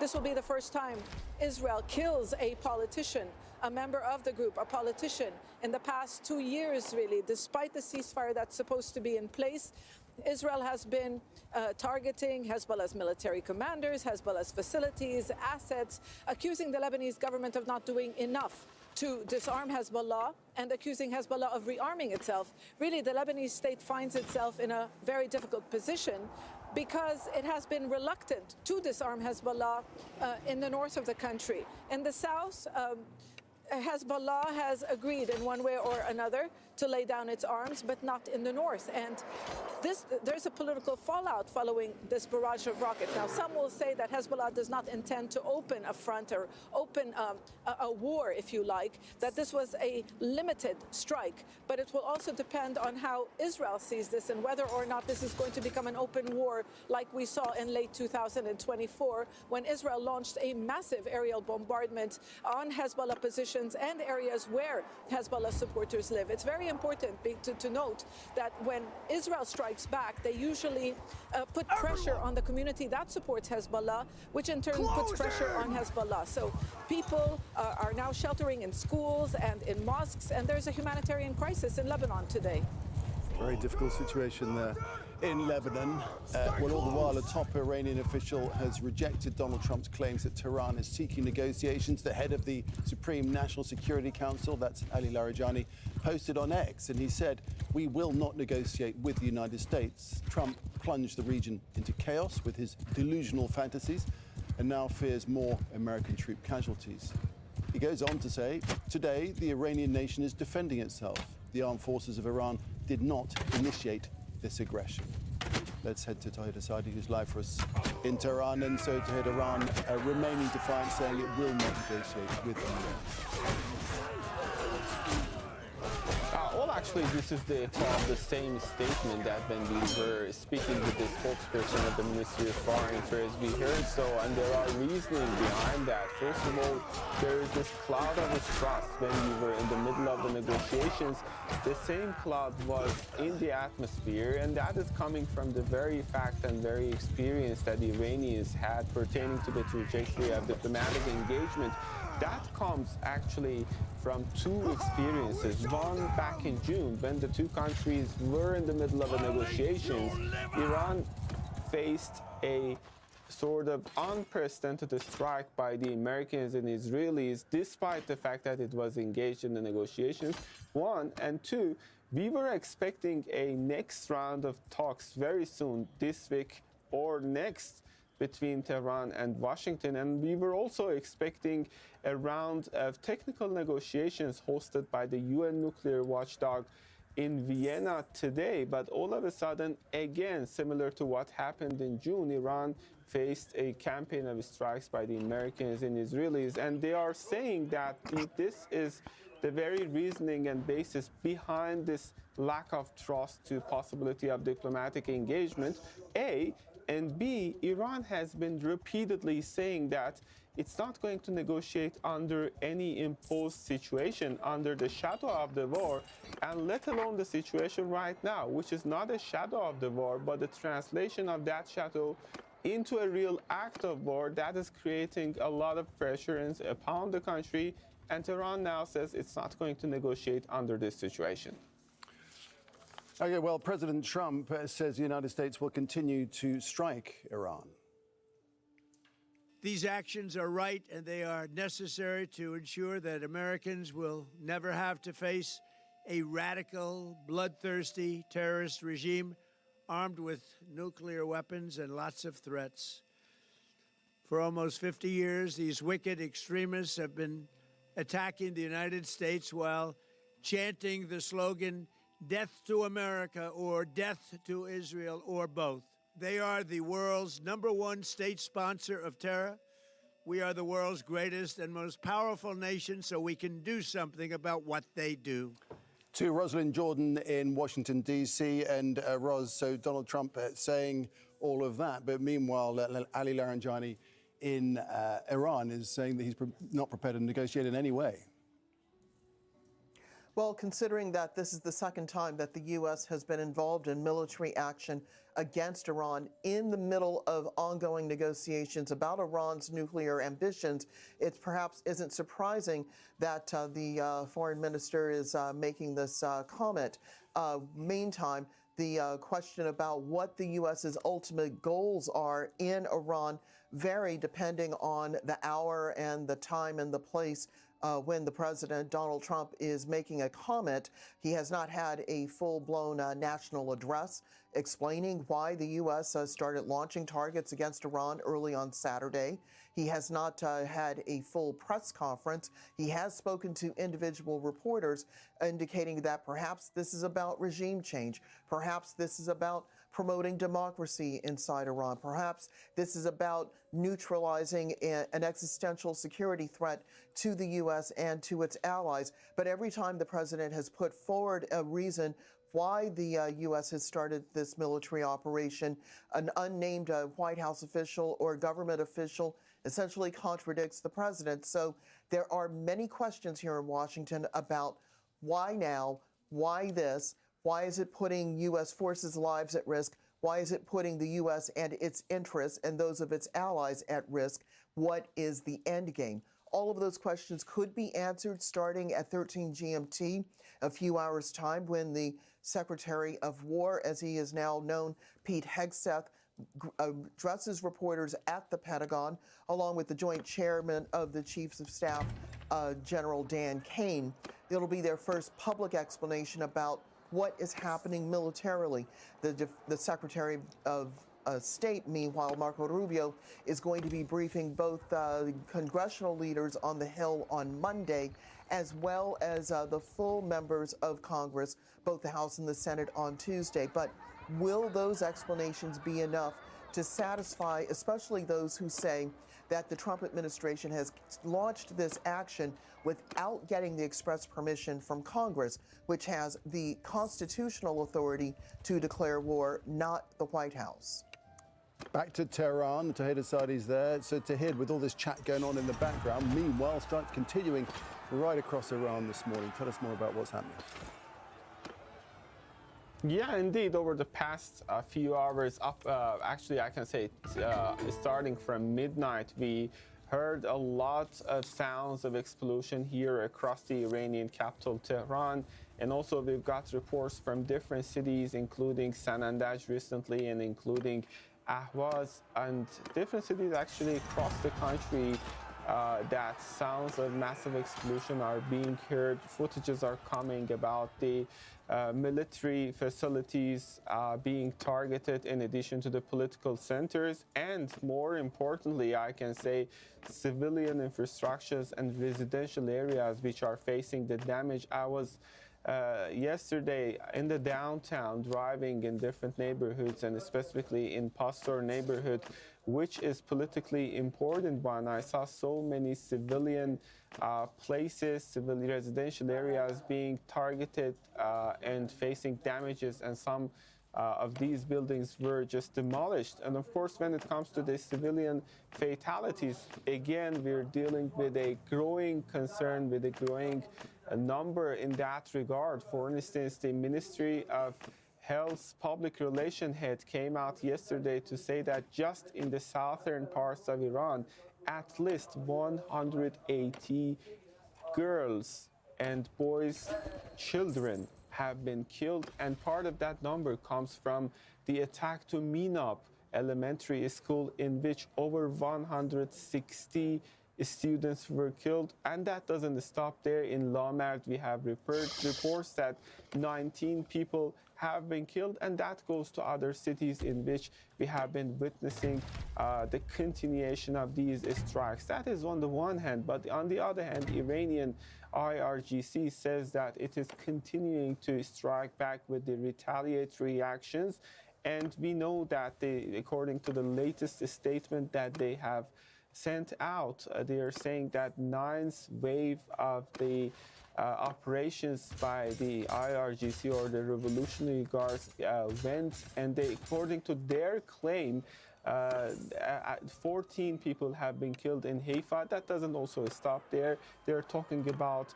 firing ballistic missiles on the USS Abraham Lincoln. They're talking about attacking 3 oil tankers of the Britain and the United States, and they are constantly saying that they're going to strike back, seeing one of the most, if not the most critical, important development in Iran. We can't leave the kingdom and just take our five, so we're gonna have to start shit with these guys. All right, to Nida Ibrahim. She's in Ramallah in the occupied West Bank. And Nida, there have been interceptions, I understand, in the sky over West Jerusalem this morning. Tell us more about that. Well, we've been hearing about interceptions and the falling of remnants of intercepting missiles across Israel. No information about injuries. In fact, the Israeli ambulance service said that there are no casualties at the moment, nothing to report on. But this is also always taken with a grain of salt, as Israel keeps these information at bay. They don't disclose them right away. Part of it for security reasons, part of it to keep the morale amongst the people high as they go in and out of shelters. And just now, the Israeli Home Front has alerted people in the Jerusalem area that it's okay for them to leave the protected areas, but they should be close to them. But before that, we've heard loud noise. One of the sounds was particularly higher than the rest, which could indicate that it was either a big debris of the interception, or it could be a missile that made its way from Iran towards Israel without being intercepted. We've seen a couple of those filtering through Israel's air defenses and managing to create damage in Israel, including the remnants of an intercepting missile or a missile that hit a shelter yesterday, resulting in the killing of 9 Israelis. And there were reports of 11 more people going missing. Now, these information we've only heard of or we're able to corroborate a bit later in the day, as Israel, as we said, keep these information secret and only disclose them after a while. So it might be a while before we know what the impact of these 2 recent waves of Iranian missiles. All right, and events in Lebanon, Nida, now raising concerns about a widening of this current crisis onto yet another front. Indeed, it seems to be that the Israelis are interested in sending the message that they were ready for such a scenario, the involvement of Hezbollah in the fighting. And we've just heard from the Israeli Chief of Staff, the Israeli armies, I should say, Chief of Staff Eyal Zamir, who's saying that they have started an offensive against Hezbollah and that people should be prepared for many, many days of fighting. These are his words. But again, there are the other analysts the Israeli media are talking about. They're saying that maybe Hezbollah, with these 3 rockets, 3 projectiles that were sent to open areas, is sending a message that, yes, it is intending to retaliate for the killing of the Iranian Supreme Leader Khamenei, but they are not interested in a full-scale war. They're saying that it's too early to read the signs of Hezbollah, but it seemed that the army was very swift, very fast in making a retaliatory strike, not just one, but several. And there has been a lot of talks about caution, about Israel curbing down, let's say, its reaction and understanding that maybe Hezbollah is not in a position that it wants a full-scale war, given the fact that it's very weak, but it had a duty to at least respond to the killing of Khamenei, as the Iranian Revolutionary Guard has been supportive of Hezbollah since it helped found it. So this is the mood amongst Israelis. They're talking about being ready, deploying more than 100,000 of reservists from the Israeli army to be ready for such an escalation. And they're trying to send the message that they can handle the pressure coming from Hezbollah. Not only that, they're also saying, Nick, that maybe Hezbollah, with firing these 3 projectiles, gave Israel the excuse to do what it has always been intending to do, which is not just crack down more on Hezbollah under the excuse of them not disarming, not agreeing to disarmament, but also probably pushing for a ground invasion. All right, let's bring the story to Iran's neighbors now. The foreign ministers of the Gulf Cooperation Council have condemned Iran's attacks targeting the region in a joint statement. The GCC has called them grave violations of sovereignty, good neighborliness, international law, particularly due to the targeting of civilians and civilian objects. The statement says GCC states reserve their legal right to respond and to take all necessary measures to defend their sovereignty, security and stability, including the option of a military response. It also demanded an immediate halt to the attacks, emphasising that Gulf stability is essential for the global economy and indeed maritime navigation. Let's cross over to Axel Zamovich, who's live for us here in Doha. And Axel, we've been hearing here in the newsroom the thuds of interceptions here in Doha. What are you seeing and what are you hearing about what's happening in the wider region? Well, Nick, we've heard the 4 separate explosions on Monday morning, and that deep crack, the familiar crack that we heard, is very likely the Patriot, the defense system being activated, engaging something incoming. We couldn't see much because it's a cloudy Monday morning here in Doha. But at this stage, we don't understand what was intercepted, whether it's a missile, whether it's a drone. Is there any falling debris? There are no reports of casualties. We're probably going to get more details in the coming hours. But what happened afterwards, within minutes of those blasts, the authorities here in Qatar, they sent another emergency alert to everybody on their mobile phones, urging the population to stay indoors, not move, and try to avoid any unnecessary movement. And it's really important to mention that these blasts and these detonations that we heard, they come after like a really peaceful night in Doha, and there's a reason for that. After the defense ministry announced they deployed fighter jets to intercept the missiles and drones coming from Iran. And the only difference that this makes is the fact that those missiles are being intercepted over the waters of the Gulf. All right, let's get an overview now of what's happening. We can speak to Joe Macron, who's a geopolitical analyst focused on the Middle East, joins us from Beirut. Joe, good to have you with us. First, let's talk about Hezbollah's response and Israel's reaction in turn to the situation in Iran, widening the parameters of this conflict to incorporate Lebanon too. How serious is this development in terms of the Iranian conflict? Obviously, the decision is made in Tehran. Now they are in survival mode. The red line for the Iranian regime and their proxies across the region was the killing of Khamenei, and now we are seeing the reaction live, as we say. So they have a moral, I think, they see it as a moral obligation that they, as they support Gaza, they have to support the Iranian regime, basically to ease pressure on them. There's little that Hezbollah can do. This is going to create tensions in Lebanon. We have a Council of Ministers meeting now. So we are in new uncharted territories, but Israel is waiting for this moment, I think, for a while. They've been provoking Hezbollah to react, and now they have a bank of targets they want to pursue in the coming days. It's interesting that they targeted Ahmad Rad, if the reports are true, that he's the deputy Hezbollah Secretary General, he's the head of the parliamentary bloc. And not only this, he's the key interlocutor with the Lebanese president.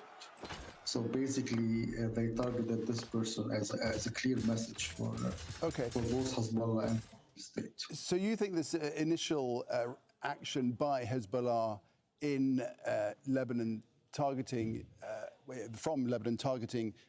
fairly unpopulated, well, very unpopulated areas, was something that was instructed for them to do by Iran itself, or was it something that was inevitable as far as Hezbollah is concerned, given the supreme leader had been killed? It's not clear how the Hezbollah structure is now. When there was Hassan Nasrallah before his assassination, he was the clear command and control and the connection with the Iranian regime. Now, Naim Qassem doesn't have the same connection with the Iranian regime, the same control of the military wing, and also the same aura in Hezbollah. So we had the statement yesterday that didn't give any indication, and then we have this decision that obviously it comes part of the Iranian decision that all hell will break loose now in the next days, at least as a retaliation. And the Iranian regime didn't have any deterrence in the last few years. Since the killing of Qasem Soleimani, Nasrallah was killed, all those main leaders, and they never reacted. So now they believe that they should create this deterrence, even if it's a bit late in the process. So Hezbollah is the main proxy for Iran. It's more effective than the Iraqi militia. It definitely can play more role than the Hamas military wing, and even the Houthis, we have to see if they're going to join or not. But Hezbollah, in this context, we have to see if they have a plan to continue to expand the rockets, or they're going to finish just one day. But what capability do they have to expand? Because they are very much weakened, aren't they, Hezbollah? They are definitely weakened, but they can have a moving platform to launch strikes.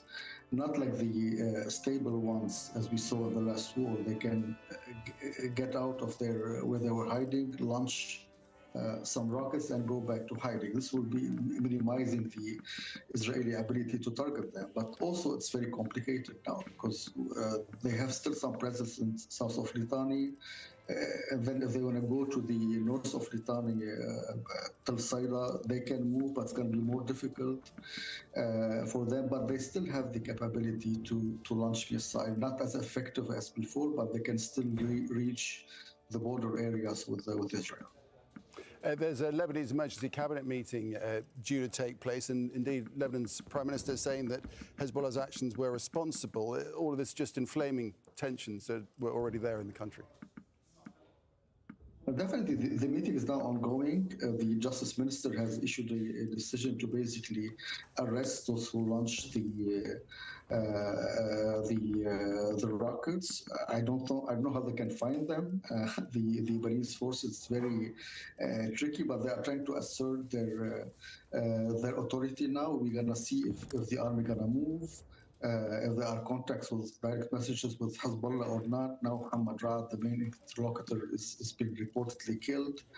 So it's going to be a tense day in Lebanon. The Lebanese government want to show, especially the international community and the Americans, that they are not part of this. They don't cover it. They're taking action, hopefully to minimize the Israeli reaction.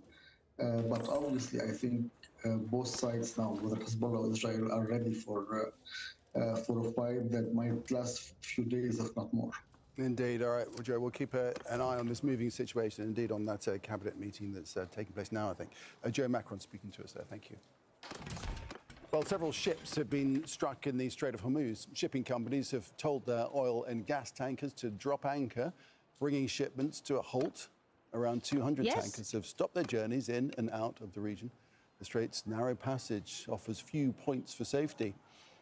Insurers of the ships are asking for high rates, and some are reportedly trying to cancel contracts due to the conflict. Well, the largest concentration of ships at anchor has formed off the northern coast of Oman, which is just east of the strait. Other tankers are near the port of Dubai and off the coast of Kuwait and Bahrain. You see, 20% of the world's oil normally flows through the Strait of Hormuz, and oil jumped 13% in early trades in Asia. That is the biggest rise in 4 years. Before paring back some of the gains, Asian stocks have fallen slightly. Let's find out more about this. We can speak to Jack Barton. Joins us now from Seoul in South Korea, keeping an eye on those markets. And tell us how they've been responding since opening. Across most markets, there's been a slight or modest fall today, the exception being the Shanghai Composite Index. But the trend we're seeing is really the same. Anything related to tourism, travel, airlines, is selling off. A Singapore airline down about 5% because of that increase in the benchmark Brent crude that you just mentioned. And really, for the same reason, any energy-related stocks rising on the prospect of the price going even higher. Some analysts saying crude could go above $100 if this conflict is prolonged, but also defense stocks rising. And that's why in China we saw the Shanghai index going up slightly, that combination of energy stocks and defense stocks. But even Japan, Mitsubishi, as well as Kawasaki heavy industries, which are related to defense, also rising. But the big concern here remains oil. According to U.S. statistics, more than 80% of all the oil and gas passing through the Strait of Hormuz is destined for Asia, with China, India, Japan, South Korea accounting for almost 70% of total crude oil passing through the strait last year. And Japan, 90% of its oil comes from the Middle East, and this is critical for transport, for energy infrastructure, industry. And so Japan, the government there has been issuing statements over the weekend, today again trying to reassure the public, talking about stockpiles, but also calling for a diplomatic solution that will draw this conflict to a close. And we've heard similar statements here from Seoul, with the government trying to reassure people that there is a 7-month supply of oil stockpiled here if the worst case scenario, there really is a shortage. But also saying an emergency fund worth $69 billion has been set up in case there is excessive volatility in the market. The government vowing to respond if there is that volatility caused by a prolonged conflict. Yeah, the Strait of Hormuz, a key economic corridor. Jack Barton in Seoul, thanks very much. Okay, let's remind you of the key developments in the joint Israeli and U.S. attacks on Iran. Israel has launched strikes on Lebanon, targeting Iran's key regional ally Hezbollah. At least 31 people have been killed, including a senior Hezbollah commander. Hundreds of thousands of people have been forced from their homes. Israel says the attacks are in response to Hezbollah firing a barrage of rockets and drones at northern Israel. Officials have warned nearly 50 villages to evacuate, forcing people to move at least 1,000 meters away to open areas. The US and Israel are continuing to strike targets in cities across Iran. These are the latest pictures from the city of Sanandaj, which is in the Kurdistan province in the west of the country. The US military says it's struck more than 1,000 targets inside Iran since the beginning of the joint operation. On Sunday, parts of Iran's state TV headquarters were hit. Hospitals, residential buildings in the area also suffered major damage. The attacks forced patients at Gandhi Hospital in Tehran to flee for safety. For a third straight day, countries in the Gulf region have come under Iranian attack. Loud bangs have been heard in the capital of Qatar, that's Doha, here in Doha, as its air defense system intercepted attacks from Iran. There are reports of explosions too in Abu Dhabi and sirens in Bahrain and Kuwait. So Axel Izanovic is standing by for us in Doha, but first let's go to Tahid Asadi in Tehran. And Tahid, so more strikes across the capital in the last few hours. Tell us about that. Yes, indeed. Over the past few hours, starting from the midnight, we have been witnessing the continuation and in some cases increase of the Israeli and American strikes here across the capital. Of course, we heard sounds of massive explosion, the impact of some of which were just felt here at the Bureau of Al Jazeera in Tehran. And that means that we are witnessing a continuous strike by the Americans and Israelis, which is not limited to actually capital. We heard also reports and footages coming from different cities in different parts of the country, such as Sanandaj, Karaj, Ahvaz, and others, among which we also hear reports about casualties, civilian ones indeed, the most important of which I can refer to one of these attacks that targeted an elementary school in Minab, in which over 160 student girls were killed. And that doesn't stop there. You look at the footages. I was just able to drive in the downtown yesterday, seeing different neighborhoods, and the scope of the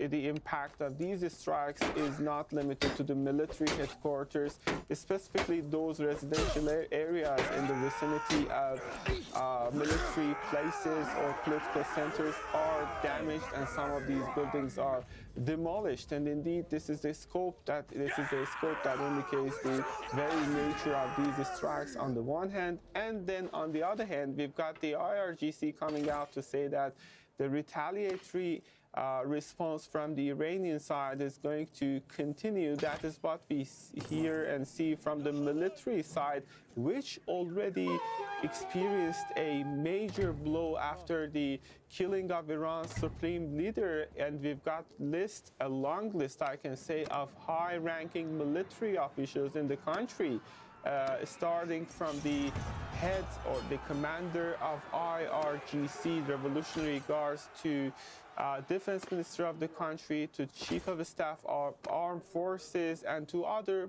military high-ranking officials that are all confirmed to be killed in these strikes. All in all, what I can say is that we are dealing with no signs or signals of de-escalation, specifically seeing the very recent statement by Ali Larijani, the Secretary for Iran's National Security Council, who came out to reiterate that Iran is not going to negotiate with the United States, something that we already heard from the spokesperson of the Ministry of Foreign Affairs. Under this tough situation that runs the risk of further escalation, ramping up to a next unprecedented level for the days, weeks, and maybe months down the road. All right, that's a picture in Iran. As I say, explosions are still being heard across Gulf countries as Iran continues its attacks. In Kuwait, a fighter jet has been filmed falling from the sky. There has been no official announcement about this from the Kuwaiti government, but a pilot appears to have ejected and has survived. We're working to verify more information on this incident. Smoke has also been seen rising from the vicinity of the US Embassy in Kuwait. Okay, let's cross now to Axel Zamovich, who's live here in Doha monitoring the situation, and I understand you have been gleaning more information about what's going on in Kuwait, Axel.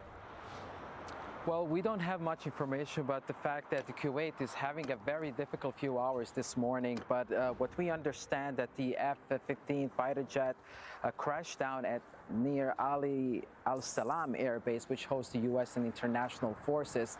But we don't know the details of this one. There are some unverified lines that Kuwait's air defenses intercepted something. It could be the falling debris, but we're still waiting for official confirmation for that. But what's really striking development in this one, as you mentioned, there is a video circulated on social media that's showing a pilot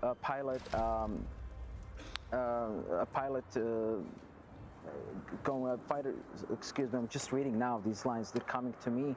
So that social media video, it's showing that the pilot managed to save himself, but also there is thick plumes of smoke rising from the site near Al-Jahra region in Kuwait. So we still don't know the full circumstances of this one, but we're still waiting official confirmation on that. Okay, so that's a picture there. What about here in Doha? We were talking earlier about feeling the impacts of interceptions going on here in Qatar. Have we heard any more? What's been happening? It's quiet now, but it was like an hour or maybe even more than that. We heard 4 separate explosions, what we believe to be the Patriot defense system being activated again. So they were intercepting. We still don't know. Is it a missile or a drone coming from Iran? But we know that there were loud bangs on Monday morning. We couldn't see much because it was cloudy morning here in Doha, but we're still waiting official confirmation from the Qatari officials on that one. All right, Axel, thanks for that. Axel Zanovich here in Doha. Now, earlier, my colleague Folly Batabo spoke with Alanud Hamad Saud Al-Thani, who's a political analyst and a fellow at the Middle East Council on Global Affairs. And she says that Gulf states were not expecting the scale and the reach of Iran's retaliation. Quick, maybe, but so wide, I think no one really anticipated that such a thing would happen. And unanticipated does not necessarily mean unprepared. I mean, we've seen the response, all the Gulf states were quite prepared for it. However, if we look at the attack that happened from Israel on Iran, we see that they had three main objectives. The first was the leadership, the second was the infrastructure, but the third, they needed Iran to play into it for them to achieve that objective, and that objective was to bring the entire region into this meat grinder. And it's quite unbelievable for everyone that Iran would walk face first, eyes wide open into such a trap. Right. So when you say they were clearly prepared, even though the attack was wide and perhaps not expected to be that wide. In the case of Qatar, it successfully thwarted dozens of Iranian missiles. But how long can it continue to do this? How long can Gulf states continue to push back with their air defenses? Is this sustainable?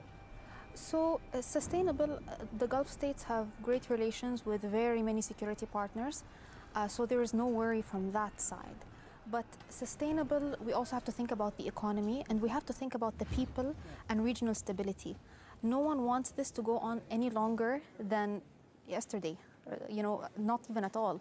And so I have all the confidence that they are able to thwart these attacks. However, should they have to? No, they shouldn't. Well, from propping up Iran's last Shah to killing the supreme leader, the United States has a long history of interference and hostility with Tehran. Heather Culhane takes a look now at how the two nations have grown from being allies to adversaries. The Shah of Persia has been paying a state visit to President Truman.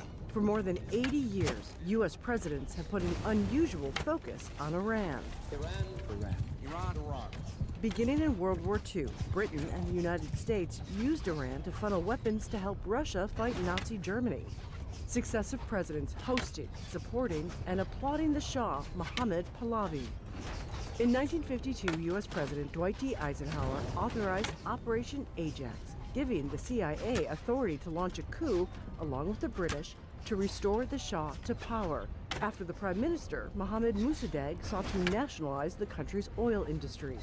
President Eisenhower then sought to bolster the Shah with the Atoms for Peace program in 1957, giving Iran highly enriched uranium and training its scientists in hopes that it would encourage civilian use and not lead to building a nuclear weapon. Our defense, therefore, will be stronger if, under appropriate security safeguards, we share with our allies certain knowledge of the tactical use of our nuclear weapons. President John F. Kennedy welcomed the Shah to Washington. President Richard Nixon and President Jimmy Carter even visited Tehran. Iran, because of the great leadership of the Shah, is an island of stability. A show of U.S. support for the increasingly authoritarian Shah, who in 1979 fled the country, and Ayatollah Khomeini took power of the newly named Islamic Republic of Iran. In November 1979, when President Carter allowed the Shah to come to the U.S. for medical treatment, students took over the U.S. Embassy, taking 52 Americans hostage. That and a botched rescue all but assured Carter's defeat to Ronald Reagan. The hostages were released as soon as he took office. During President Reagan's time in office, the U.S. secretly supported Iraq in its war with Iran, providing intelligence and economic aid to the Iraqi military. In 1983, the U.S. blamed Hezbollah, backed by Iran, for bombing the Marine barracks in Beirut, killing 241 Marines. It was later uncovered that the Reagan administration was also secretly selling weapons to Iran in order to fund rebels in Nicaragua.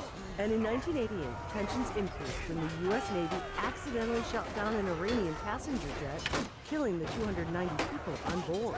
Modern presidents continue to try to pressure Iran with increasing sanctions, but after the September 11th attacks, then President George W. Bush put Iran high on the nation's enemies list, including it along with North Korea and Iraq in the axis of evil. Iran aggressively pursues these weapons and exports terror, while an unelected few oppress the Iranian people's hope for freedom. President Barack Obama took a different approach, making an agreement with Iran along with other world powers to limit Iran's nuclear program in exchange for sanctions relief. A deal President Donald Trump ripped up in his first term, also launching a strike in Iraq to kill Qasem Soleimani, the leader of Iran's Quds Force. Now in his second term, launching military strikes for a second time, openly calling for regime change, a new and deadly chapter in a long history of U.S. involvement in Iran. Patty Culhane, Al Jazeera, Washington. Well, let's unravel the very latest situation. We speak now to Russell Serder, who's reported extensively from Iran. And first of all, Russell, we're seeing these ongoing attacks into Iran, strikes coming in to the country. And we're now on day 3 of this, so it's been going on some time, likely to continue. It makes you wonder, how much longer can the country continue to absorb these strikes? I think the resilience level, the tolerance of the pain in Iran is extremely high. Let's remember, this country had been invaded just at the beginning of the Second World War. Russians and Brits back then, and then there has been a revolution in '79 and 8 years of a bloody war with Iraq. So officially, more than 250,000 people have been killed during the war that lasted for 8 years, starting from 1980 up until '88. But unofficially, many believe that it was over 1 million people who were being killed during that war.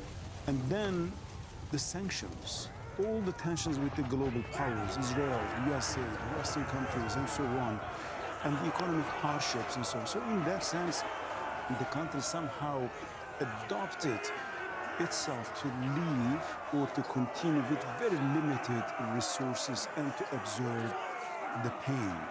So that's why, particularly in the last war, 12 days war, they have seen that being able to absorb the pain and the pressure for a longer period perhaps is going to be the only way that they can deal with the United States and with Israel's tremendous resources. Okay, so their tolerance for pain is high, but how long can it continue to respond by striking back against Israel and indeed striking around the region here? Yeah, indeed. That is also another concern for Iranians. So last time in June, we have seen that Iranians will simply attack Israel with a barrage of the rockets, the missiles, tons of them being fired at once. Now we're seeing that it is low intensity, but it is constant.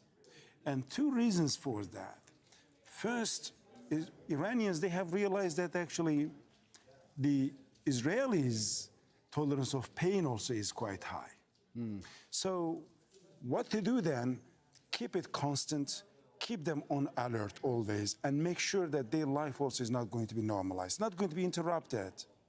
They're not seeking for the interruption. They are seeking for a constant abnormalcy in Iran and in Israel. And to achieve that, they need to keep low intensity, but constant.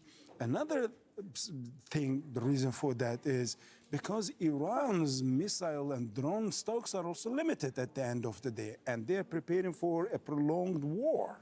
They do not want to deplete their resources. So if it's going to last for months, then they should be careful how much of them, their ammunition that they are using, and how long they can go on. So that is a part of their strategy. The countries in the Gulf region bearing the brunt are being targeted very much by Iran. How long can they continue to absorb Iranian strikes? Indeed. I think Iranians are playing on this big time. So as they have realized that the Israelis' tolerance of pain is high during the last war, now they're raising the cost for the United States, so they changed the strategy, and they're raising the cost for the regional countries because they believe the regional countries' fragility is quite something. So by constantly firing drones and missiles and close to the regional countries, so far there has been 8, 9 countries in the region that has been coming under Iranian attack, and closing the airspaces, closing the shopping malls, simply putting the life on a hold. They believe that the wealthy countries like Gulf, so the countries that have been enjoying the luxury, enjoying the stability, the wealth, and the safety, so creating a sense of abnormalcy here and bringing life to a halt is somehow going to put a tremendous pressure on them, and they are going to put tremendous pressure on the United States to stop. Right, but on the other hand, it's also making enemies of the regional countries who have already expressed their right to respond. Absolutely. It reminds me, Nick, of the days that we're heading toward the first Gulf War. So the diplomacy failed, and Saddam started not only to hit Israel, but also to fire the Scud missiles to Saudi Arabia. And eventually what has happened, the regional countries, they came under the umbrella of the United States, and they have joined the US-led global and regional coalition against Iraq. And so if this continue, this strategy could backfire, and eventually the regional countries could say, well, it's enough. So Iran is becoming more and more a shared threat, the common threat, and they could join the US-led coalition. All right, Russell, hang on there a second. I'm going to come back to you in just a moment. But let's have a look now at some of the missiles that Iran is deploying. The Shahab-1 and Fateh 110 are considered short-range, traveling about 300 kilometers. The Rad 500, Shahab-2 and Fateh 313 can reach nearly 500 kilometers. And with a range of nearly 1,000 kilometers are the Dezful and Kara missile systems, and the Shabab-3 that's estimated to reach roughly 1,300 kilometers. So we got all these different munitions, but as you say, the stockpiles, they're limited. It's limited, and Nick, economic resources are also limited. So war is an expensive game, and these defense products are extremely expensive stuff. Compared to the US products, yes, they're less cheaper, but let's remember, last year, Iran's total export figure was roughly around $60 billion. Yeah. And it has a huge population of 90 million, and now it is going through the international sanctions and regional pressure, isolated from the region, from the globe, and the sanctions and the economic hardships. It is so $60 billion for such a country is extremely limited resources, and you need to use that resources and produce such expensive products. So that's why it's not only about the limited number of these missiles, but also they need to be replaced. And to be replaced, you need to spend money. But then when you go and see that actually your reserves are not available, so that's why I think Iran is facing an extremely dire situation. But they have to respond, because on the other hand, they know that the survival of the regime and perhaps the survival of the state is at the stake. Because I think Iran's assessment, when I was there and talking to some of the officials, they believe that if the regime collapse happens, that is going to inevitably lead the collapse of the state as well. And Iran is not going to be able to emerge from the war as one single unified country that still its territorial integrity is in place. Right. So we have that list of munitions that I was just laying out there, and there's more besides. But another weapon, if I can put it that way, is the Strait of Hormuz. Yeah, absolutely. So Iran, so far, as they are extremely cautious on how fast to use their resources and ammunition, they're also extremely patient when it comes to mobilizing the other leverages as well. So far, Hezbollah last night have fired some of the rockets to Israel in retaliation of the killing of Ali Khamenei, but still is not fully involved yet. And in Iraq, we are still not seeing that Iran's the proxies, particularly Kataib Hezbollah, is still not involved yet fully. They are threatening to be involved. Houthis are still fully not involved. And also another thing, there are loyal communities across the region and even in the Western countries, they are still not mobilized. So I think it's still time for that. So it's a gradual escalation for that. And Hormuz, roughly 20% of the global oil supplies are happening through Hormuz, and Iran so far has been partially closing some parts of Hormuz, but they did not attempt to close it completely. Yes, it is a gradual escalation, but also they know that the moment that they close the border, the Hormuz, two things inevitably are going to happen. The regional countries are going to be, in this way or another, joining this fight. And if second, you have anything to... Americans are going to start targeting the Iranian Navy in Hormuz and in the Gulf. So it's such a complex story and so important to get all this context. Russell, appreciate that very much. Russell Soto here in the studio. Thank you. Well, the US has confirmed the death of 3 military personnel in Iranian attacks. They were reportedly serving at a base in Kuwait. 5 others were seriously wounded. Al Jazeera's chief US correspondent, Alan Fisher, has this now. Day 2 of the US-Israeli attack on Iran and a fresh threat from US President Donald Trump. Writing on Truth Social, he said, Iran just stated that they're going to hit very hard today, harder than they've ever hit before. They better not do that, however, because if they do, we will hit them with a force that has never been seen before. As the US headquarters for the Operation CENTCOM released new pictures of Operation Epic Fury, it also confirmed the first US military deaths. 3 service personnel killed, 5 others injured. It's reported they were based in Kuwait, one of Iran's retaliation targets. The names of the dead have not been released. The families will be informed first. In a series of media calls on Saturday, Donald Trump refused to put a time limit on the war, insisting it will continue for as long as necessary. One of his biggest supporters hailed the president's actions. The mothership of terrorism is sinking. The captain is dead. The largest state sponsor of terrorism, Iran, is close to collapsing. The leader of the largest state sponsor of terrorism and his inner team are dead. But Democrats are calling for an emergency debate in Congress on the next steps. Americans want him to focus on the crises here at home. Instead, he is busy getting us involved in quagmires overseas that already are becoming deadly to American soldiers. Donald Trump says he intends to speak to the Iranians in the next couple of days, but added he has no idea who will be on the other end of the call because of the level of damage inflicted on the Iranian leadership. Alan Fisher, Al Jazeera, at the White House. Well, thousands of people have attended funeral prayers for protesters killed in violence outside the US consulate in Karachi. Demonstrators were outraged over the assassination of Iran's supreme leader, Ayatollah Ali Khamenei. They breached the outer security layer and set a vehicle ablaze by the main gate. Security guards responded by opening fire. Nasser Beg has this report now from Karachi. These protests have been taking place across the country, here in Karachi, in Islamabad, in Peshawar, in the north, in Gilgit and Baltistan.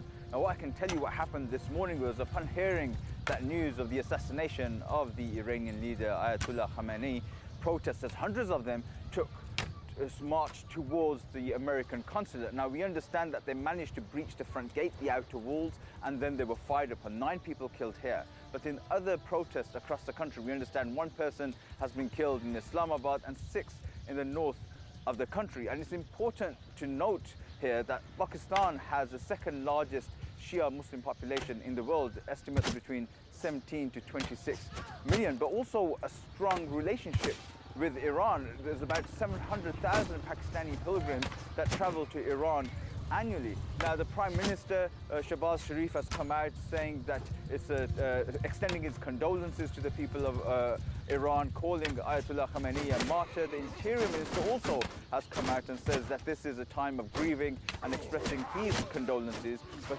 urging people of Pakistan to use lawful means to protest and not take the law into their own hands. But it's important to note it's not just Shia Muslims that are protesting.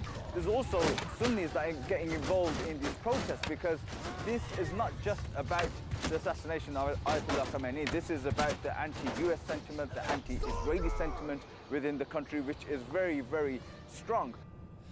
Well, it's been described as one of the most severe disruptions to global aviation in years. Regional uncertainty and ongoing strikes right across the Middle East have affected thousands of flights and stranded tens of thousands of passengers. Very Wilton has this. Blasts have replaced the rush of jet engines above Dubai. Streaks in the sky from missiles instead of the contrails from thousands of flights locals are used to seeing. Dubai is home to the world's busiest airport by international traffic, handling millions of passengers a month. But the closure of its airspace has stranded many. I think the one thing I'm worried about is my flight, because I'm supposed to fly back to my home country in 2 days. It's being felt across the Gulf. Iranian strikes damaged Kuwait's airport on Saturday. And in Doha, the airspace was closed for another of the world's busiest airports. There are delays which are now being felt worldwide. In Thailand, flights through the Middle East have been mostly cancelled, affecting hundreds. And it's the same in India. We came here from Uttar Pradesh and for our flight scheduled to Dubai. Our flight was cancelled, so we don't know what to do. We are helpless. There are 15 of us. In Paris, many more can't reach their destination. Unfortunately, our whole trip from our school canceled it, so we're no longer going to Dubai. No more Dubai trip in the future for us, unfortunately. But I don't think there are going to be many Dubai trips happening very soon. Airlines are citing imminent safety concerns for the cancellations, asking would-be passengers to keep across the latest updates for information. And with the next strikes difficult to predict, passengers are left wondering when things may return to normal. When we woke up, we found out that the airports had been hit, so it's the unknown. So my daughter's meant to be flying back today, so we're going to find out if the airport's open. So that's the unknown, that's the nervousness, what we're, concerned about. It's that unknown which hangs over the region, a region that's dependent on travel for its tourism and its workforce.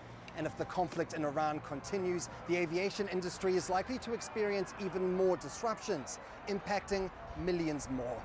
Kerry Wilton, Al Jazeera, Doha. It is 700 GMT. I'm Nick Clark. You're watching Al Jazeera's extensive coverage of the joint Israeli and US attacks on Iran. So let's now bring you up to date with the very latest developments. And Israel has launched strikes on Lebanon, targeting Iran's key regional ally, Hezbollah. At least 31 people have been killed, including a senior Hezbollah commander. Hundreds of thousands of people have been forced from their homes. Israel says the attacks are in response to Hezbollah firing a barrage of rockets and drones at northern Israel. Officials have warned nearly 50 villages in southern Lebanon to evacuate, forcing people to move at least 1,000 meters away to open areas. Israel and the United States are continuing to strike targets in cities across Iran. These are the latest pictures from the city of Sanandaj, that's in Kurdistan province, that's in the west of the country. The US military says it struck more than 1,000 targets inside Iran since the beginning of the joint operation. And for the third straight day, countries in the Gulf region have come under Iranian attack. Loud bangs have been heard here in the Qatari capital in Doha as its air defense system intercepted attacks from Iran. There are reports of explosions in Abu Dhabi and sounds of sirens in Bahrain and indeed in Kuwait. A fire of smoke has been seen there near the US embassy in Kuwait. The embassy has urged people not to come to the compound and to take cover. There too, a fighter jet has been filmed falling from the sky. There's been no official announcement about the incident from the Kuwaiti government. The pilot appears to have ejected, which you'll see, there you go. It seems he survived, and we're working to verify this information. Okay, we got a team of correspondents covering the latest developments for us in Tehran, in Washington, D.C., in Ramallah, in the occupied West Bank, here in Doha and in Beirut, which is where we start with Zaina Hodder, who's live for us from there. So, Zaina, we have this ongoing situation in Lebanon, Israelis warning residents in certain areas, and now people moving in their masses.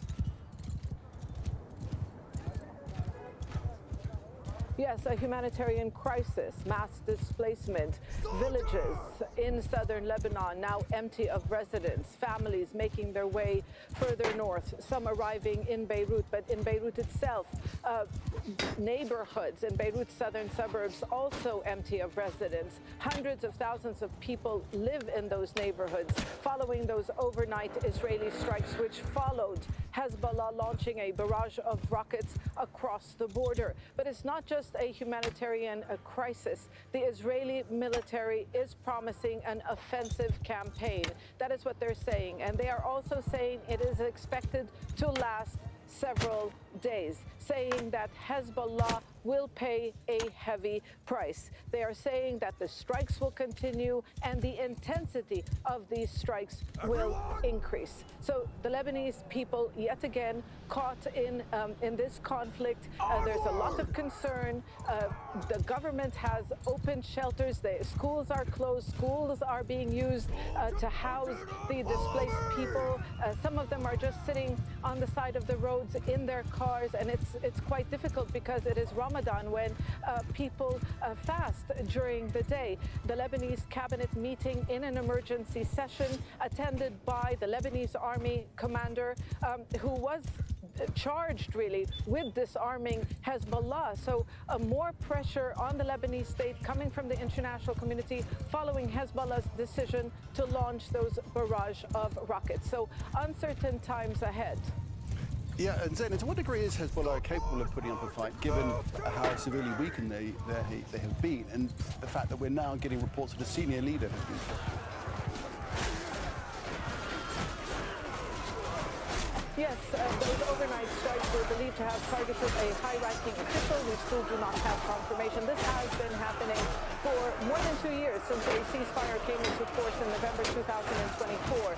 It's been a one-sided ceasefire. The Israeli military targeting military commanders, members of Hezbollah, Hezbollah's military assets, saying that the group is rearming and blaming the Lebanese state for not doing enough to disarm Hezbollah. So the group has been badly weakened, and that is why few really expected it to launch an attack. They're saying they did this to retaliate the death of the supreme leader of Iran, Ali Khamenei. It's very important to point out that Hezbollah is not just a strategic ally of Iran, but an ideological ally of Iran. They consider him a leader. But many argue that, their response or their ability to confront Israel, they don't have this deterrence capability any longer. And by doing this, it will just trigger a massive response from the Israeli army. And it is usually the people who pay the price. And this is part of Israel's strategy, really, to put pressure on Hezbollah's supporters, on its constituency, create this crisis, this mass displacement crisis,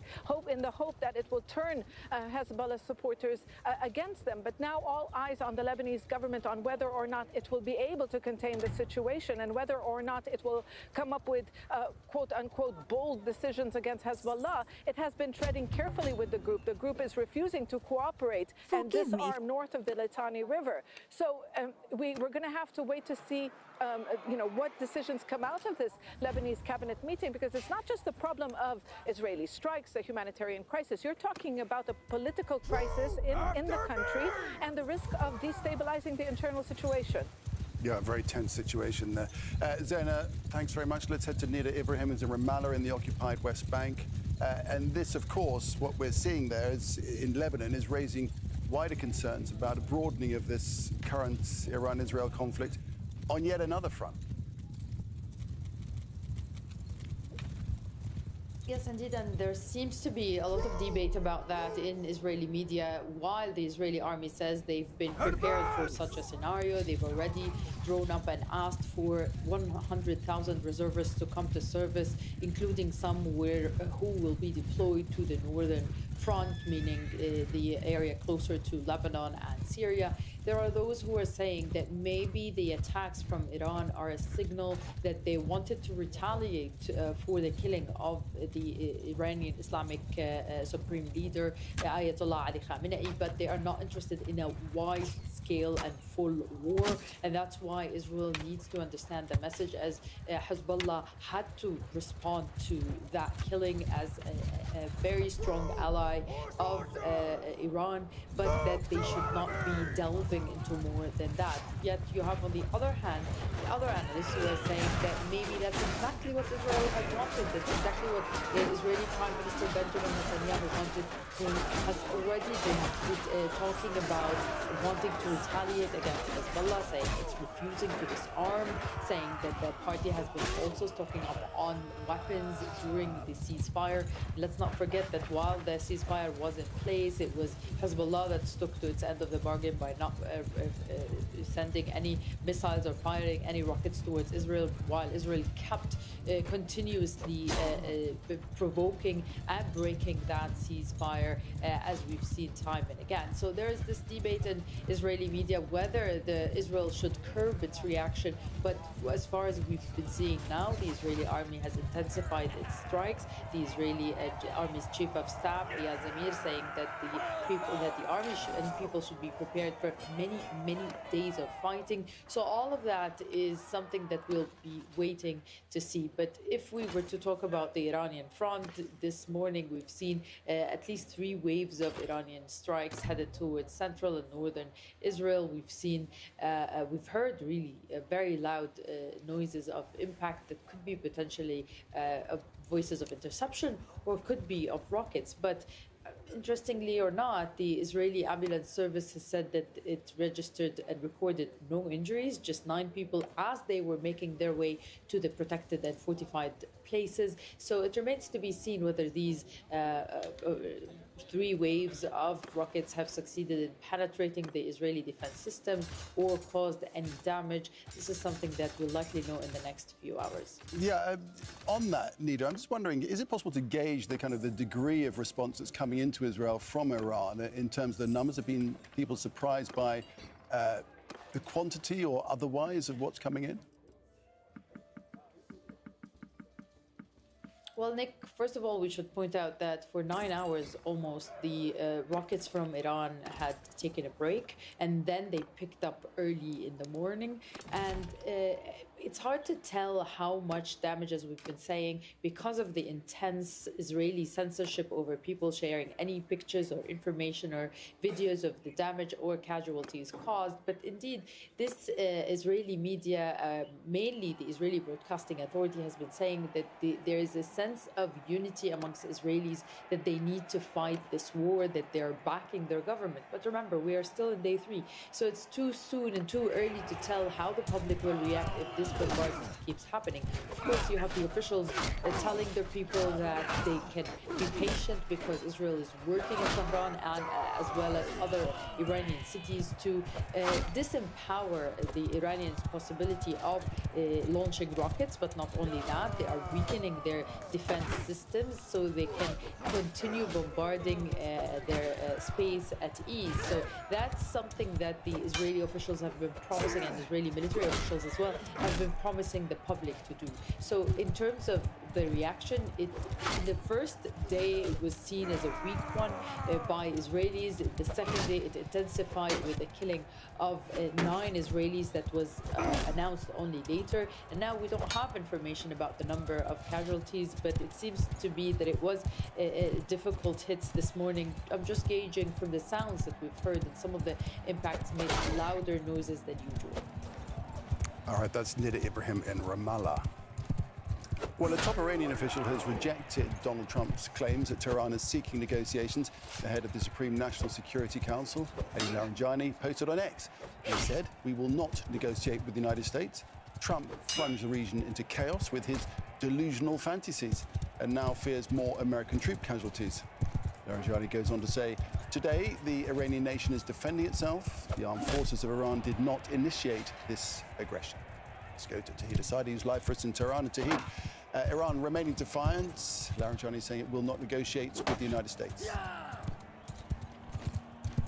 Yes, indeed. It's just an echo of the statements that we earlier heard from other Iranian officials, including diplomatic sources. And as I had the chance to interview the spokesperson of the Ministry of Foreign Affairs, Ismail Baghai, following the initiation of these strikes, and I asked him about the hope for diplomacy, the answer was almost similar to what we heard from Ali Larijani, the Supreme National Security Council Secretary. And they're saying that at least there's a reasoning based on 2 past experiences to not be that much optimistic, not that much positive when it comes to the trajectory of diplomatic engagement with the United States. The first one dates back to June when the country, Iran, was engaged in a negotiation with the United States while all of a sudden it faced a actually campaign of strikes by the Americans and Israelis. And right now, we have been witnessing a repetition of the same pattern that we were actually expecting a next round of talks between the two sides. 2 rounds indeed, one for the technicalities, which was intended to be held on Monday, today. And also the Iranian foreign minister talked about the possibility of a next round of indirect talks between Tehran and Washington for the week ahead. But right now, what we are witnessing is a sort of attack, a sudden attack in the middle of this diplomatic engagement, which gives sufficient reasoning for the Iranian side to not to be that much positive about the diplomatic engagement on the one hand, and then on the other hand, the Iranian side has been repeatedly saying that it's not going to negotiate under imposed situation, under the shadow of war. And right now, this shadow of the war is getting translated into a real act of war with escalations ramped up to an unprecedented level. And the rhetoric indeed that we hear from the Iranian side about the continuation of the retaliatory strikes, of which we just received a statement from IRGC, or the Revolutionary Guards, on the initiation of a 10th wave of retaliatory action. All right, from Tehran to Washington, D.C., and President Trump says the United States will continue to strike Iran. These actions are right, and they are necessary to ensure that Americans will never have to face a radical, bloodthirsty terrorist regime armed with nuclear weapons and lots of threats. For almost 50 years, these wicked extremists have been attacking the United States while chanting the slogan, "Death to America" or "Death to Israel," or both. They are the world's #1 state sponsor of terror. We are the world's greatest and most powerful nation, so we can do something about what they do.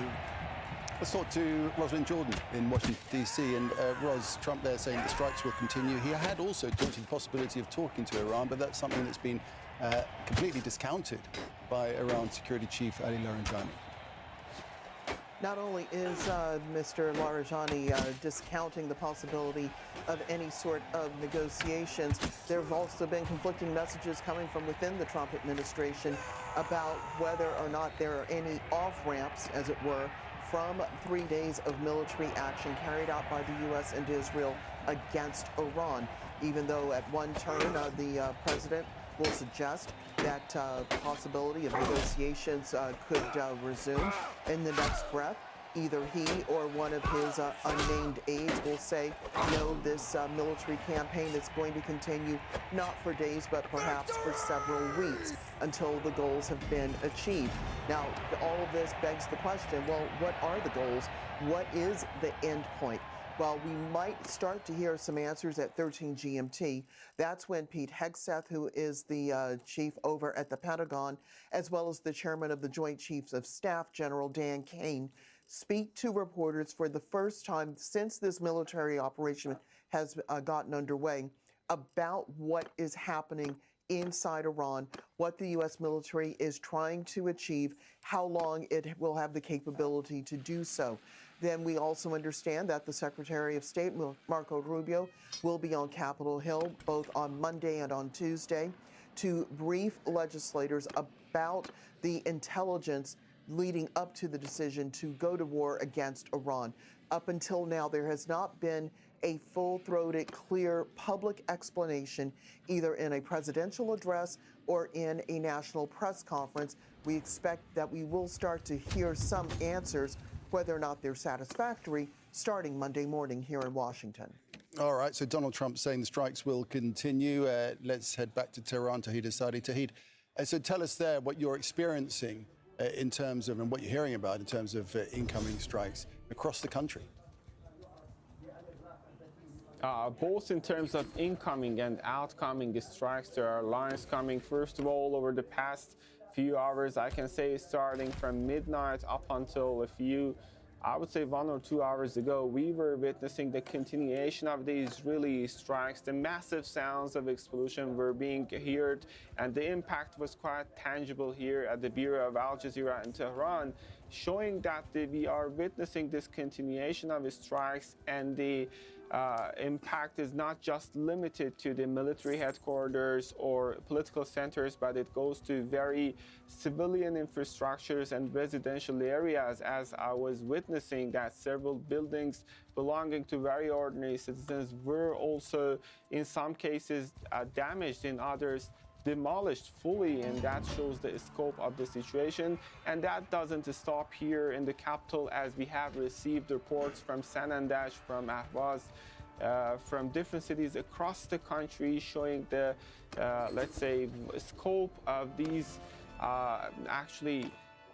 strikes taking place on the one hand, and on the other hand, we've got this statement, as I was explaining earlier, from IRGC, saying that they are continuing to strike back, and that comes in the context of the major blow that they just experienced. We know that the commander-in-chief of IRGC was killed, and that's quite similar to June attacks, when the back in time commander of these forces were killed. So in a sense, they're trying to strike back with rather a stronger way, and on that we know that in this last 10th wave they are using Khaybar missiles. These are hypersonic, actually mid or long range missiles that they are using, and indeed it was unveiled back in 2023, one of the most maybe recent military technologies of the country that they are using to strike back the Israelis. And according to the statement that we received from IRGC, they are targeting in this recent wave of strikes the military areas in Tel Aviv. All right, Iran under assault from the skies, as Tahid explained there, but also, as he said, firing missiles out. Let's get the situation on that. We can join Zain Bazravi in Doha. And Zain, we're seeing a lot of strikes happening across the Gulf region, and that includes here in Doha, in Qatar, and indeed in Kuwait. That is correct. Day 3 of this conflict, and it is very similar this morning in the GCC countries. In Doha, we woke up this morning around 8 a.m. local time, about 5 GMT, once again to the sounds of those thuds, those loud explosions of interceptions of Iranian missiles and drones by those Patriot systems that have become all too familiar for the residents of Qatar, of Doha. We're also hearing of air alarms going off in Bahrain, as well as strikes on, once again, the UAE, and an incident in Kuwait, which is of great concern. A U.S. fighter jet, a U.S. Air Force F-15E Strike Eagle, according to social media videos, seeming to crash in Kuwait. It is spinning, there was smoke trailing, part of the fuselage, part of the airplane was on fire as it was coming down. Social media video does show that the pilots did manage to eject. There were other follow-up clips appearing to show them being helped by locals, putting them into vehicles, transporting them away from the crash site. But a thick plume of smoke was rising over the Al Jahra area of Kuwait following the crash. Social media footage once again showing firefighting crews were at the scene. Now, this impact may have happened near the Ali Al Salam Air Base, which is in use by U.S. forces. We're still waiting for any official confirmation at this stage. But another report emerging from Kuwait, smoke was seen rising from the vicinity of the U.S. Embassy there, and firefighters and ambulances were on the scene in the area this morning as well. So with every day that goes on, with every day that this campaign against Iran that Israel and the United States launched, the retaliation from Iran, the longer this goes on, the hope of this being a short-lived campaign dwindles with every hour. Right, Zain Bazravi in Doha. Now, the United States has confirmed the death of 3 military personnel in Iranian attacks. They were reportedly serving at a base in Kuwait, and 5 others were seriously wounded. Al Jazeera's chief U.S. correspondent Alan Fisher has this report. Day 2 of the US-Israeli attack on Iran, and a fresh threat from US President Donald Trump. Writing on Truth Social, he said, Iran just stated that they're going to hit very hard today, harder than they've ever hit before. They better not do that, however, because if they do, We will hit them with a force that has never been seen before. As the US headquarters for the Operation CENTCOM released new pictures of Operation Epic Fury, it also confirmed the first US military deaths. 3 service personnel killed, 5 others injured. It's reported they were based in Kuwait, one of Iran's retaliation targets. The names of the dead have not been released. The families will be informed first.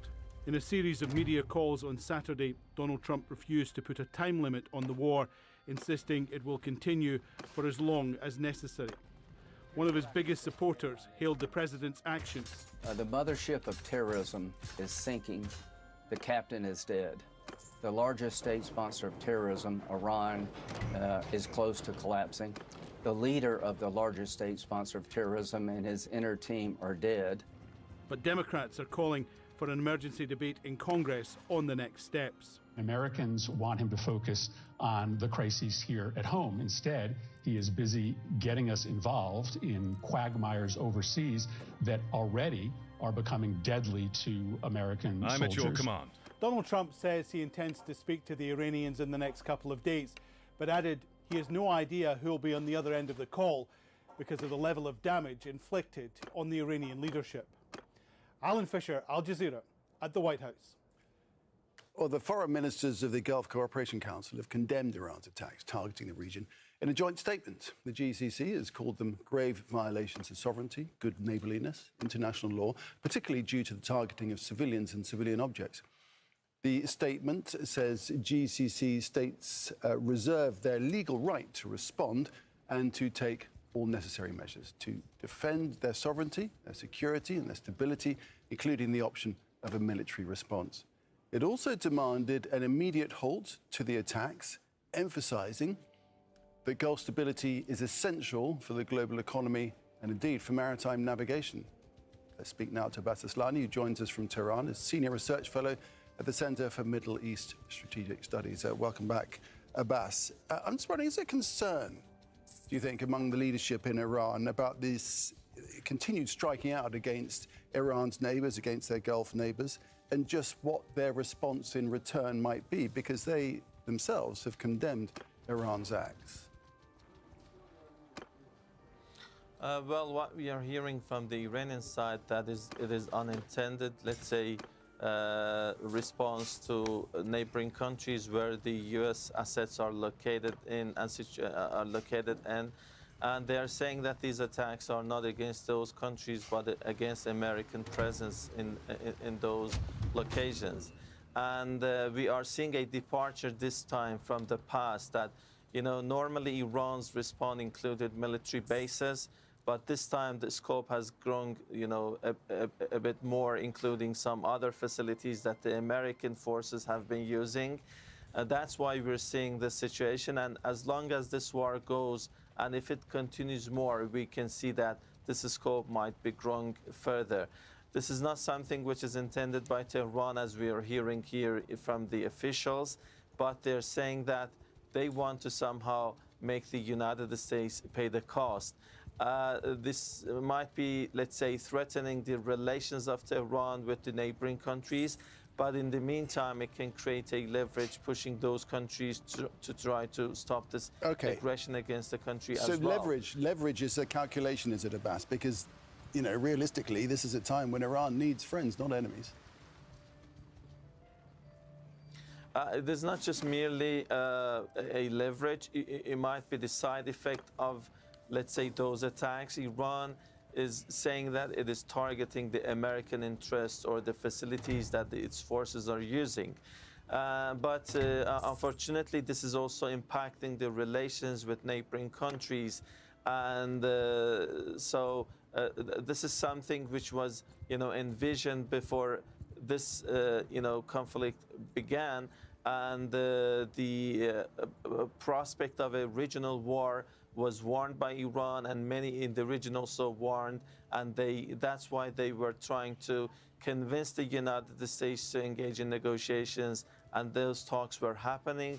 Despite that significant progress, even admitted by the United States officials, Omani foreign minister, Iranian officials, we saw that United States attacked the country, in addition to Israel. So that's why, you know, this is not the beginning point, is not the Iranian response, but this is the reaction to the actions of the US and Israel. Okay, but would the leadership not be concerned by statements coming out of the GCC, which states, the GCC states reserving their legal right to respond and to take all necessary measures? We are seeing that the Iranian officials, including the foreign minister, are in contact with the regional, let's say, officials. They are trying to make sure that they can somehow handle the situation as far as they can. Yes, Tehran could be worried about the quality of relations with those countries.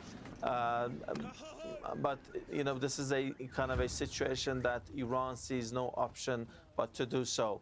And what Tehran is arguing is that it is not targeting those countries, but the American presence in those countries.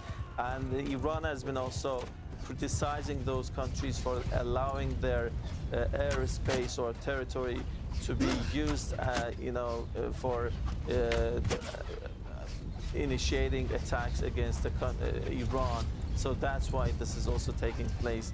We also have, you know, similar complaint from the Iranian side, but this is impacting the relations. We hope that this, you know, war can stop and that the situation can get better in future. We've seen this continuing barrage of missiles coming out of Tehran and Iran. How much capability does Iran have to continue firing these missiles out of the country into the neighboring countries?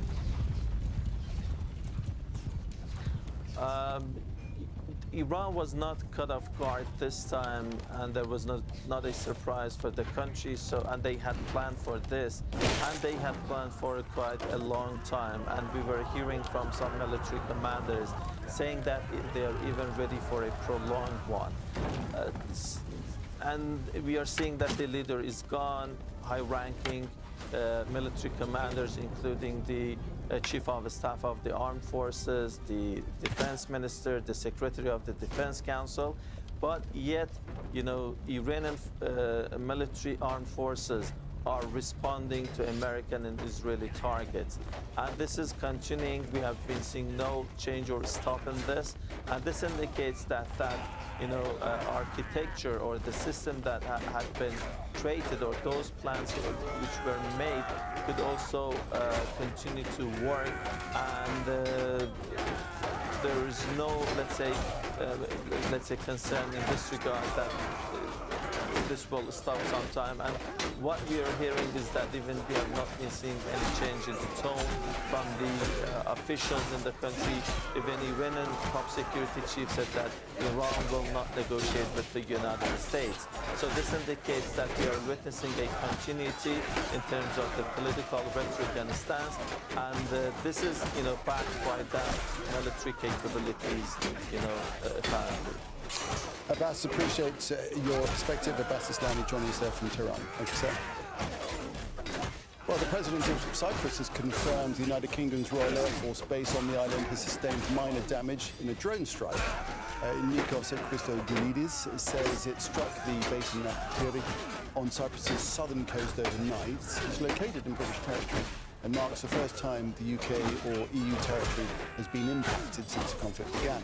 He says authorities have been put on alert, confirmed the country has no intention of taking any military action or participating in any way.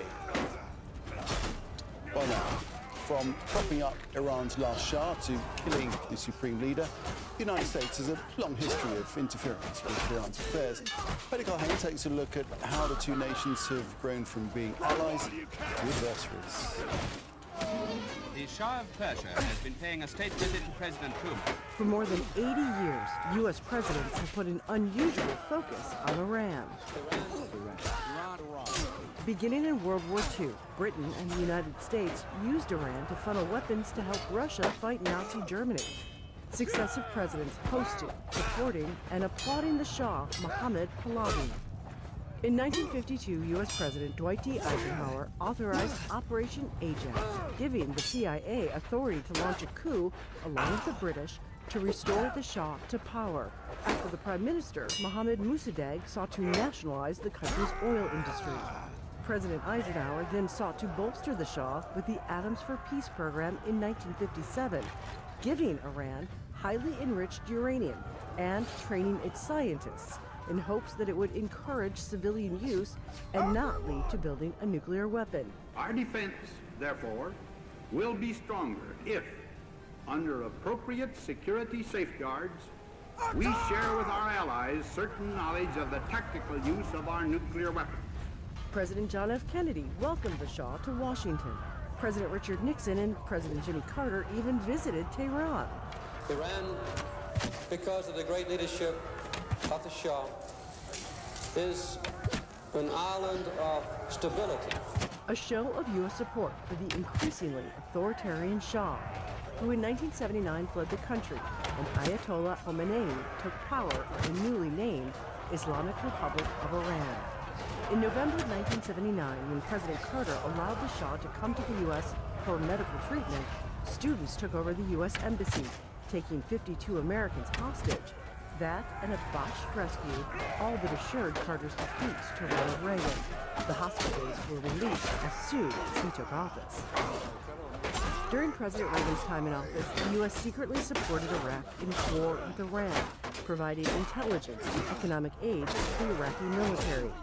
In 1983, the U.S. blamed Hezbollah, backed by Iran, for bombing the Marine barracks in Beirut, killing 241 Marines. It was later uncovered that the Reagan administration was also secretly selling weapons to Iran in order to fund rebels in Nicaragua.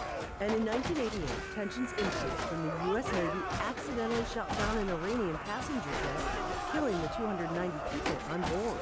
Modern presidents continue to try to pressure Iran with increasing sanctions. But after the September 11th attacks, then President George W. Bush put Iran high on the nation's enemies list, including it along with North Korea and Iraq in the axis of evil. Iran aggressively pursues these weapons and exports terror, while an unelected few repress the Iranian people and hope for freedom. President Barack Obama took a different approach, making an agreement with Iran along with other world powers to limit Iran's nuclear program in exchange for sanctions relief. A deal President Donald Trump ripped off in his first term, also launching a strike in Iraq to kill Qasem Soleimani, the leader of Iran's Quds Force. Now in his second term, launching military strikes for a second time, openly calling for regime change. A new and deadly chapter in a long history of U.S. involvement in Iran. Patty Culhane, Al Jazeera, Washington. All right, let's remind you of the key developments in the joint Israeli and U.S. attacks on Iran. And Israel has launched strikes on Lebanon, targeting Iran's key regional ally, Hezbollah. At least 31 people have been killed, including a senior Hezbollah official. Hundreds of thousands of people have been forced from their homes. Israel says the attacks are in response to Hezbollah firing a barrage of rockets and drones at northern Israel. Officials have warned nearly 50 villages in southern Lebanon to evacuate, forcing people to move at least 1,000 meters away to open areas. Israel and the United States are continuing to strike targets in cities across Iran. These are the latest pictures from the city of Sanandaj. That is in Kurdistan province, in west of the country. The US military says it struck more than 1,000 targets inside Iran since the beginning of the joint operation. And for the third straight day, countries in the Gulf region have come under Iranian attack. Yep, loud bangs been heard here in the Qatari capital of Doha as its air defense system intercepted attacks from Iran. And fire and smoke has been seen near the US Embassy in Kuwait. The embassy has urged people not to come to the compound and to take cover. Also, in Kuwait, a fighter jet has been filmed falling from the sky. There's been no official announcement about the incident from the Kuwaiti government. As you'll see here, a pilot appears to have ejected and seems to have survived. We're working to verify information. Well, Joe Macaron is a geopolitical analyst focused on the Middle East, and he says Hezbollah's role in the current conflict will not have that much impact on the ground. I'm not sure if Hezbollah has a clear plan. We have to see beyond what happened on the dawn today, if there is more attack, or they will finish by those exchanges of clear, violent messages today. the response was very swift from the Israeli Your side. pardon. If the reports are true, they killed the second in command in Hezbollah, who was recently appointed by Naim Qassem. So we don't know who make the calls in Hezbollah now, especially in the field. But obviously, this is a message from Iran that all hell will break loose in the coming days.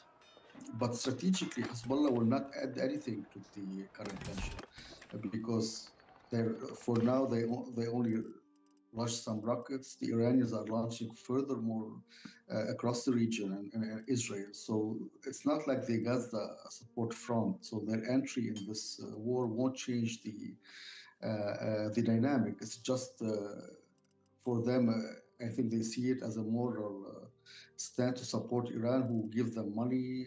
There's ideological connection. But we have to see if there's internal tension with Hezbollah now, because there's a political wing now who's more in leadership, and we have the military wing where we don't know the names who are in control because most of the leaders were killed. So we have a second generation of young leaders in Hezbollah now taking control of the field. We don't know their names and for now, but we have to see how this tension will grow moving forward. We said to Washington, D.C., Ros Jordan joins us. Ros, how much concern will there be now in Washington about what appears to be a widening of this conflict with Lebanon being drawn in? The prospect of this war spreading from just Iran to the greater Middle East was probably the first phrase out of the mouths of congressional Democrats when they got word early on Saturday that the U.S. had launched this military operation against Tehran. They all said that this would not only put U.S. forces at great risk, but it would put U.S. military interests stationed around the Middle East at risk, and it would put in danger not just Americans, but the U.S.'s allies as well. And so they have been saying almost from the very beginning that the Trump administration, in their view, has violated the U.S. Constitution by not consulting and getting approval from Congress to launch this operation as is required by the U.S. Constitution. And they are now pushing for a very quick explanation as well as a vote on a war powers resolution that would either approve or disapprove of the ongoing military operations. They had been calling for a vote perhaps as early as Monday, but now there is word reportedly that the House Speaker, Mike Johnson, will not schedule such a vote on this resolution that's being put forward by congressional Democrats until Thursday at the very earliest. Ros, President Trump has said that the operation will continue until all his objectives, as he put it, are achieved. But are we any closer to knowing exactly what those objectives are? No one is really clear what the ultimate objective is of the U.S. military operation in Iran. The president had been making phone calls to individual reporters on Sunday evening after he returned from Florida, and he basically posited everything from protecting Israel to protecting the U.S.'s national security, to stopping Iran's nuclear weapons ambitions, to undermining Iran's ability to support groups such as Hezbollah and Hamas, a real panoply of rationales, including bringing democracy to the Iranian people or making it possible for the Iranian people to establish a different government. But none of those reasons has been identified as the main reason or the only reason, and some of the reasons that the president has put forward have been contradicted by either himself, depending on which reporter to whom he was speaking, or by unnamed White House and administration officials. So until there is a press conference, for example, there will be one at the Pentagon in several hours' time with the defense secretary and the chairman of the Joint Chiefs. And then there will be congressional briefings conducted by the Secretary of State. There won't be any real clarity into what the Trump administration's goals are until these very public discussions do get underway this week. All right, Ros, thanks for that. Ros Jordan there in Washington, D.C.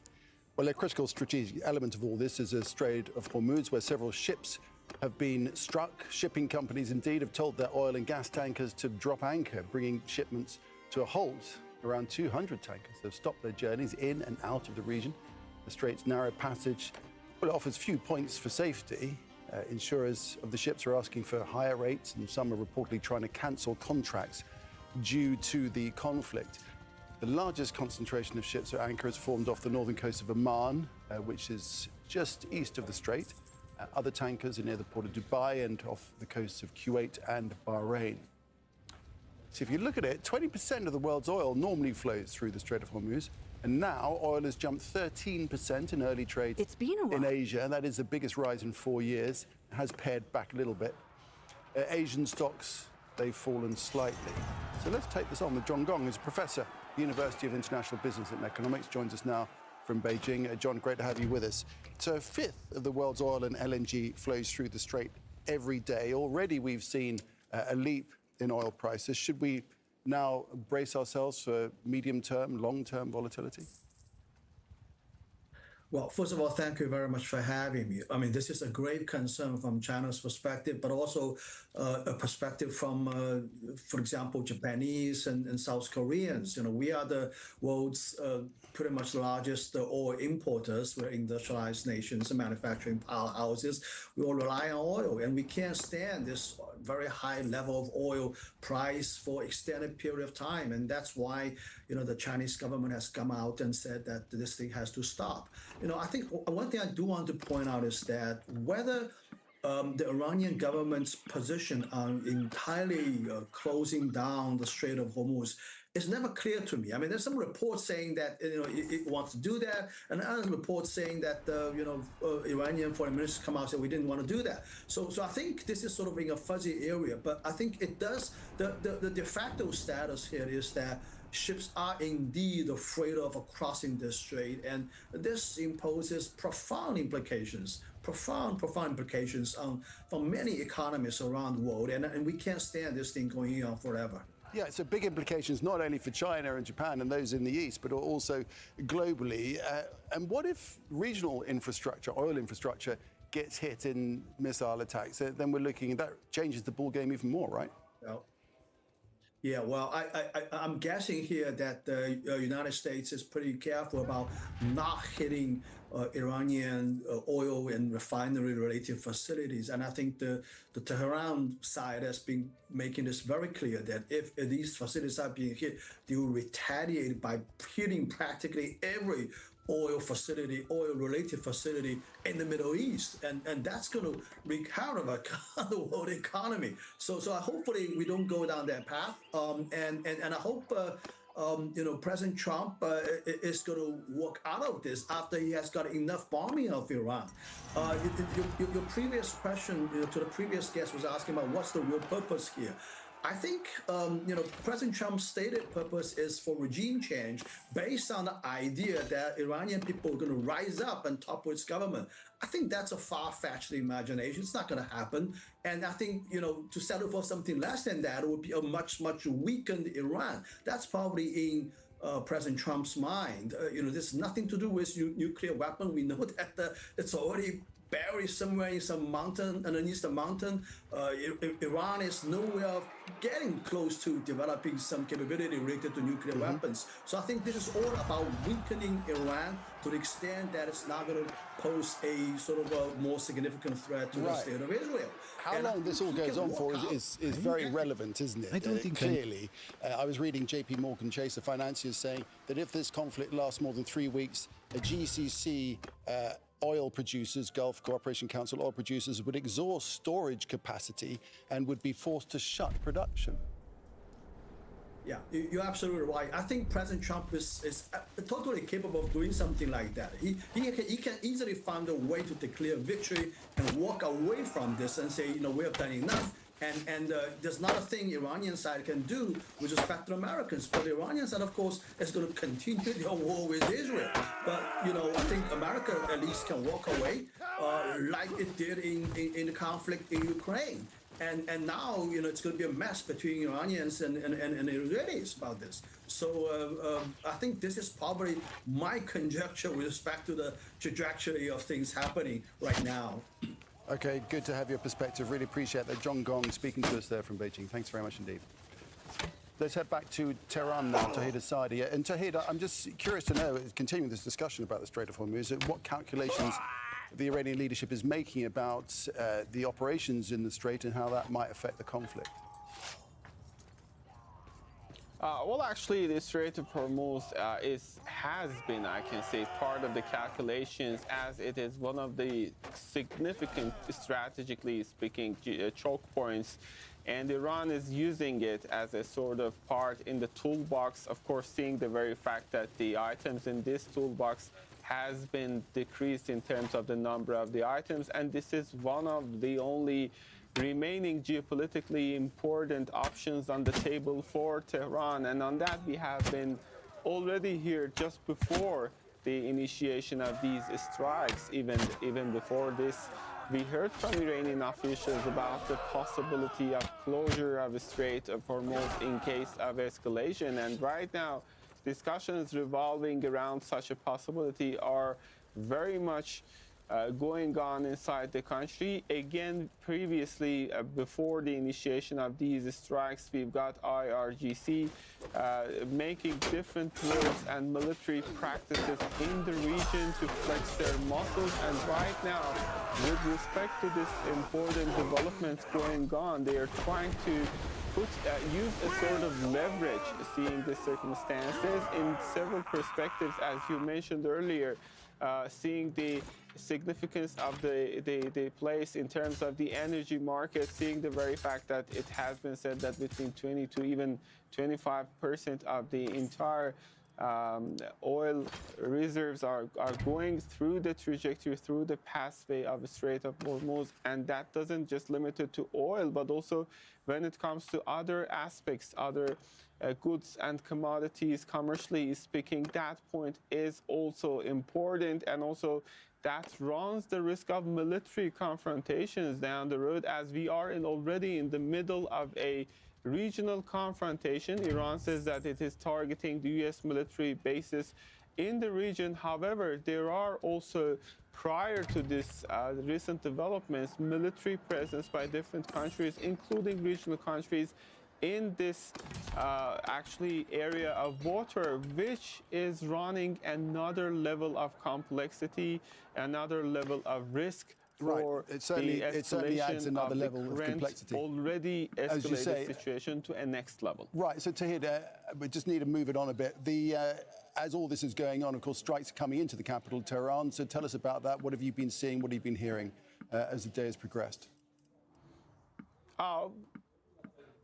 Yeah, we have been hearing and witnessing the sounds of explosion, specifically from midnight onward here in the capital. I was able to hear several massive sounds of explosion, the impact of which even was felt here at the Bureau of Al Jazeera. And we were yesterday surrounded by thick smoke coming out from different parts of the city in the eastern parts or western or in the south of the capital. We were witnessing actually continuation of the strikes, and on that we have to also keep in mind that it's not limited to the capital, as we receive reports across the country in different cities such as Sanandaj, Karaj, and elsewhere about the continuation of these strikes. And speaking of the damages, we also have to keep in mind that we're not dealing with just military headquarters or political centers. And they started just one of the first places that was targeted was actually Pastor neighborhood, in which the office of president and the office of the supreme leader are located. But again, even in that neighborhood, there are several residential areas and civilian places which were targeted as a result of this escalation, these strikes. And that is the same when you take a look at different neighborhoods across the Iranian capital, Tehran. Tahir, thanks a lot, Tahir Asadi there in Tehran. Okay, just want to have a look at Iran's weapon capability. Let's have a look at some of the missiles they're deploying. The Shahab-1 and Fatah 110 are considered short range. They travel about 300 kilometers. The Rad 500, Shahab-2 and Fatah 313 can reach targets that's nearly 500 kilometers away, while the Dezful and Qadr missile systems, they've got a range of nearly 1,000 kilometers. And then you have the Shahab-3, which is estimated to reach targets roughly 1,300 kilometers away. Then you've got the longer range missiles. First up, the Khorram Shara Ghada and the Sejim missiles. They can reach up to 2,000 kilometers. All right, let's speak to Russell Serda, who knows Iran very well. We have a long list of the missile capability of Iran, but the question is, what is the capacity? You know, how much have they got? How long can they keep firing these weapons out? Indeed, for Iranians, particularly during the war last year that took place in June, they have realized one thing. The real deterrence that Iran has is this missile program. So because this country has been under the sanctions since 79 onward, but particularly when it came to 2000s over its nuclear program, the sanctions over Iran ramped up and further and further and further. So the air forces that Iranians are using, they're using Air Force, are extremely primitive aircrafts. And many countries, they just use them for the training purposes. So this country doesn't have the proper air forces when it comes to aircrafts, the helicopters. Majority of the helicopters, even all of the helicopters, are just before those which have been purchased before 79, before the Islamic Revolution. So, and then the only thing, deterrence that they have are these missiles. That's why they are heavily investing in these missiles. They have been heavily investing in these missiles. And at a stage, so it became a problem for Europeans, for Americans, for Israelis. But Iranians have accepted to limit the range of that, limiting it to 2,000, because simply Europeans were extremely concerned, saying that if you go beyond 2,000, then you are going to be able to... 2,000 kilometers, yeah. Absolutely. So then you are going to be able to hit Berlin, London, Paris, and so on. So limited. Now, on one hand, this is the number one deterrence of Iran, but on the other hand, it is the number one problem for the country. Because one of the main reasons that Iran is coming under the attack is that Iran rejected to limit the range of its missiles to 300 kilometers. Because Americans and Israelis are asking Iranians to limit the range of these missiles to a certain extent, 300 kilometers, that will not be able to threat any regional countries, but particularly Israel. However, here we're roughly talking about 6,000 to 7,000 of the missiles, particularly when it comes to supersonic and hypersonic missiles, because some of them are the older versions. And then it's a limited resources. First, you have to be prepared for, this is the Iranian assessment, for a prolonged war. And that's why they have to be meticulously careful how much of these resources are being used on a daily basis, how long they can remain there, and also how they can replace it. For two reasons. First, Iran's economy is struggling, and these products are extremely expensive. And second, during the wartime, while more than 24 provinces of the country are under attack, it's difficult to produce missiles. All right, Russell, we'll be back with you in just a second. I just want to bring you this update from Kuwait, and several US warplanes have crashed. That's according to Kuwait's Ministry of Defense. The ministry says all the pilots are safe. So several US warplanes have crashed. All the pilots are safe, according to the Kuwaitis. Let's now go to Zain Bezravi, who's in Doha. So Zain, tell us more about what you know of this. Well, this report of an F-15E U.S. fighter jet, a Strike Eagle, crashing in Kuwait emerged about an hour or two ago. We saw images on social media of a spiraling aircraft with the back end of the jet on fire, smoke trailing, falling to the ground. Other social media footage showed that the two pilots in that aircraft seemed to have been able to eject, and later on the ground were being assisted by locals, being put into the back of a vehicle and transported away. They appeared to be safe and in good health. And there appears to be now another separate looking clip, another video showing what appears to be another jet crashing in a different area. All of this is, of course, pending confirmation, but we can at least see what seem to be two different videos of U.S. fighter jets crashing in Kuwait. Now, the cause is still unknown. The Kuwaiti Defense Ministry has said that it is coordinating with U.S. forces to investigate. exactly what has happened. According to a statement from the Ministry of Defense, it stated, as you said, several U.S. military aircraft crashed this morning, but the Kuwaitis did confirm their complete safety. The relevant authorities immediately initiated search and rescue procedures, whereby crews were evacuated and transferred to the hospital to check on their health status. Now, there is direct coordination going on with U.S. military on the ground and between the Kuwait Ministry of Defense to exactly ascertain what the cause of these crashes were. But we can confirm that the Kuwaiti Ministry of Defense is saying several crashes took place. We can tell you that of the social media footage we've observed, there appear to be at least 2 separate incidents at this moment. Yeah, separate incidents, but U.S. planes going down. We've already had 3 U.S. servicemen killed. All this is just going to continue to pile up the pressure on the U.S. president. That is absolutely correct. There is a certain momentum that happens in these conflicts. We've seen it over and over again in these conflicts when the U.S. involves itself in the Middle East. Even if they try to carry out a short-lived campaign, incidents like this take place. There's a loss of life. There's a loss of equipment. This has been increasingly costly, not just for the United States, but obviously on the ground for the Iranians, for Iranian cities that have been under attack, for Israel, which has faced a barrage of retaliation from Iran. But on the outside of the conflict, relatively removed from it in these GCC countries where there is a U.S. presence, that are in proximity of this conflict, within firing range, as we've seen with Iranian retaliation over the last few days, incidents like this do also tend to take a toll over the course of time. The longer this conflict carries on. We're into day 3 already, and the intensity hasn't abated. Things only seem to be escalating, and hope, too, is dwindling that this will be a short-lived campaign. Right, and Iran attacking assets, not only U.S. assets, and not only in Kuwait, of course, but right across the Gulf region. That is correct. We woke up once again this morning here in Doha as well to the large sounds of those booms, those large explosions that are heard after those Patriot missiles take down threats coming in from Iran. Iran firing missiles and drones at Qatar, at the UAE, at Abu Dhabi, Dubai, Sharjah over the course of the last 24, 48 hours, striking Oman as well on the second day of this retaliation. Bahrain, Riyadh, the U.S. base in Riyadh, in Saudi Arabia. Not a single GCC country has been untouched. And the fear is, among leaders here, among observers in Europe, across the globe really, is that the longer this carries on, the threat of spillover, the threat of a protracted conflict that tends to have mushrooming effects elsewhere will happen. Zan Bazravi here in Doha. Thanks very much. It has just gone past 8 GMT.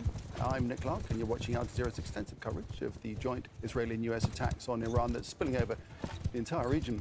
In the past few hours, Iran has launched attacks on several US allies in the region, in Kuwait, in Qatar and Bahrain, and there are now reports of a Saudi oil refinery coming under an Iranian drone attack.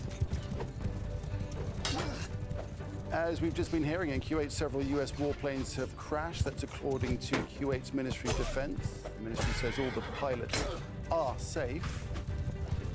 Also in Kuwait, fire and plumes of smoke seen near the US embassy. The embassy has urged people not to come to the compound and to take cover. In Bahrain, smoke is seen at Salman port in the capital Manama following an attack. The port is home to the US Navy's 5th Fleet.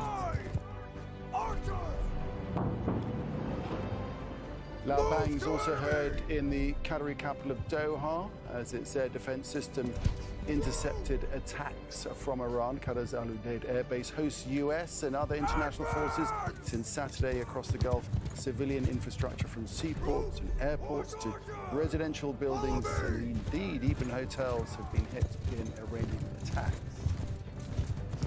In Iran, the top national security official says there will be no negotiations with the United States. Ali Laranjani has accused Washington of plunging the region into chaos. He says Iran did not initiate this aggression and is defending itself. Meanwhile, conflict also spilling over into Lebanon, drawing in Iran's key regional ally, Hezbollah. Israeli strikes have killed at least 31 people, including a senior Hezbollah commander. Israel says the attacks are in response to Hezbollah firing a barrage of rockets and drones in northern Israel. The Lebanon president says Hezbollah's attack on Israel undermines his government's efforts to keep the country out of a wider regional conflict. Well, Al Jazeera's team of correspondents are live in Tehran, in Beirut, in Washington, in Ramallah. But first, let's head to Doha to Zain Bajrawi on the attacks here in the Gulf. So, Zain, let's talk first of all about what's happening in Kuwait. Of course, what we've heard is that a jet, an F-15E Strike Eagle U.S. Fighter jet crashed earlier this morning. There were videos that emerged showing the plane spinning, spiraling downwards with its tail on fire, smoke trailing. Another video showed that the two pilots did manage to eject, and then they were shown to be alive and well on the ground, being helped by locals. Now, that was a few hours ago. Just in the last little while, another video emerged showing what appeared to be a jet crashing in a different part of Kuwait.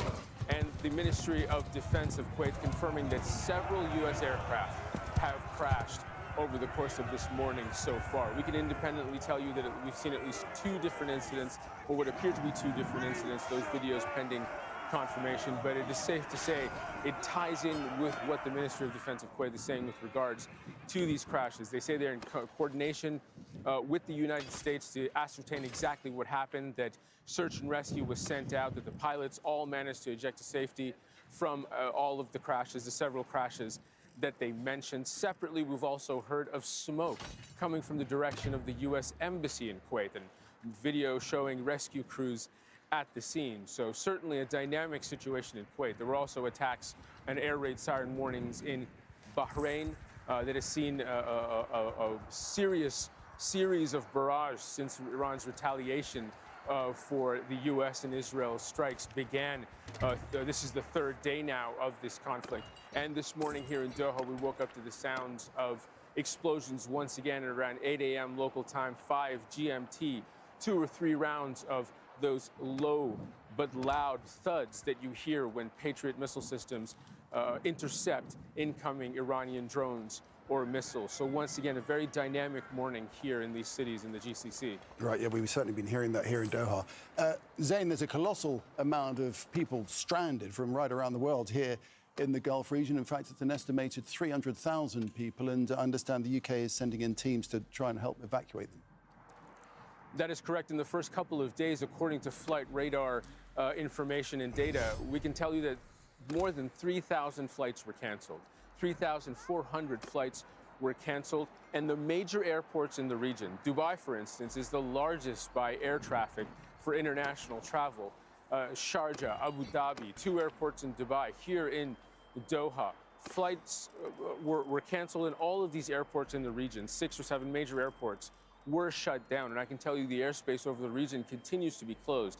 And this has a major knock-on effect for international air travel globally, because these areas here in the Middle East are such significant, such important hubs of air traffic and such important connective tissue for air traffic. So when these airports shut down, the knock-on effect at international airports around the world is like a domino effect. So that's why we're seeing this major disruption. Social media is filled with people posting about being stranded at Hamad International Airport here in Doha, or the Dubai International Airport, or in Abu Dhabi, and long queues to try to rebook flights, to try to get hotel vouchers, to try to get anything done, people sleeping in those terminals. So as long as this carries on, as long as the airspace remains closed, those people will remain in limbo. Indeed. All right, that's the overview from the Gulf. Let's head to Tehran. Tahid Asadi standing by for us there. So, Tahid, these U.S. aircraft, 3 of these U.S. aircraft going down, as well as the 3 servicemen that have been killed, is all part of Iran's efforts to target U.S. assets, right? This is what we have heard from Iranian side. Just even before the initiation of these strikes, they said that in case of a U.S. attack on the country, there are going to be tough repercussions down the road. And the Iranian speaker for the parliament, just from the very early days of the military build-up by the Americans in the region, said that in case of such an attack, the U.S. bases as well as the Israeli territories are going to be, quote-unquote, our legitimate targets. And right now, what is taking place is exactly the same thing that he said, specifically with respect to this risk of confrontation in the region beyond Iran and Israel, beyond Iran and the United States, which is right now taking place.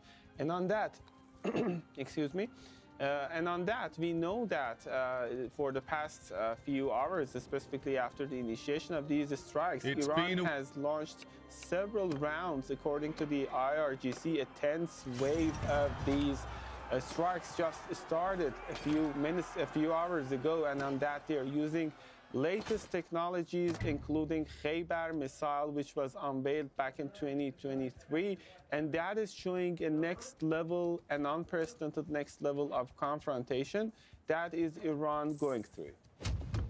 Okay, let's head over to Nida Ibrahim, who's live for us in Ramallah. And Nida, the Revolutionary Guard, the RGC, has just announced a 10th wave of missile attacks on Israel, as Tawhid was just alluding to. That's close enough. Which raises the level of anticipation and worry amongst people here, not just in Israel, but also in the occupied West Bank, who don't have any access to this home front and alarm systems, but mostly the Israeli defense systems and the fortified places. Now, we can say that in the first part of the night, we did not see a lot of Iranian-led strikes into Israel, but since the morning, we've been seeing heavy bombardment coming its way from Iran. We've been hearing loud noise. Now, it's hard to tell whether that noise came from the interception or whether some of these rockets have managed to make their way to Israeli places. As we know, and we've seen yesterday from the city of Beit Shemesh near West Jerusalem in Israel, that 9 Israelis were announced dead as a result of a remnant of a rocket that hit a fortified place, or a shelter, if you may.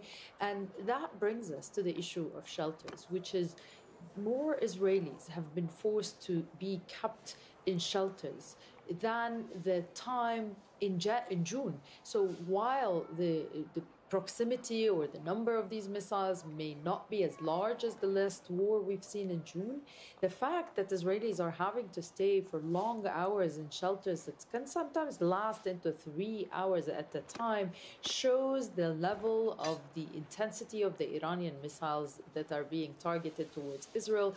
And that could tip the scales against the government that has been trying to show that there is a unified front, that the Israelis are all lobbying and standing behind their government in this war. If this were to last, and that's something to be seen, because it remains to be seen how Israel and how much Israel will manage to deter the Iranian missiles, if it will attack the rockets launchers, or if it will disrupt the ability of the Iranians to launch missiles and intercept other ones.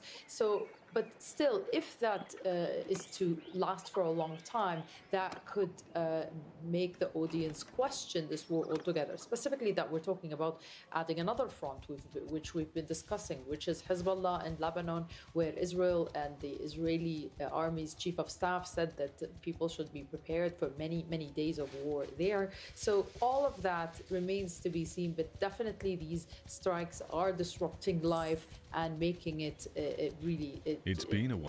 making it head to a standstill. All right, well, let's go to Beirut in Lebanon now. Zaina Hodder is there. And Zaina, Iran's key regional ally, Hezbollah, as Nida was just saying, also opening new fronts. But they're weak, aren't they? So how serious are they about this? Give them hell! Well, Hezbollah today is very different than the Hezbollah pre-October 2024. Since then, the Israeli military has carried out numerous strikes against the group, targeting its military leadership, even its secretary general, targeting what it says its underground facilities. So that's why many did not expect Hezbollah to launch rockets across the border in support or in solidarity with its ally Iran. But many believe it did so late last last night because it was also in a difficult position for Hezbollah and its supporters. Ali Khamenei, the late leader of Iran, was considered their divine leader, their ultimate political and religious authority. And what was clear, this one barrage of rockets that Hezbollah, at least this is what it seems, may be hoping that this would just be a one-off strike and the situation will be there will be a possibility to contain the situation. But statements being made by Israeli army commanders saying that they are now going to launch an offensive campaign, and this campaign is going to last for several days of fighting, saying that the strikes are going to increase and that the intensity of those strikes are going to increase, is creating a lot of concern, because as you can see behind me, people are sleeping in their cars, they're sleeping on the side of roads. Residents, villages across southern Lebanon now empty of residents, people making their way further north. Beirut's southern suburbs, a cluster of neighborhoods where hundreds of thousands of people live, also empty. People are concerned about what will come next, and they are questioning why Hezbollah would launch this barrage of rockets, which really doesn't change the equation on the ground or change the outcome of this war. Okay, Zaina, thanks very much indeed for that. Let's go to Washington, D.C. Rosamund Jordan is there. So, Ros, we've been hearing from Kuwait about fighter jets going down. We've heard of 3 servicemen being killed, U.S. servicemen being killed. An ongoing situation which is all going to add to the pressure on the U.S. President Donald Trump, right? Well, all of this will add pressure to the questions facing the Trump administration about its decision to go to war against Iran. The Pentagon announced earlier on Sunday that 3 service members had been killed, 5 others had been injured, but they have not yet been identified because there's a minimum 24 hours required to notify next of kin before the identities of those who were killed and injured can be made public. As for the reports of at least 1, if not several, U.S. fighter jets going down in Kuwait, there are videos circulating on social media of at least 1, what appears to be the F-15 going down, but the Pentagon and CENTCOM have not confirmed independently that they have lost any military aircraft during these first days of this war against Iran. But that all said, the fact that you have known casualties, the fact that you may now have the loss of multi-million-dollar military equipment being lost, those are going to be raising questions about whether the Trump administration has carried out well-crafted and executed plans to go to war against Iran, given that there has been almost very little public discussion about the need to go to war against Tehran with Congress, which is constitutionally mandated, or with the American public, which certainly over the past decades, not just the war in Iraq or the war in Afghanistan, but decades before, there have been public discussions about the need to take up arms against another country. Okay, Ros, thanks for that. Tawhid, in Iran, what is the current situation on the ground? Because Israel and the U.S. are hitting not just military targets, but also civilian infrastructure, right?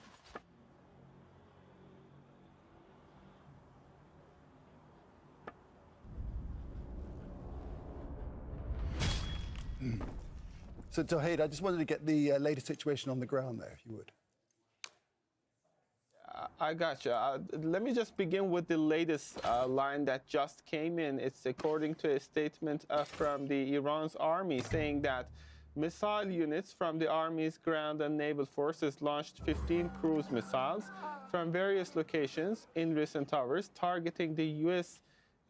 Base in Kuwait and U.S. vessels in northern Indian Ocean. This is the very latest that just came in from Iranian army as a statement. And also speaking of the situation, speaking of the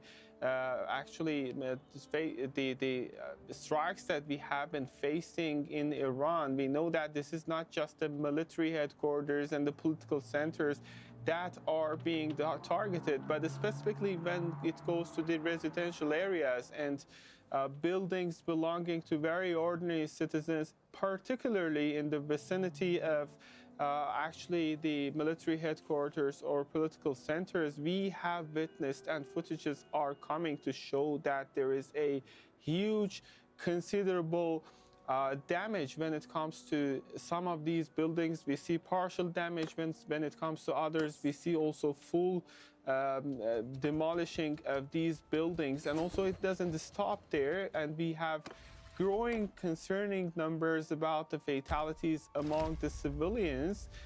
In one instance, for example, in Minab Elementary School, we've got the latest statistics based upon which we know that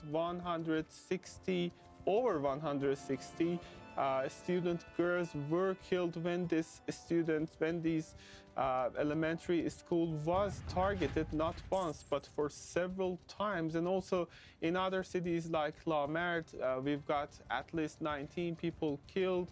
And when it comes to Tehran, of course, Iranian capital, we've got the reports of evacuation of one hospital, Gandhi, which happened just after strikes took place. And also in Nilufar Square, we've got reports last night that at least over 20 people, civilians, were killed as a result of this, let's say, recent round of strikes. And let's just keep in mind that back in June, when the country was attacked, we had the same story, and now it's being repeated. Back in time, also, the claim by the Americans and Israelis was that the scope of these strikes is limited to military headquarters and the nuclear facilities. But the reality on the ground was that a considerable number of civilians were also killed back in time. And right now, this is the same story being repeated once again.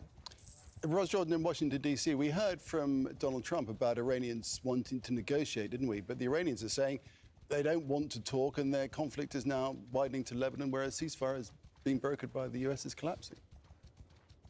Well, that's because the Iranians believe, apparently, that every time that they have agreed to a ceasefire, and they point to what happened back in June 2025, that the Israelis and the Americans take the opportunity to fire targets inside Iran. And so basically the trust has been broken. It's not clear whether the ongoing talks that have been happening between the U.S. and the Iranians, brokered by Oman, will resume to deal with the question of Iran's nuclear future.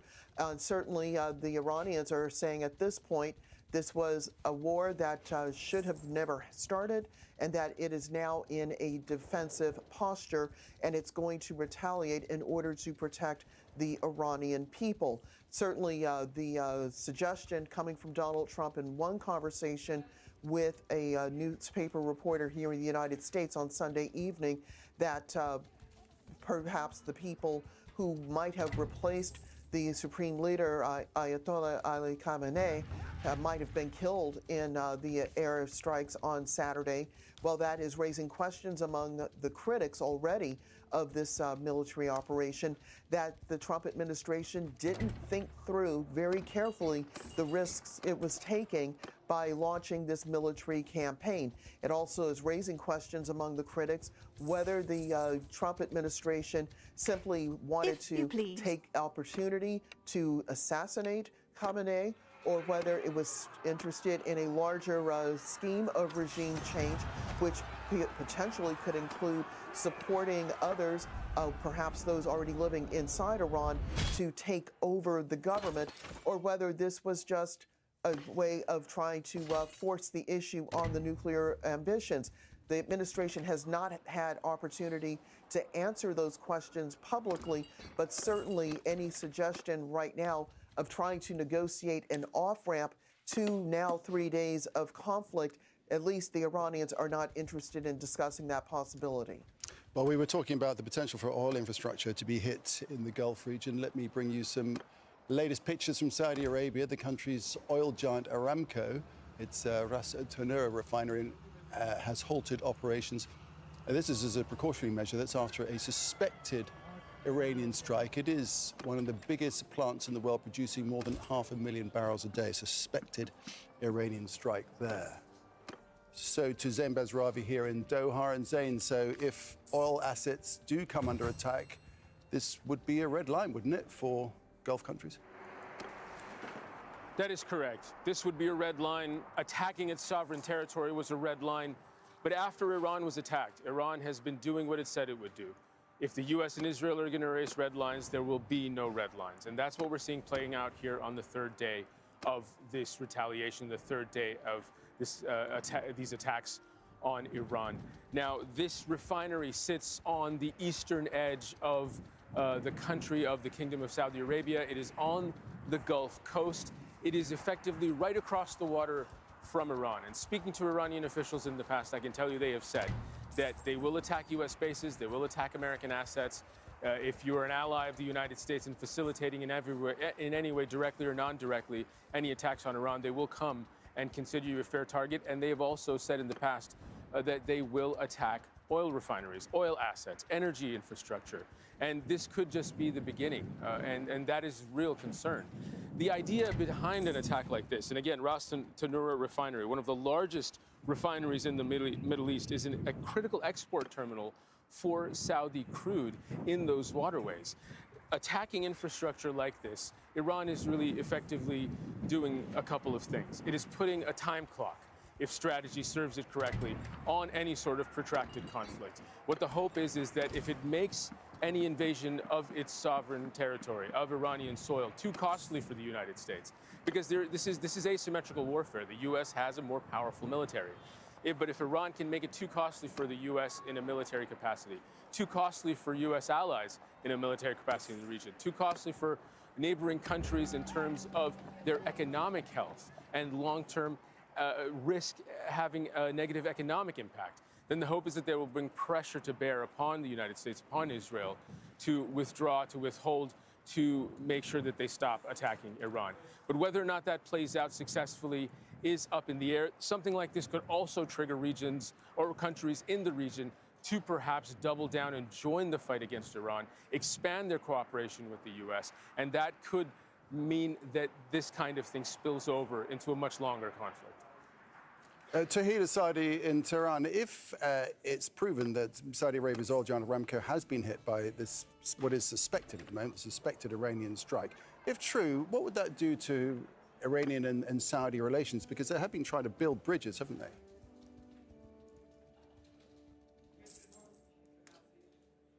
Tahir, unfortunately, we've lost our connections with Tahir Asadi in Tehran. I'm trying to get back to him in a little bit, but let's go to Beirut. Zaina Hodder is standing by for us there. Zaina, Lebanon, of course, does not want to get drawn into this conflict. The country has always been very divided, and Hezbollah is very much in the front and center of the situation right now.